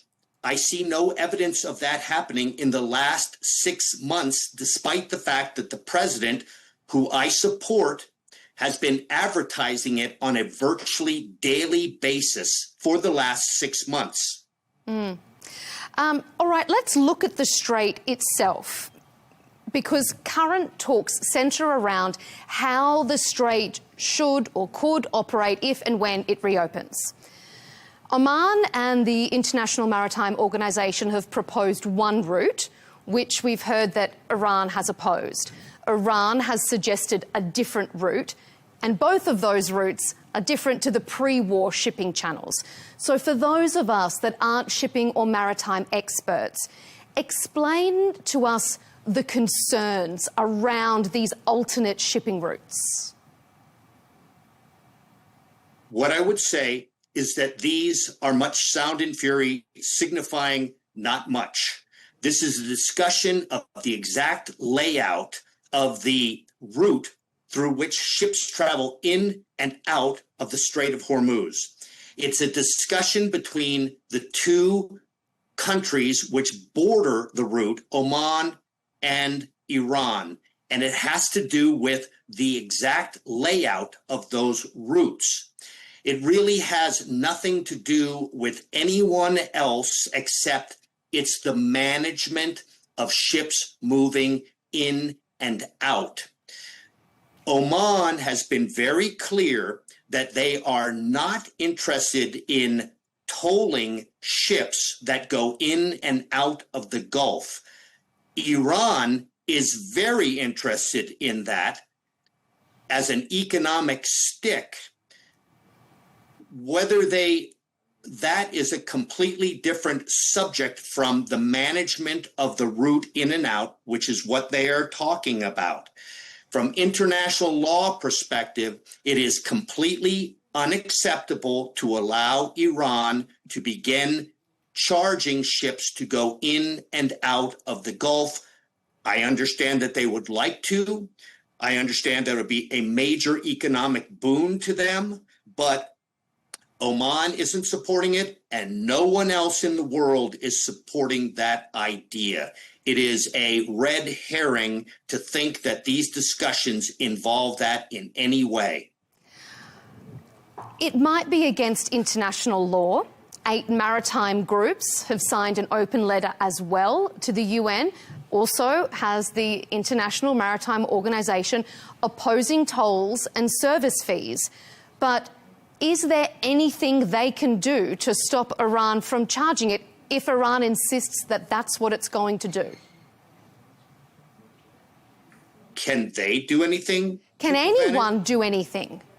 I mean, the United States and Israel and a coalition of the willing, to use someone else's term, can absolutely do something about it through military force if negotiations fail. To allow that to happen is an invitation for every other country that can control a strait to do the same. That's the Strait of Tsushima, that's the Formosa Straits, that's the Strait of Malacca. All of these places would then have a legal leg to stand on. It is completely unacceptable. I am absolutely certain that no one in the world is willing to accept this blackmail, not only because it's blackmail, but because it sets a precedent in international law, which is utterly acceptable to every maritime nation and every consumer of petrochemical products in the world. So I am quite sure that the negotiations have boiled down to Iran's nuclear intentions and the freedom of navigation in the Strait of Hormuz. And I'm sure that's what Iran, and I said this at the beginning of the war, Iran's trump card is the Strait of Hormuz and controlling it. And we cannot allow them to have that trump card. It's going to be interesting to see. The devil will be in the detail with regards to the deal. But your analysis of how it all plays out is so valuable to us. Thank you for joining us on Global News today. Kevin Ayer, thanks for being here. A pleasure. Thank you for having me.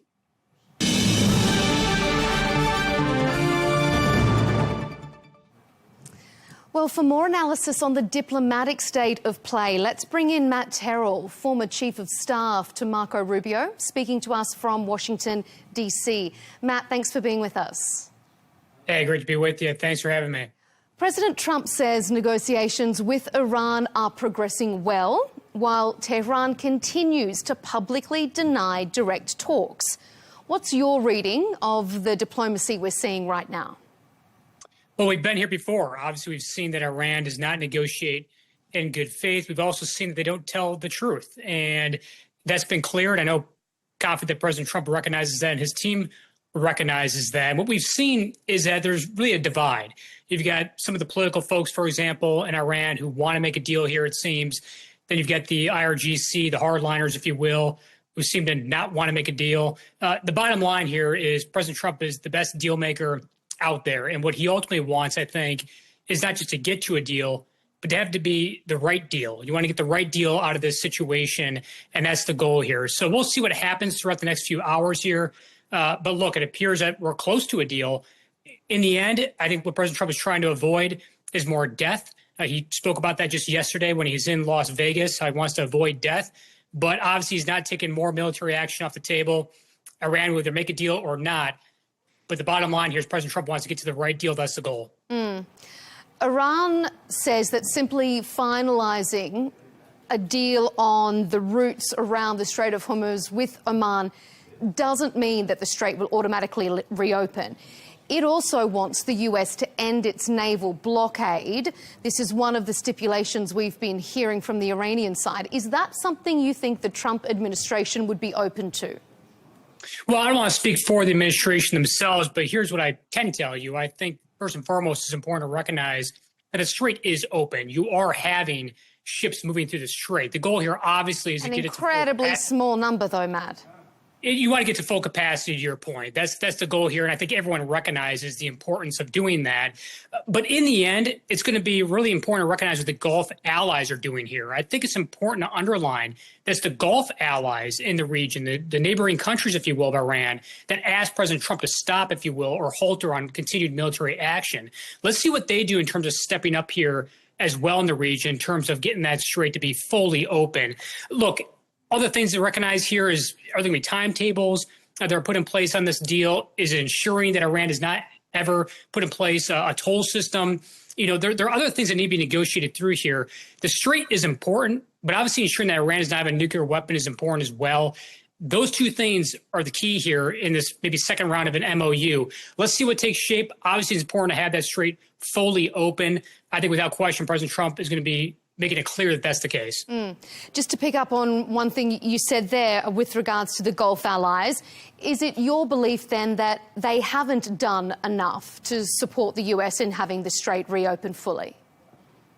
Well, I think early on we saw some hesitation, it seemed, from some Gulf neighboring countries, if you will. But now it seems that they are really a part of this coalition that President Trump has put together. And I think that that's the great thing that you've seen here so far, is that you do have a coalition here. You're seeing Oman, you're seeing Saudi Arabia, you're seeing these neighboring countries are really stepping up to the plate here, and I think doing their part to try and put the necessary pressure on Iran. In the end, it's clear. The Gulf countries, the region itself wants a change. They don't want to go back to the terrorism ways, the havoc that Iran has put in place for decades in the region. Ensuring that we keep the Strait open is important in full capacity. Ensuring Iran doesn't have a nuclear weapon is important. It's not just important to the United States. It's not just important to the world, but in particular, it's important to this region that's been really having to deal with Iran for so many decades, as we all know. So to answer your question, I think it's great to see that they are stepping up right now. And I think that's really an important piece of all this. The United States should not be doing this alone. We should be having those Gulf neighbors step up. And frankly, in my opinion, countries outside of our Gulf neighbors, you think about the UK, should have stepped up more as well, in my opinion. Reports out of Iran are that it also wants sanctions relief as part of this deal. That was part of the original memorandum of understanding that the US was broadly criticised for signing off on sanction relief to Iran. Do you think it would adopt the same strategy this time? Would it agree to sanctions relief if it meant a conclusion to the fighting? Well, we'll see what's in the ultimate deal here. That's going to be up to the administration to see what tools are needed with respect to getting to a good deal here. I go back to that. Though, if you were advising the president or advising the team, would you say accept sanction relief if it gets you over the line?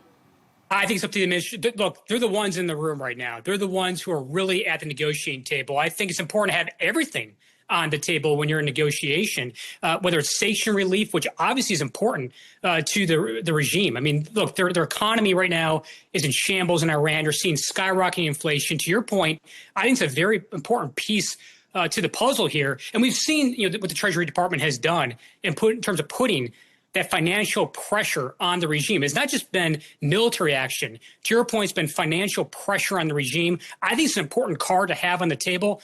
In the end, the administration has decided if that's the right card to play or not. I think it's carrot and stick. I think ultimately what should be done here is saying, look, Iranian regime, if you get to the table here and get to a good deal, here's the carrot. And it could be some sanction relief. It could be other capacities. But here's the important thing.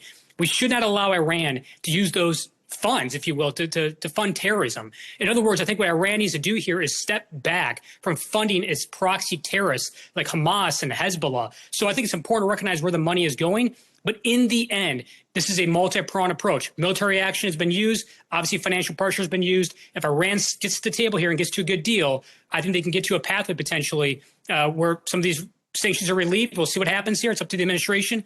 But the economic pressure is really important to recognize here as well. There have been numerous occasions where President Trump has warned of heavy threats and then pulled back at the last minute. He's been criticised in some quarters for that strategy, but seeing as a deal could be on the table, do you think it's now paying off? I think it is paying off. Look, this is not easy. And I think what the American people and people around the world are seeing is a little bit of stop and go here on some of these discussions. But that's just the name of the game right now, to be honest with you. And it really isn't a game. This is an important issue at the end of the day in terms of dealing with this regime once and for all. We've seen for nearly 50 years them put havoc and terrorism on the region, on the world. But ultimately, I think that this is working. I think what President Trump is trying to do here is also work with the Gulf allies. They go back to they are playing, they have a seat at the table here. They're the ones who are really directly impacted by this in a way that no one else around the world is. Obviously, Iran has conducted terrorism around the world. It's a threat to the United States and the world, but the region really has a role to play here in a unique way. And they're the ones who said, hey, step back, Mr. President, in terms of military action. We'd love to see a potential timeline here to get into a deal, but you have to get to a deal at the end of the day. Otherwise, I think President Trump has been clear. If you don't get to a deal, Iranian regime, there's going to be more military action. No question about that. That could come if Iran chooses not to get to a deal here. In the end, the ball is in Iran's court right now. They need to decide if they want to get to the table, negotiate in good faith, or continue to play games. Playing games will only mean more military action, I believe. That's something I think the regime ultimately wants to avoid, given these latest round of attacks have been really decimating a lot of their key infrastructure that they've been using to put havoc and terrorism across the country and the world. There have been leaks, though, out of the administration that speculate that some of those strikes were called off because the US is low on certain types of munitions. Do you think that that's likely? I don't think that's likely. In fact, I think President Trump put the right statement out on social media, pushing back on that. The United States is well equipped in terms of having the military capacity to conduct this war, to conduct necessary strikes going forward if need be. I don't believe that those reports are accurate. I know people have different views on that, but in the end, the United States military is strong, and there's no question that they are prepared to do the necessary steps forward in terms of strikes. In addition to that, the United States has been funding and supporting Israel, if you will, in terms of their military capabilities. In return, we get things from Israel like intelligence and other capacities as well. So this is not just a go-it-alone effort. It's not just the Gulf countries that we've talked about, but Israel obviously playing a major role, as we all know, in much of these strikes and much of the military action that's been conducted. It's a coordinated effort. It should not only be on the United States, but there's no question the United States is well prepared and well equipped, in my view, to continue necessary strikes if need be going forward. Hopefully it's not the case. Hopefully Iran decides to actually once and for all negotiate in good faith. That's the big thing that we're watching for throughout the next few hours. The very fact, though, that this story won't go away, and the fact that it's growing because there are new reports being leaked of a clash between President Trump and Defense Secretary Hegseth, does it suggest, whether or not the stockpiles are sufficient, that there is discontent within the administration as to how this war is being waged? Oh, I don't think there's any discontent. I mean, look, you may have discussions internally on strategy and approach. That happens in any administration. And I think it's good that President Trump has good advisors and cabinet members around him who will give him different viewpoints potentially at time here and there. But in the end, this is a united administration. And more importantly, President Trump is the president. It's his decision, his call at the end of the day on what happens with continued action on Iran, whether it's military action or not. That's the president's decision to make. Ultimately, it's going to come down to what the American people think. And obviously, we're in an election year right now, and I know a lot of people have been focused on the economics of this. I'll just tell you, being here in the United States, you are seeing a strong economy. Obviously, you want to get those gas prices down. Those will come down once the strait is fully open. How do I know that? Because we've seen that before. When we saw the strait more open just a few weeks ago, we saw those gas prices come right plummeting down. So obviously gas prices need to come down, and I think they will soon. But you're seeing record highs in the stock market. You're seeing strong jobs growth here in the United States, strong GDP growth. All of those things matter in terms of the economics of this here in the United States. So I don't buy into the narrative that this war has created economic havoc here in the United States or havoc in his own administration. This is a united administration that's very clear in the approach here, and that is to be united in ensuring Iran does not get a nuclear weapon and united in getting this strait open in full once and for all. Ultimately, this administration, I think, will unite and continue to unite and provide President Trump the advice he needs, but the president's calls at the end of the day. Let's see where it takes us. It'll be an interesting 24, 48 hours ahead. Matt Terrell, thank you so much for your analysis here on Global News Today. Thank you.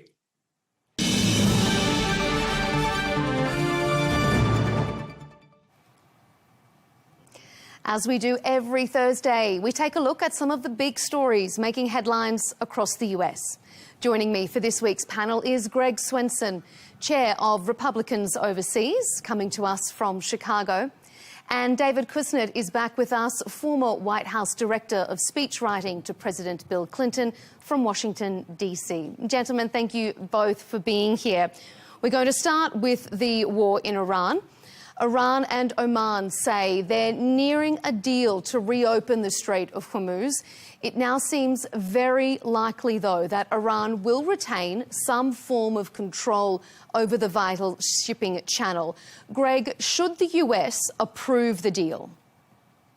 Well, I'd have to see the details of the deal, but my gut instinct is no. If there's any sort of toll or tariff that Iran thinks that they can charge, then the answer is no. If it's just some other sort of, advisory role or some sort of, help with navigation or something like that, and there's a fee, okay, maybe they can bury that into some sort of charge on vessels. But I highly doubt that the U.S. would agree to anything that just because Oman agrees to it doesn't mean the U.S. will agree to it.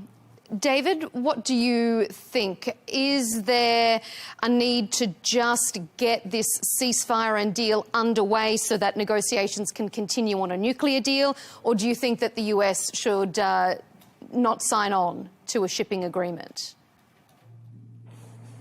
As with my colleague, I don't know what the details are, and the details are all important. I think every reasonable person here in the United States and around the world wants to see this move towards some kind of a conclusion.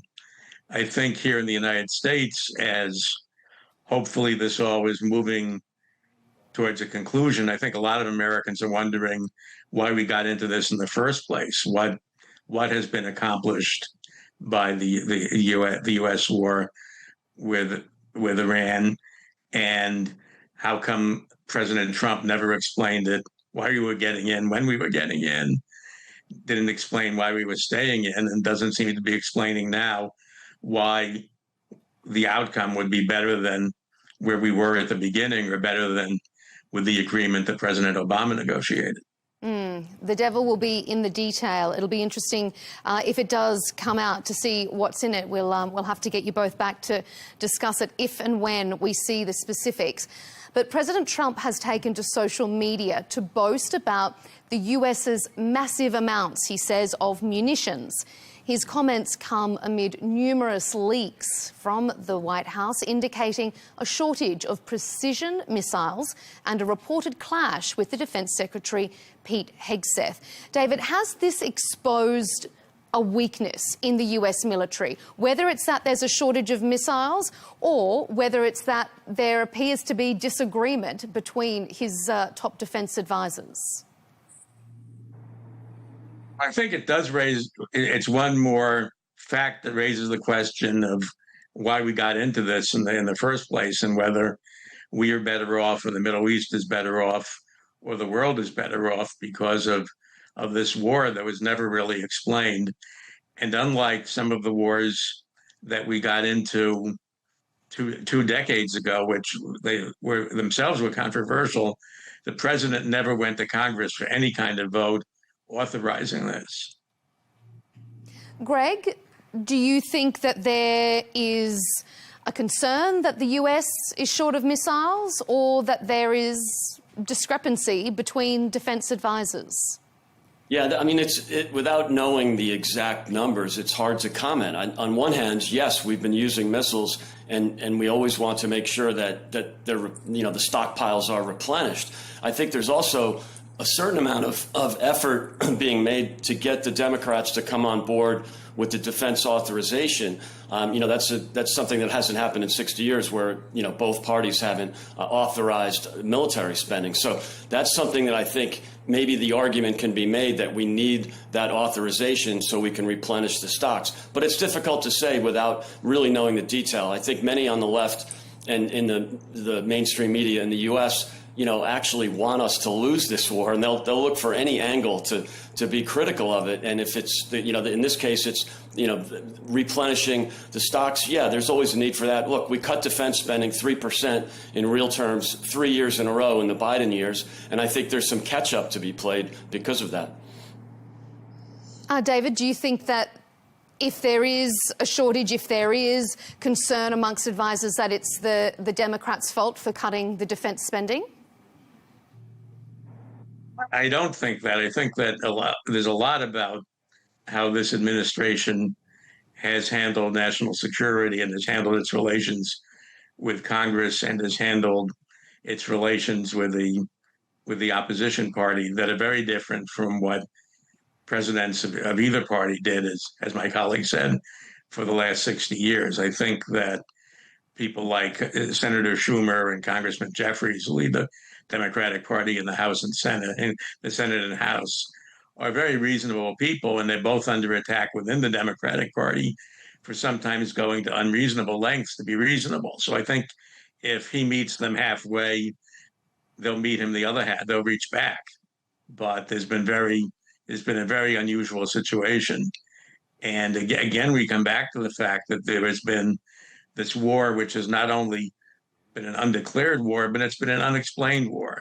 So it's hard to say, and I don't think any reasonable American is rooting for the United States to lose, but this president has not defined what victory would be. Let's move our attention to the other conflict that is occupying military attention, political attention, that is, of course, in Ukraine. Ukraine was unable to shoot down any of the Russian ballistic missiles directed at the capital, Kyiv, during a major attack this week.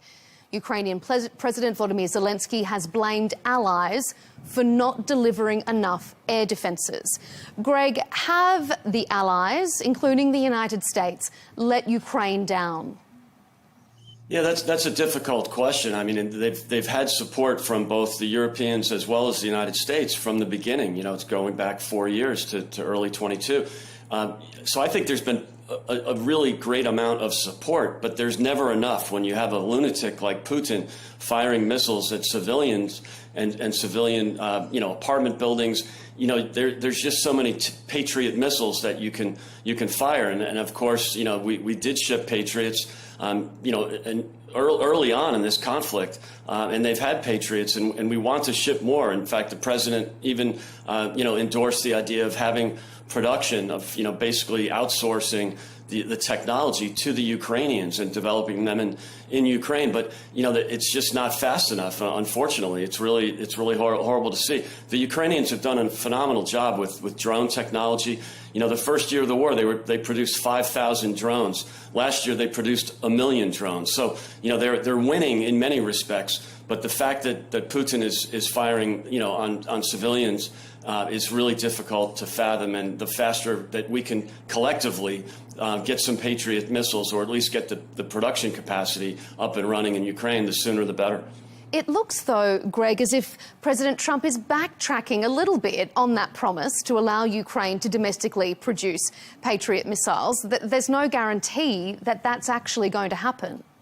Yeah, look, I'm not involved in those details, but of course the president is also worried that any production in Ukraine would end up being a massive target for Putin, for the Russians. So, I think the better idea would be to farm it out to some other country in Eastern Europe that maybe borders Ukraine or is close to Ukraine and develop it there. So, these are difficult details. And look, I think there's been, considerable support from the U.S. and from Europe.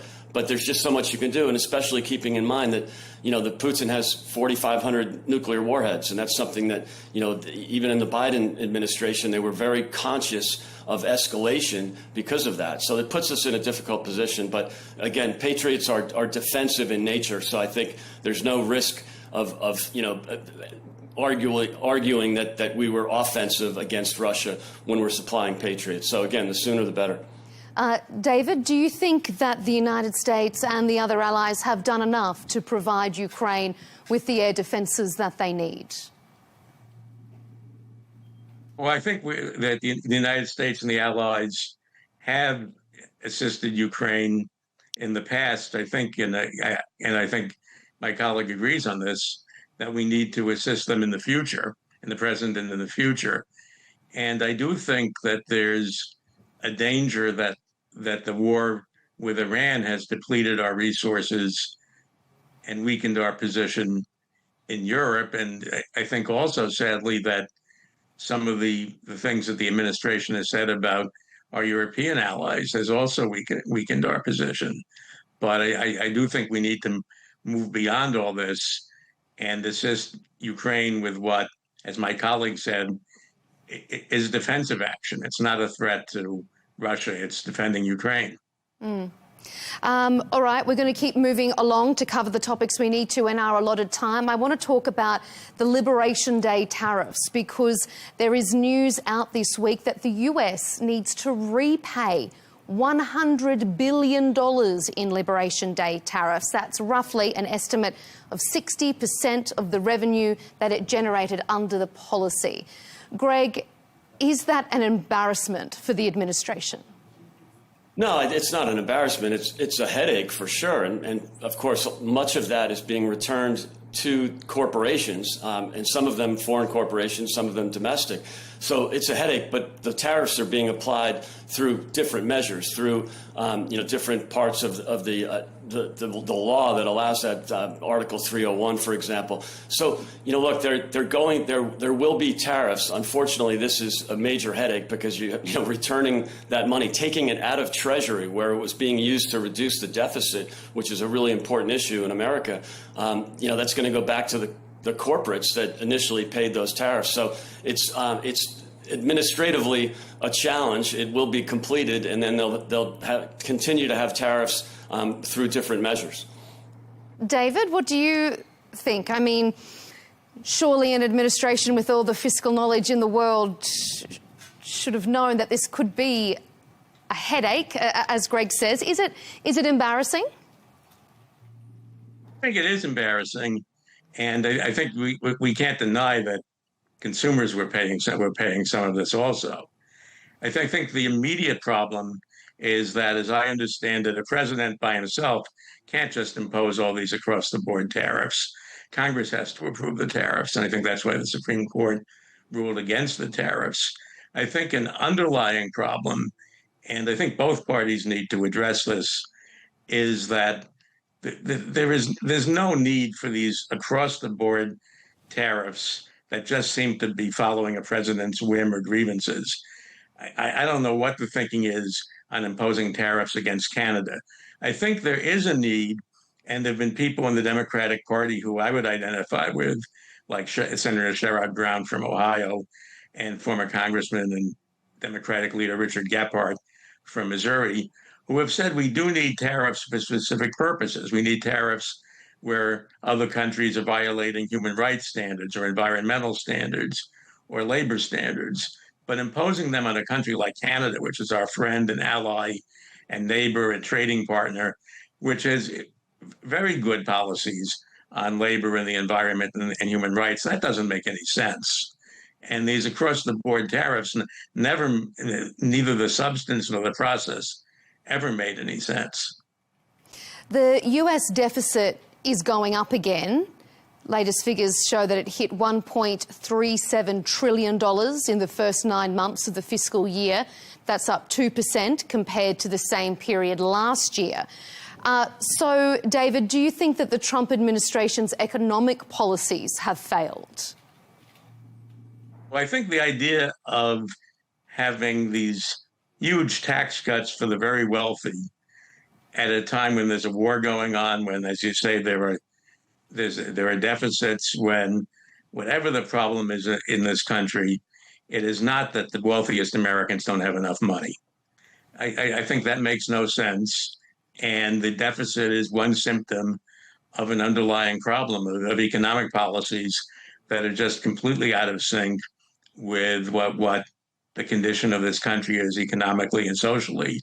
And I think you're going to see in these elections that there's a discontent with the economy that goes well beyond Democrats. I think, in fact, you find that the number 35% keeps on reappearing. There's 35%, only 35% of this country approves of the Iran war. Only 35% of this country thinks the economy is in good shape. And only 35% of this country gives President Trump a favorable rating. And I think that's a discontent that goes well beyond support for one party against another party. Greg, deficit going up, is that a concern? I mean, is this a slight on Trump's economic policies? Oh, not at all. I mean, I think if anything, we're improving on so many different metrics economically, one of which is the deficit. We reduced the deficit as a percentage of GDP from 6.7% of GDP, which was the all-time high outside of World War II, back in the last year of the Biden administration, reduced that to 5.5% of GDP. Granted, because there is growth in the economy, that's going to move up the denominator, of course. It's gone up 2% compared to last year. Yeah, and I mean, it's really hard to cut spending when it's really easy to increase spending. It's very difficult to cut back, and we have had cutbacks in spending, but there are some things that you can't really move the needle on, notably entitlements. So, $4 trillion out of our $7 trillion budget is Medicare and Medicaid and Social Security. So, those are really difficult battleships to turn around, and that's going to take some time. But the most important thing is we can grow our way out of the deficit. Increasing taxes doesn't necessarily mean higher tax revenues. So I think keeping tax rates low and generating economic growth, more people with jobs, more people with bigger paychecks, that actually generates more tax revenue. So, we don't have a revenue problem, we have a spending problem, and that's going to take some time. We're almost out of time. We've just got a few minutes left, so let's turn our attentions to the Democratic primary race that we just saw in Michigan. The Democrats are now having to work very hard to put on a united front after that bruising primary race. Progressive candidate Abdul El-Sayed won, but only narrowly. David, is it going to cost them in November, and is this evidence of a broader identity crisis within the party? I think you are seeing really a remarkable degree of unity only a few days after a very closely decided and very heatedly contested primary in which a huge amount of money was spent on one side, and the candidate who was on the other side of the money and who did not have the establishment support in Michigan won the primary. But you see you do see the Democrats coming together. It's going to be uphill. It's going to be I don't know if it'd be uphill, but it'd be very close. The Michigan is one of the ultimate swing states in this country. It went for Trump in 2016 and 2024. It went for Biden in 2020. When it went for Trump in 2024, Senator Alyssa Slotkin defeated Mike Rogers, who's the Republican nominee, again this year. And I think it's a place where there's a free-floating discontent. There's people who vote for Bernie Sanders and vote for Donald Trump because there's a sense that the economy is rigged and the political system is crooked. And those two things relate to each other. And I think Dr. El-Sayed did speak to this discontent and did benefit from it. And he needs to unify the party and speak to a very wide range of voters in the general election. Greg, easier said than done. He needs to unify the party. I mean, does it point to an identity crisis within the Democrats? Well, I think yes on both. I mean, he's quite capable of uniting the party. I think that's the easy part. People want to win elections on both sides of the aisle. So, yeah, I think most Democrats will come around and vote for him, even if they didn't necessarily like him, excuse me, in the primaries. He only won by a slight margin. So half the Democrats did not vote for him, but I'm sure they'll vote for him in the general election. So that's the really important part right now. And I think they're quite capable of doing that. The question is independents and swing voters. I don't think that they will tilt toward a candidate like Dr. Whatever his name is. I forget. I apologize for that. Abdul El-Sayed. Dr. Sayed. And so, look, I think it's all about the swing voters, and that's how the president won in 16 and 24. That's what you really have to go for. I think Mike Rogers will have a much better chance. He did lose an election with President Trump on the ballot. That's always difficult to replicate that. He was close, but I think he'll have a much better chance this time, even without President Trump on the ballot, because of the radical nature of Dr. Sayed. Another busy week in US politics. Thank you both for your analysis of it. Greg Swenson and David Kusnet, thanks for being here with us. Thanks a lot.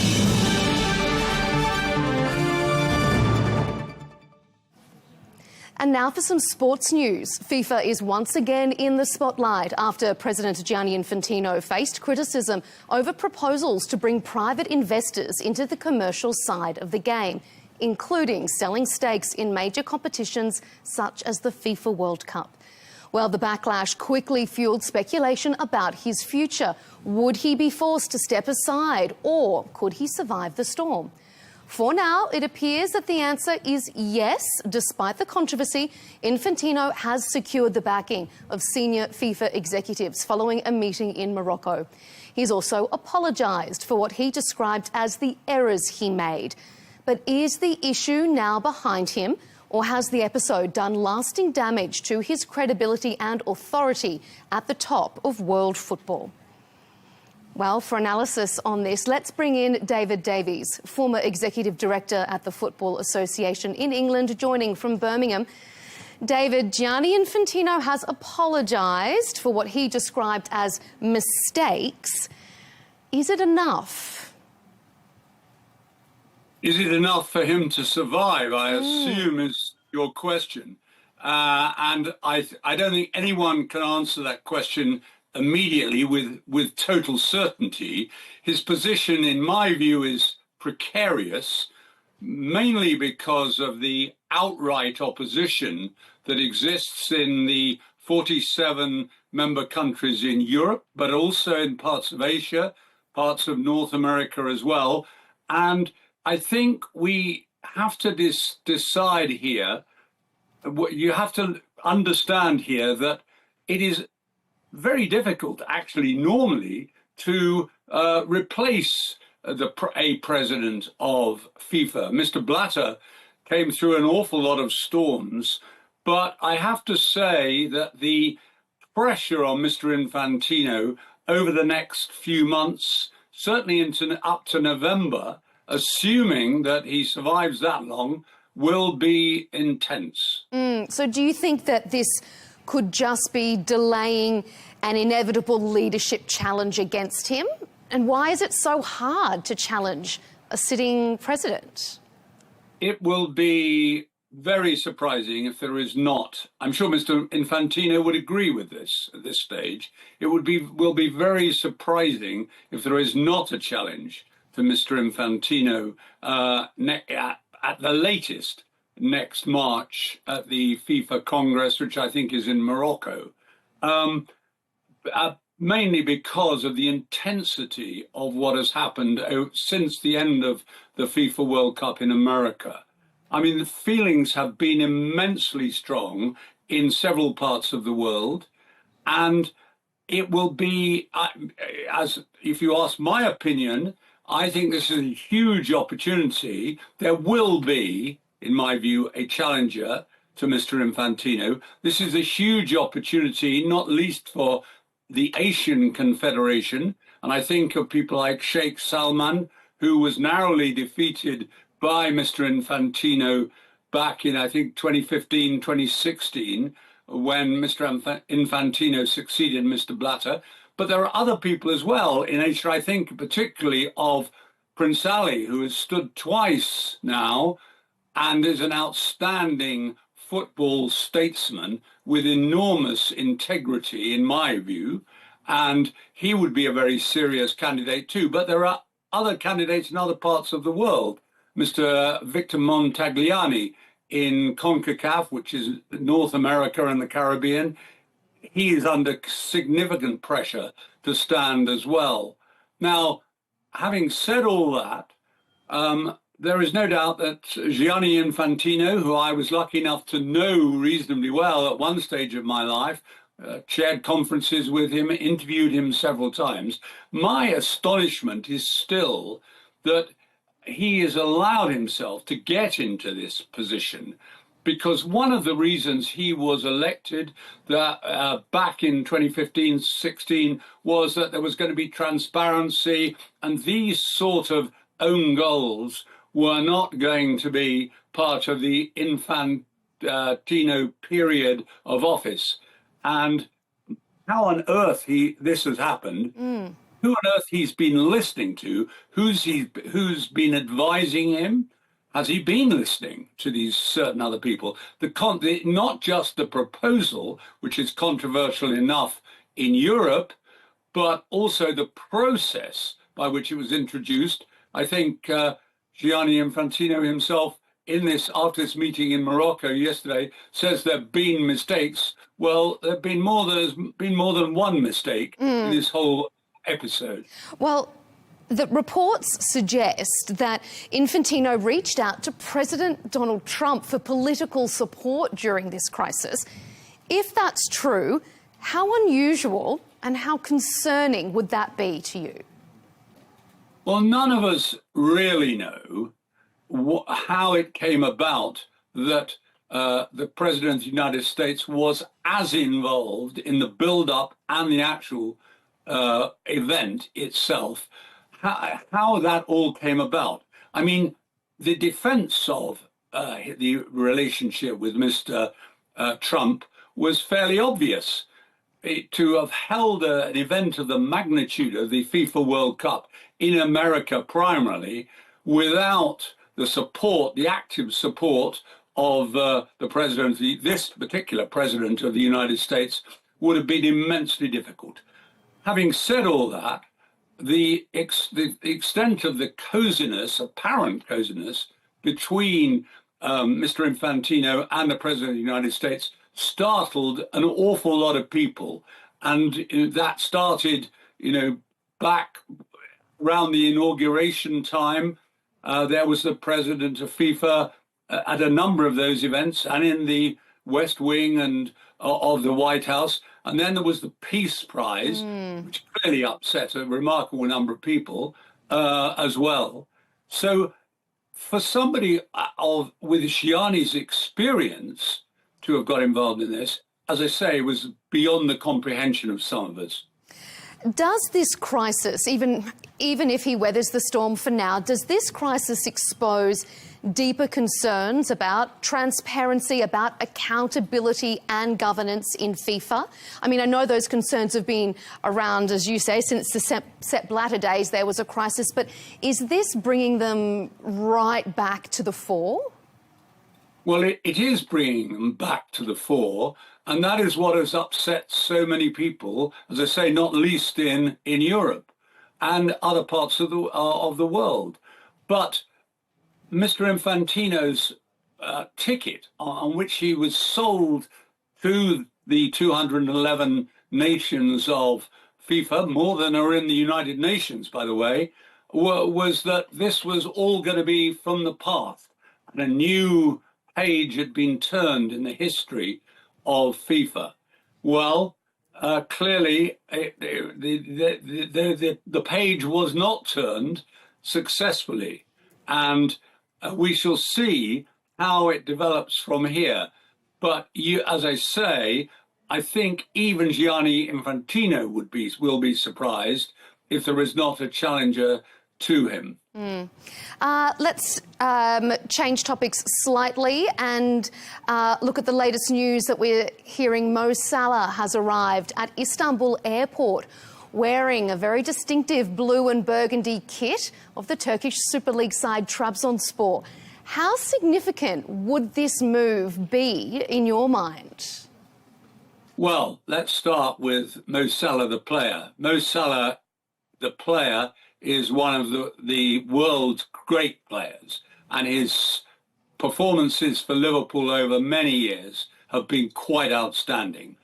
I happen to have a view that people, not just in football, but in life, have a shelf life, and I think he had his shelf life, by his own estimation, and others at the club at Anfield, it had reached a natural end. Am I a little surprised he's going to Trabzonspor? Yes, but Turkish football, as some of us who've been lucky enough to be in Istanbul and Trabzon on a number of occasions, and Izmir, I remember, is tremendously exciting, and he clearly sees it as the next step in a distinguished career. And I'm sure he'll be welcomed by those fanatical supporters in Trabzonspor. I think he was today welcomed fantastically well. And I think he's going to have a very exciting time. Well, I'm a Beşiktaş girl, so I can't speak to Trabzonspor too much. But Do you think this is a little bit of a coming of age for the Turkish Super League then? Well, I hope so, because Turkish football is quite something. Anybody who's been to international and big club matches in that part of the world, you know, I'm trying to think of the first one I ever went to, which I think would have been in Izmir. But, you know, I've been to those super clubs in Istanbul, as well as in many years ago, going to Trabzon.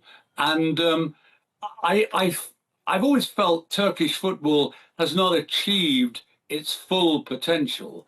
And who knows, you know, bringing a superstar like Mo Salah to Trabzon may well lift not just the club, but the league. It will be really interesting to see the developments there. Your analysis has been very valuable to us. Thank you, David Davies, former Executive Director at the Football Association in England. It's great to have you on the programme.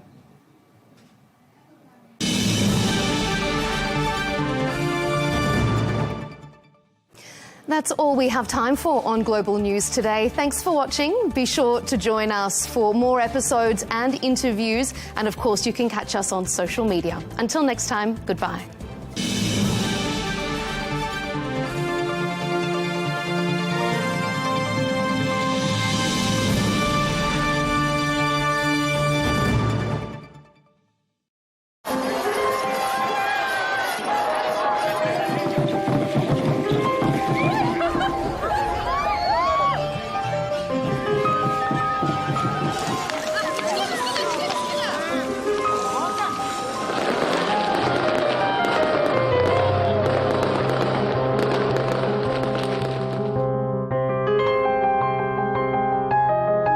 Life is meant to be a celebration. Wise is the person who finds a reason to make every day a special one, said the professor and writer Leo Bushalia.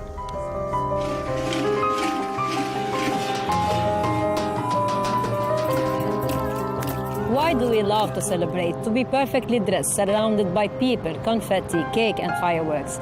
Thus sharing a moment of happiness or sadness with others. Meet a human need to celebrate or to heal.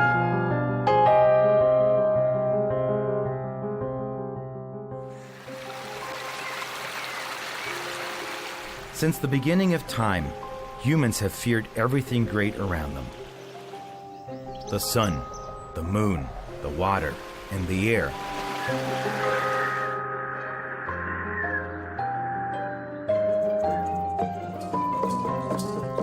Yet as they grew familiar with these wonders, they began to celebrate them in their own ways, seeking joy wherever it could be found. From these, they discovered reasons for happiness and turned each reason into an occasion. So came a day for flowers, a day for the new year, and another for spring, which Egyptians call Shaminissi. And for summer, the French invented a festival devoted to music.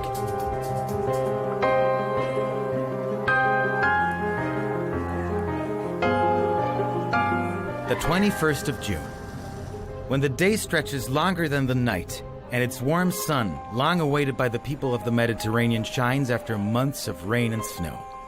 But in France, the 21st of June is not just the first day of summer. On this French day, the streets become a theater without walls. Ticket windows disappear. The red velvet curtains rise, and music is set free, flowing into every corner, crossing the borders of France to more than 120 countries that now celebrate this day as their own. La fête de la musique.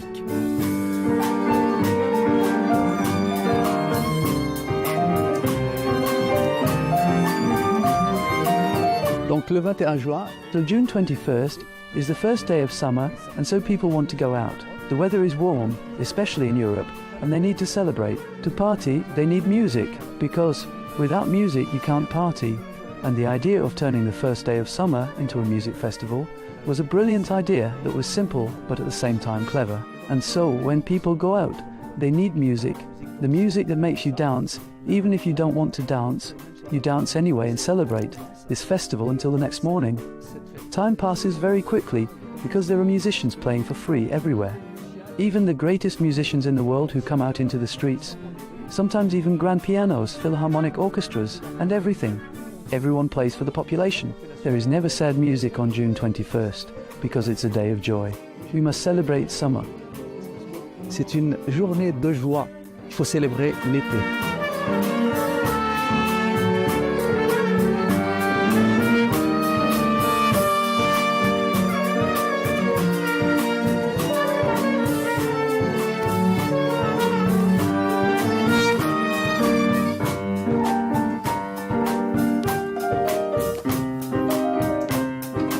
This day was first announced in 1982 at the initiative of the then French Minister of Culture, Jacques Lang.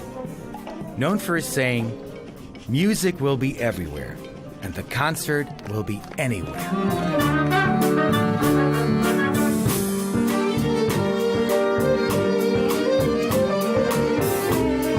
We cannot live without music. To celebrate, we need joyful and danceable music. For a romantic situation, we need romantic music. And so music has existed since eternity. Since cavemen, we have been making music. We love to dance and celebrate. If there is no music in our life, we cannot live. Once someone asked me, if you go to a desert island, who or what do you take with you? I take a musical instrument with me. Toi, oui, je prends un instrument de musique.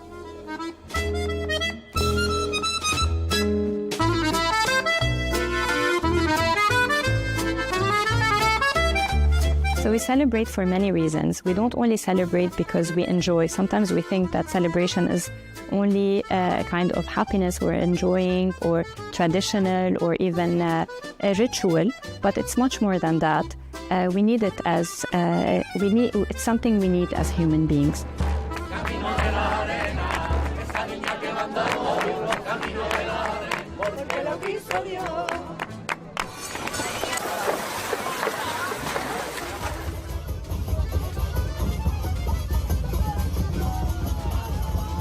So humans are social beings that have gathered around since a very long time.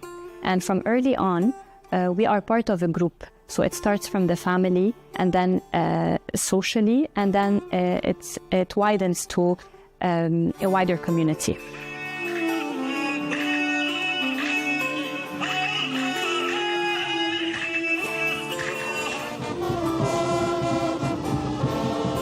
Today it's music. But since the earliest years of known history, humankind has embraced many occasions to celebrate and to give symbolic expressions to the renewal of time and a lot more.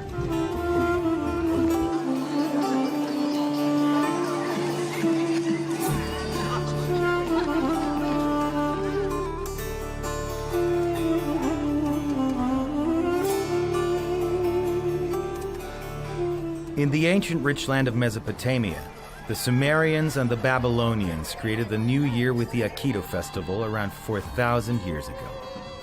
Celebrated in April, it symbolized the start of the agricultural season and the renewal of life.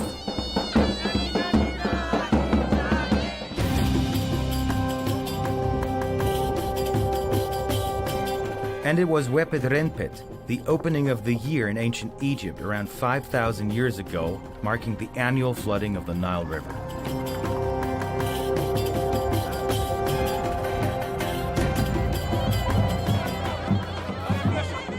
Not far away from the Nile Valley, Persians and Kurds were and still are celebrating the Nowruz, one of the oldest festivals that have continued uninterrupted to the present day. It begins with a spring equinox, symbolizing the renewal of nature.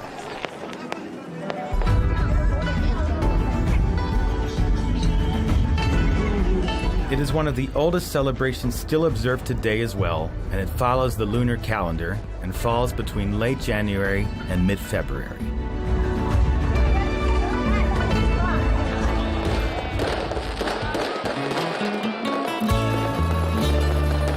The new year did not begin on January 1st until the time of Julius Caesar.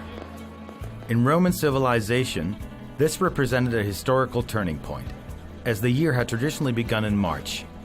Julius Caesar chose January 1st in honor of Janus, the god of gates and beginnings.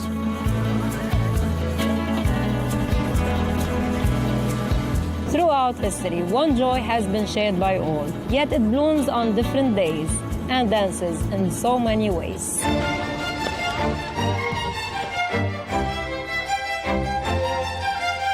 In 1162, the Venetian festival was established to commemorate the Republic's victory and soon evolved into an annual tradition.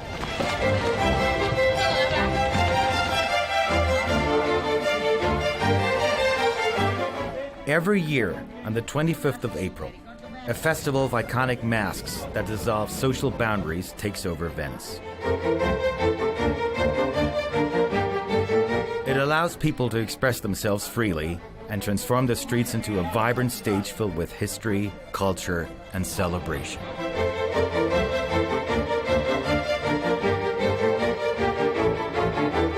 We don't only come together around joyful moments, but we mark painful ones. We gather after loss, we create rituals around difficult experiences, not because we enjoy those feelings, but we have a space to feel more accepted.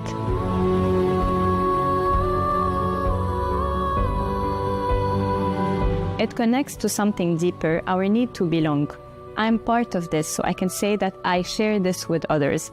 So celebration is not just about tradition or about a ritual, it's also a human way of creating a connection, of reinforcing our sense of belonging, and of turning what we go through into something meaningful together.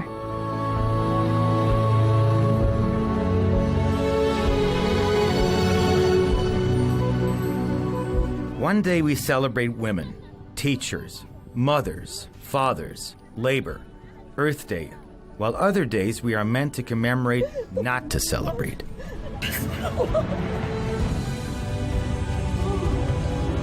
A day for refugees, for food and for peace? Do we highlight even what hurts?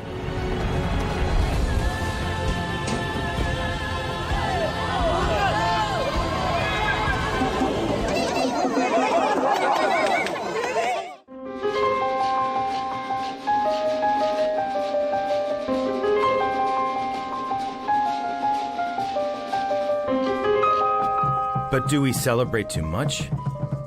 Does it help generations understand history? Does it bring society together? It was once said that to be human is to connect. When we stop connecting, we start to die. Is it true that happiness is doubled when shared, and sadness is halved when shared as well?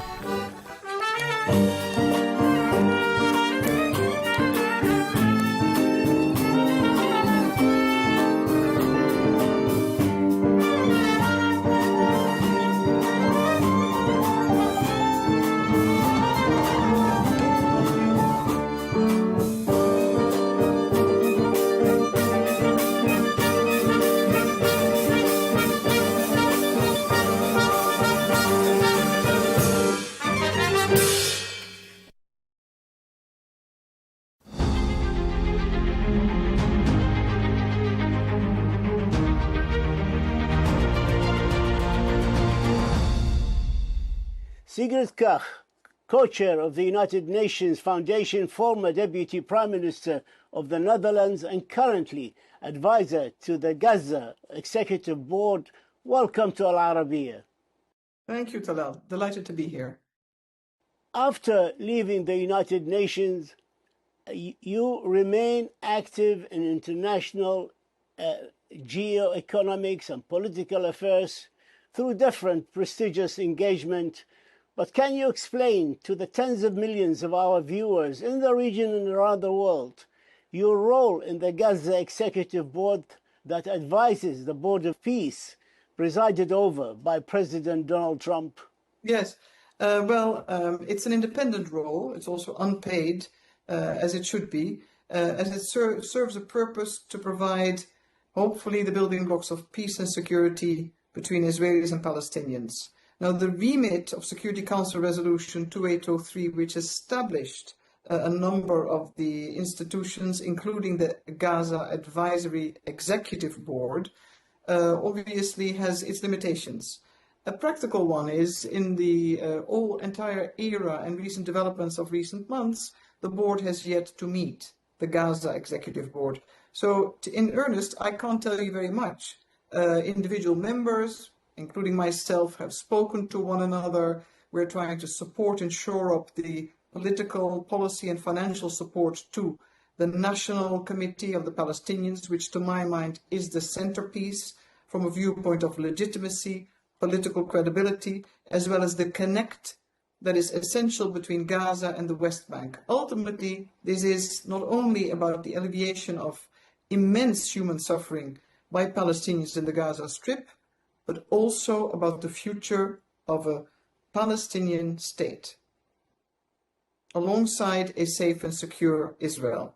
So it remains a lot of work. If you look at the facts on the ground, I think nobody could suggest significant progress has been made. Fortunately, the living hostages and the bodies of the deceased have been returned in the first phase. The negotiations on the disarmament by Hamas, as well as the withdrawal by the IDF. I cannot speak to this in public. I'm not privy to that level of information. But ultimately, civilians in Gaza are kept prisoner time and again in an ever-shrinking physical space. Living conditions are hell on earth, with no prospect of significant change in sight. And this, to my mind, if there's one message to your audience, it's a reminder how and why international humanitarian assistance aid cannot be conditioned or tied to political progress. Individuals, Palestinians in Gaza, have rights: the right to food, the right to proper shelter, to medical care, the right to education.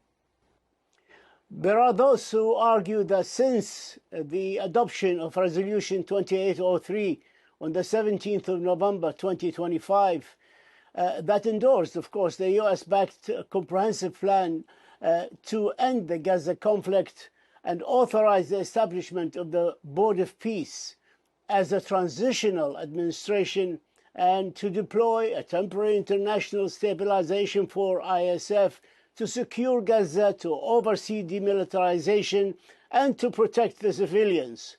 They argue that since that date, which is over 7 months ago, no ISF and stabilization force has been formed, no real end to the Gaza conflict, with approximately 1,000 Palestinian civilians killed since adoption of 2803.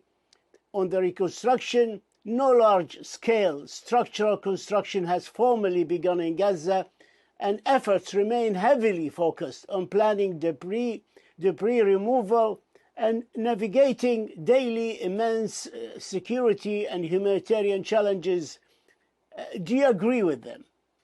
I think it's an accurate description, particularly based on first-hand reports by the United Nations, as well as other credible entities, international and national non-governmental organizations. You can see that the death, the types of injuries, the absence of significant volume that is relevant to people trying to survive, or actually some call themselves already the living dead. This is not something that we could call success. I think the premise of a first step of success was President Trump having imposed a ceasefire with a number of indicators of a plan forward, the 20-point plan, but each detail, and we know that through any complicated diplomatic process, requires negotiations, requires technical details, requires further benchmarks. So far, we got stuck in phase one, between phase one and phase two, I would say, as an international community. I am not involved in the details, as you know. And I would say the serious concern, and rightfully so, is that Palestinians in Gaza risk being forgotten. Since the Israel-United States attack on Iran, Iranian response, and what is now called the Iran war, political attention, economic attention and focus has immediately shifted, rendering Security Council Resolution 2803 and the full implementation of that resolution, rendering it a significantly lesser priority. Sigrid Kaag, what would you say should happen now to improve the lives of the Gazan people? Well, it's a response that you can hear from any NGO representative, or I believe a UN official, or most other countries. Massive influx of aid, unconditional, not dependent on whether the negotiations proceed well or less well when it comes to the disarmament by Hamas and the withdrawal by the IDF. The encroachment by the IDF into further shrinking the space Palestinians are permitted to live in, that needs to be altered straight away. And of course, the death toll, it keeps rising. That's one. Second part is early recovery materials need to be allowed in. The amendment of the existing dual-use list risks impacting second and third tertiary negative consequences for all civilians from a health perspective, education, pure survival when it comes to the absence of forms of decent shelter. I could go on and on. The Economist a few weeks ago had a very sad but very telling title. In Gaza, only rats are allowed to roam free. Just picture that for a second, and then you can imagine what it is like to be a Palestinian civilian trying to survive one day more in Gaza without any prospects of serious change, let alone improvement in sight. Last but not least, medical evacuation. Some countries in the region have performed miracles to allow patients in, to have them treated free of charge, to bring their relatives. The list of seriously injured Palestinians in Gaza, I believe, is now around 140,000, but correct me if it is less. It's a serious number. Each one has a name, a life, had hopes, and they need to be treated. We cannot look away. I'd like to move to Iran, which is a place you visited in February of 2018 as a Dutch foreign minister and met with President Rouhani in Tehran at the time. And you, at the time also you expressed the EU continued commitment to the JCPOA. What is your take on the latest development in the Gulf and on the Switzerland diplomacy, and where and when did we, or diplomacy, failed us in case of this conflict? Well, I think 2018, and since the withdrawal by the Trump administration, the first Trump administration of the JCPOA, we've seen, of course, a rapidly changed environment. But I think we also have to look at where we are now, or since the terror of 7th of October, the onslaught on Gaza, and the continued suffering, as well as all the reactions, counter-reactions, the military hegemony established by Israel versus an Iran and a regime that is fighting for its survival. All these are aspects to take into account. Where we are now, I believe that we have seen once again that a war without proper strategy and strategic objectives, let alone a political strategy, definitely runs into a serious set of issues. That's one. We've also seen that asymmetry is weaponized, be it geographically or otherwise, by use of proxies. The third part is that there is a return, and by necessity, to diplomacy, from coercive diplomacy to actually proper diplomacy, which means you need to sit down with your adversary. You need to figure out where compromise lies, how it can be legitimate, not only against international law or treaties, but also how it can be legitimate in the eyes of the different populations. So you have a chance to build a path forward. On Lebanon, you served from 2015-2017 as the UN Special Coordinator for Lebanon, during which, of course, a period of constitutional paralysis. Lebanon's situation, of course, today is different, with the election of new president, the formation of new government headed by our previously judge and ambassador here to the UN, Nawaf Salam, entirely different from the one you experienced. But how do you read the current developments in Lebanon and the way forward? First of all, I think the government of President Aoun and Prime Minister Nawaf Salam have made a few bold moves.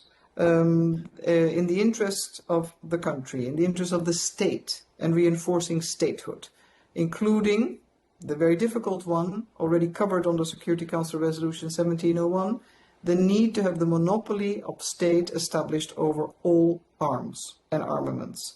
That, of course, is domestically a tough one, given the fact that regional allies, Iran and Hezbollah, and domestic equations do not necessarily match up, certainly in the last 2 years.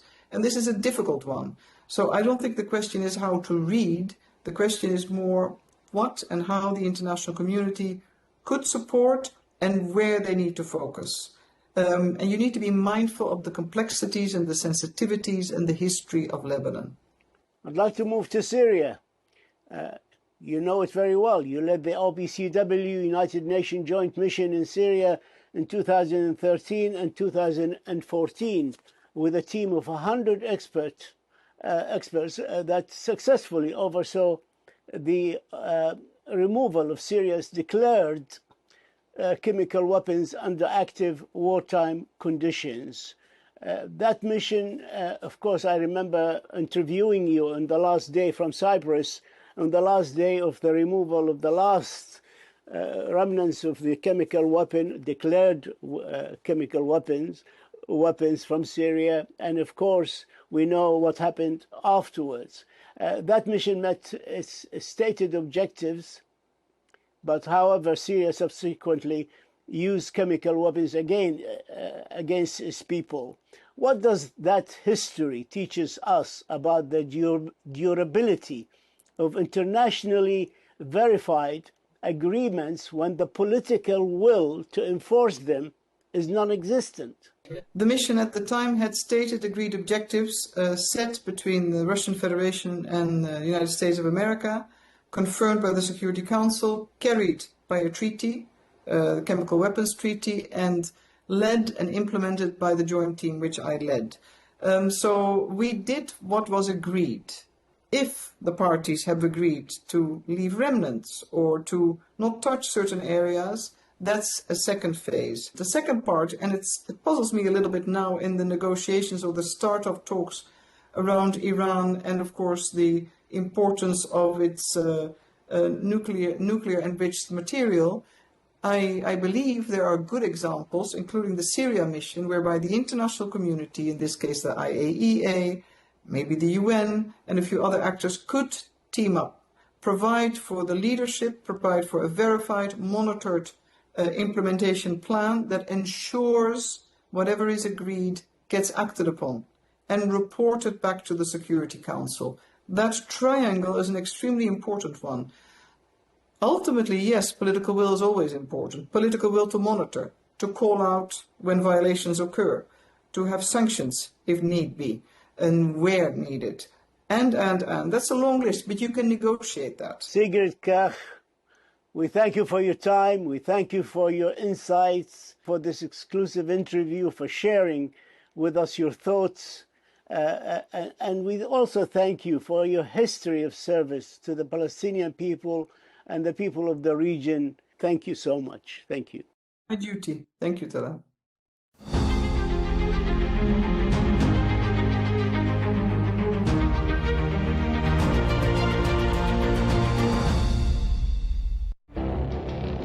It feels like decades are passing by in a matter of weeks. Seismic shifts in the world order. Never, ever will be part of America. With so much happening and so much noise. Whether it's political upheaval, Canada has been ripping us off for years. economic shifts or social movements. And no one wins from tariffs. I think America can be more friendly to the rest of the world. For in-depth analysis and all the latest developments across the globe. To have an inclusive policy together. The meetings with Hamas gave me some hope. We're in another nuclear arms race. The most important development straight to your screen. Welcome to the dressing room. I'm on my own. I need backup. And an insightful look at the issues shaping our world today. It was not going to happen, that war, and it happened. Join us on Arabiya News, where the world talks.